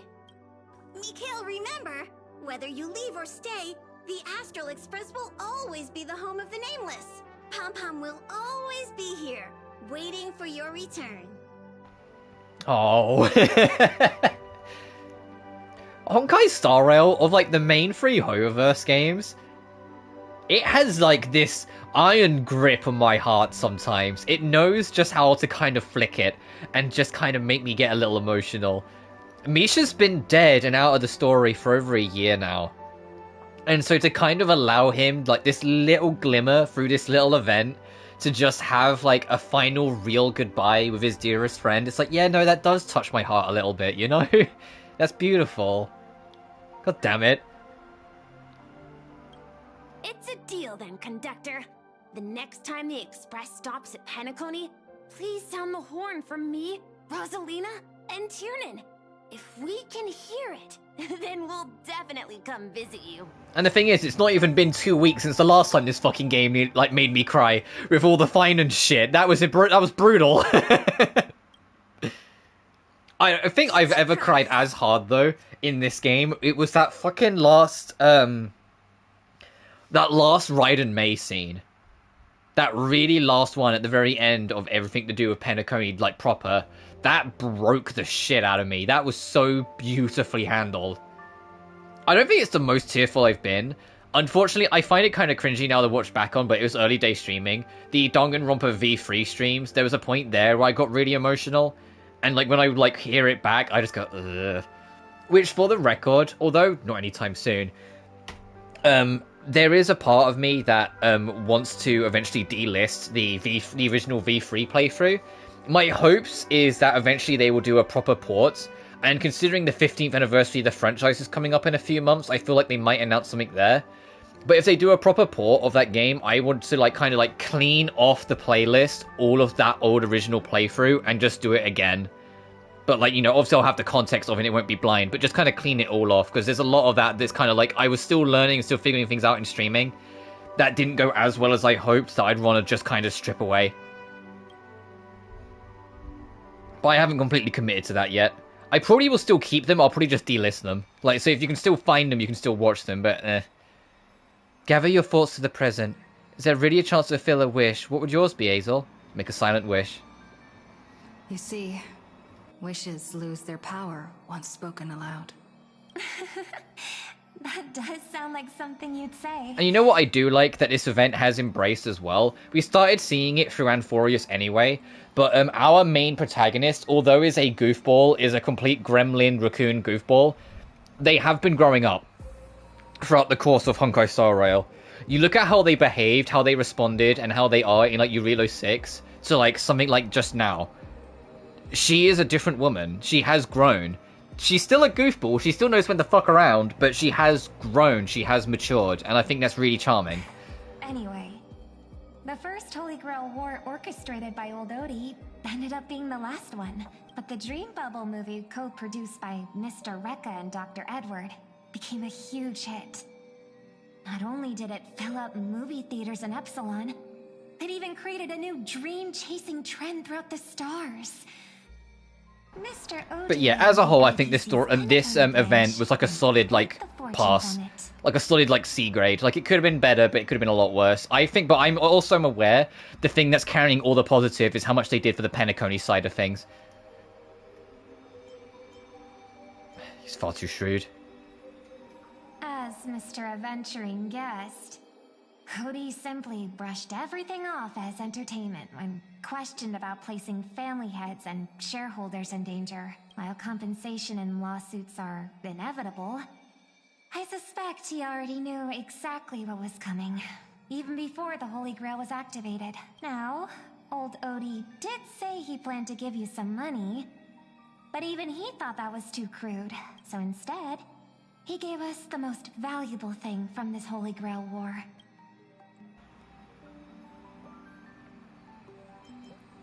That old fox always managing to get the most out of everything.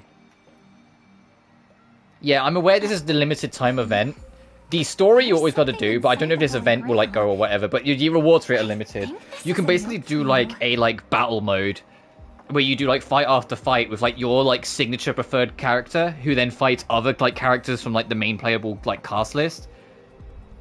And so like I'll probably look, I won't do it on stream, I'll do it in my spare time, but it looks alright. Since y'all look pretty busy, I Hey, headed out Sampo. with Hook. Big thanks to Mr. Odie for buying this rare trinket I got my hands on. That's how I could afford this spontaneous trip. By the way, aren't you curious what old Sempo's wish to the Holy Grail was? No, fuck off. No. Well, I'm thinking you probably say, no. Aw, come on, sis.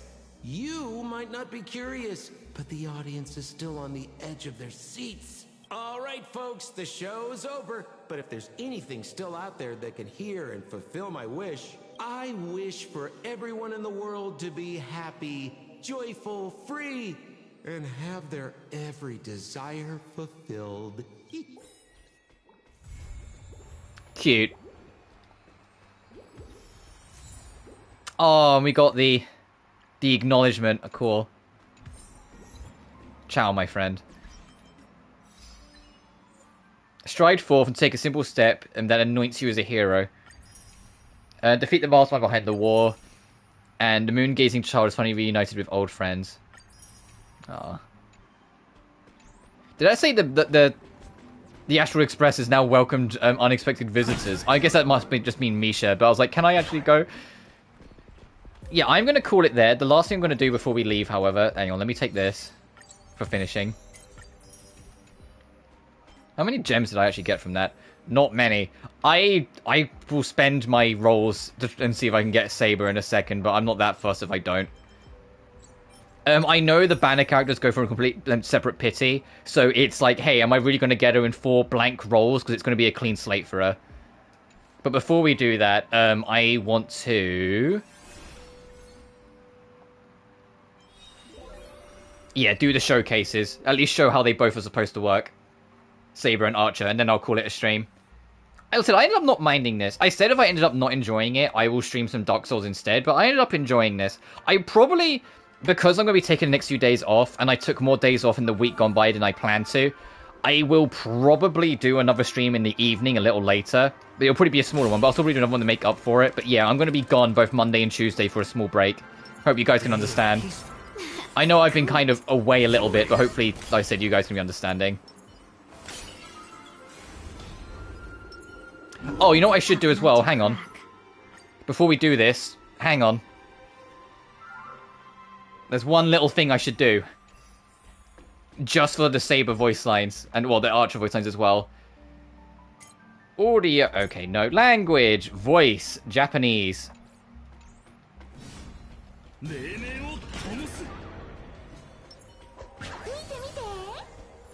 Now let's do it.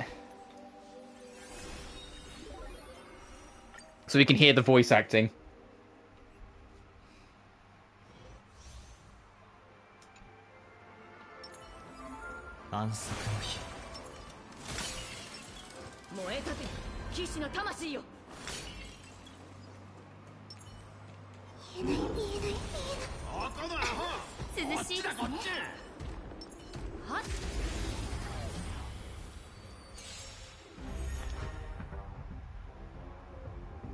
Okay, so it deals damage when release, gains 2 core resonance. Skill deals wind damage, increases damage roll, but increases skill. Yeah. And then okay, so it's, yeah, she builds up points and then you expend them. I get it.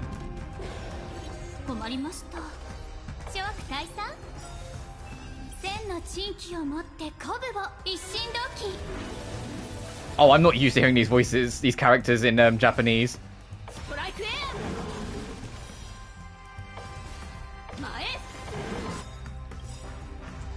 I gotta hear this.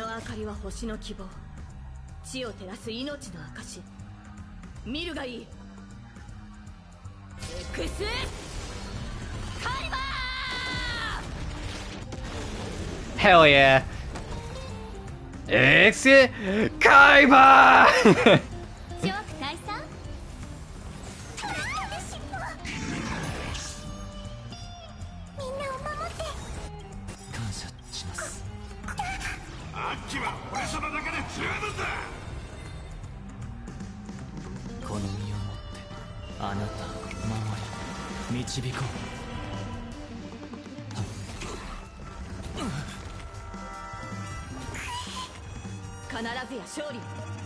Does she have a unique line for this?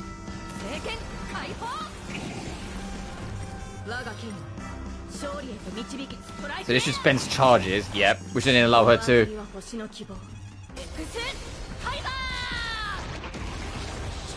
Holy shit! Exit Kaiba!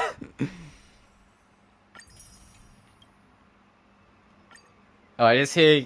I know Archer, he does the full fucking like speech of his ultimate. But he is a hunt character. Oh, he gives. Oh, interesting characters they give you for this.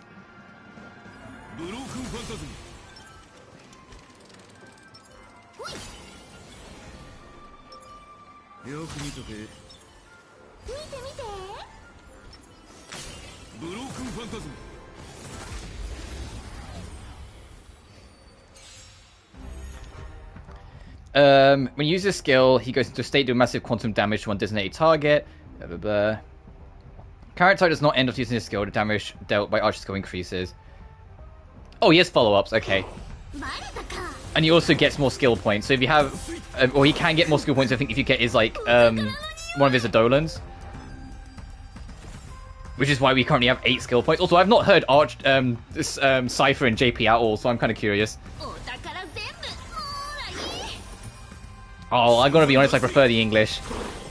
I know, but I'm immediately like, oh no, I prefer the English. I like this, this slight growl she has in her voice. I like Sparkle's JP voice a lot. In fact, I love every version of Sparkle's voice a lot. Like even the Korean version, I think it's like amazing. They've managed to find out get like the perfect person for everyone. Oh, I get it. He can just keep going as long as you have skill points. Hence why you have Sparkle with him.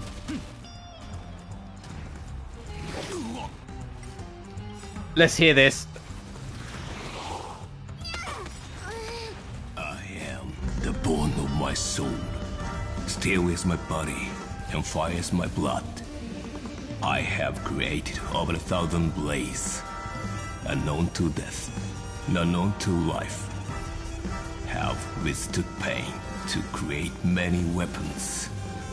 Yet, those hands will never hold anything. So, as I pray,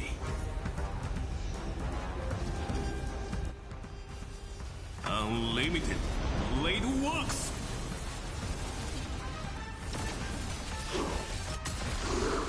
Damn. Oh, I want to hear what her voice line is.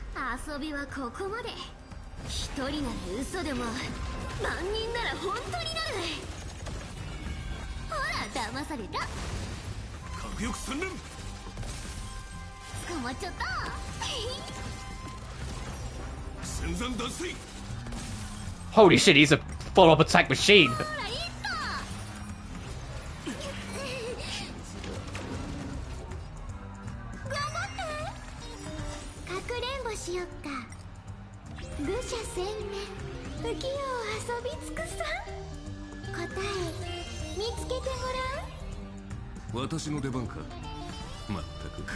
Shoot him!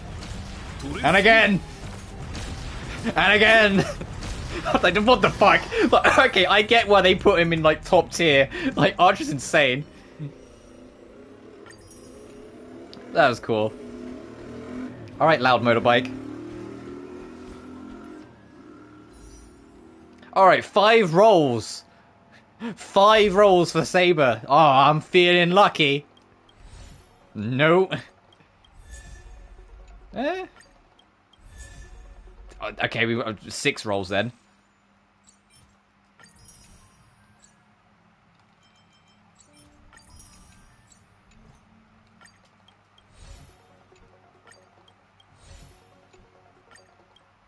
Yeah, no. Yeah, no. That'd be some shit if I got it. I would lose my mind if I hit that. Actually, I could get a 4-star from this to give me another roll. Fuck! Okay, no, it wasn't meant to be. We've got plenty of time, so I'm in no rush, nor am I that fussed we don't get Saber. I will try and pick her up before the collab ends eventually, because we don't know if the collab will ever come back after it goes. So I think it'll be worth trying to do, but until then, let me... There we go. Until then, though, this was pretty fun. As I said, I might stream again this evening, do some Dark Souls 3, make up for not streaming yesterday or Friday. But until then, thank you so much for watching, and I'll see you guys next time. Oh, wait, I haven't done my ending spiel. Right, hang on. Thank you all so much for watching. Remember to like and subscribe if you haven't already. It genuinely helps the channel grow. Additionally, you can find my BlueSky and Patreon in the description of every single video. Now we can wrap up. Oh, God, I lost my script. Fuck. I'm joking. It just slipped off my mind. Either way, take care, guys.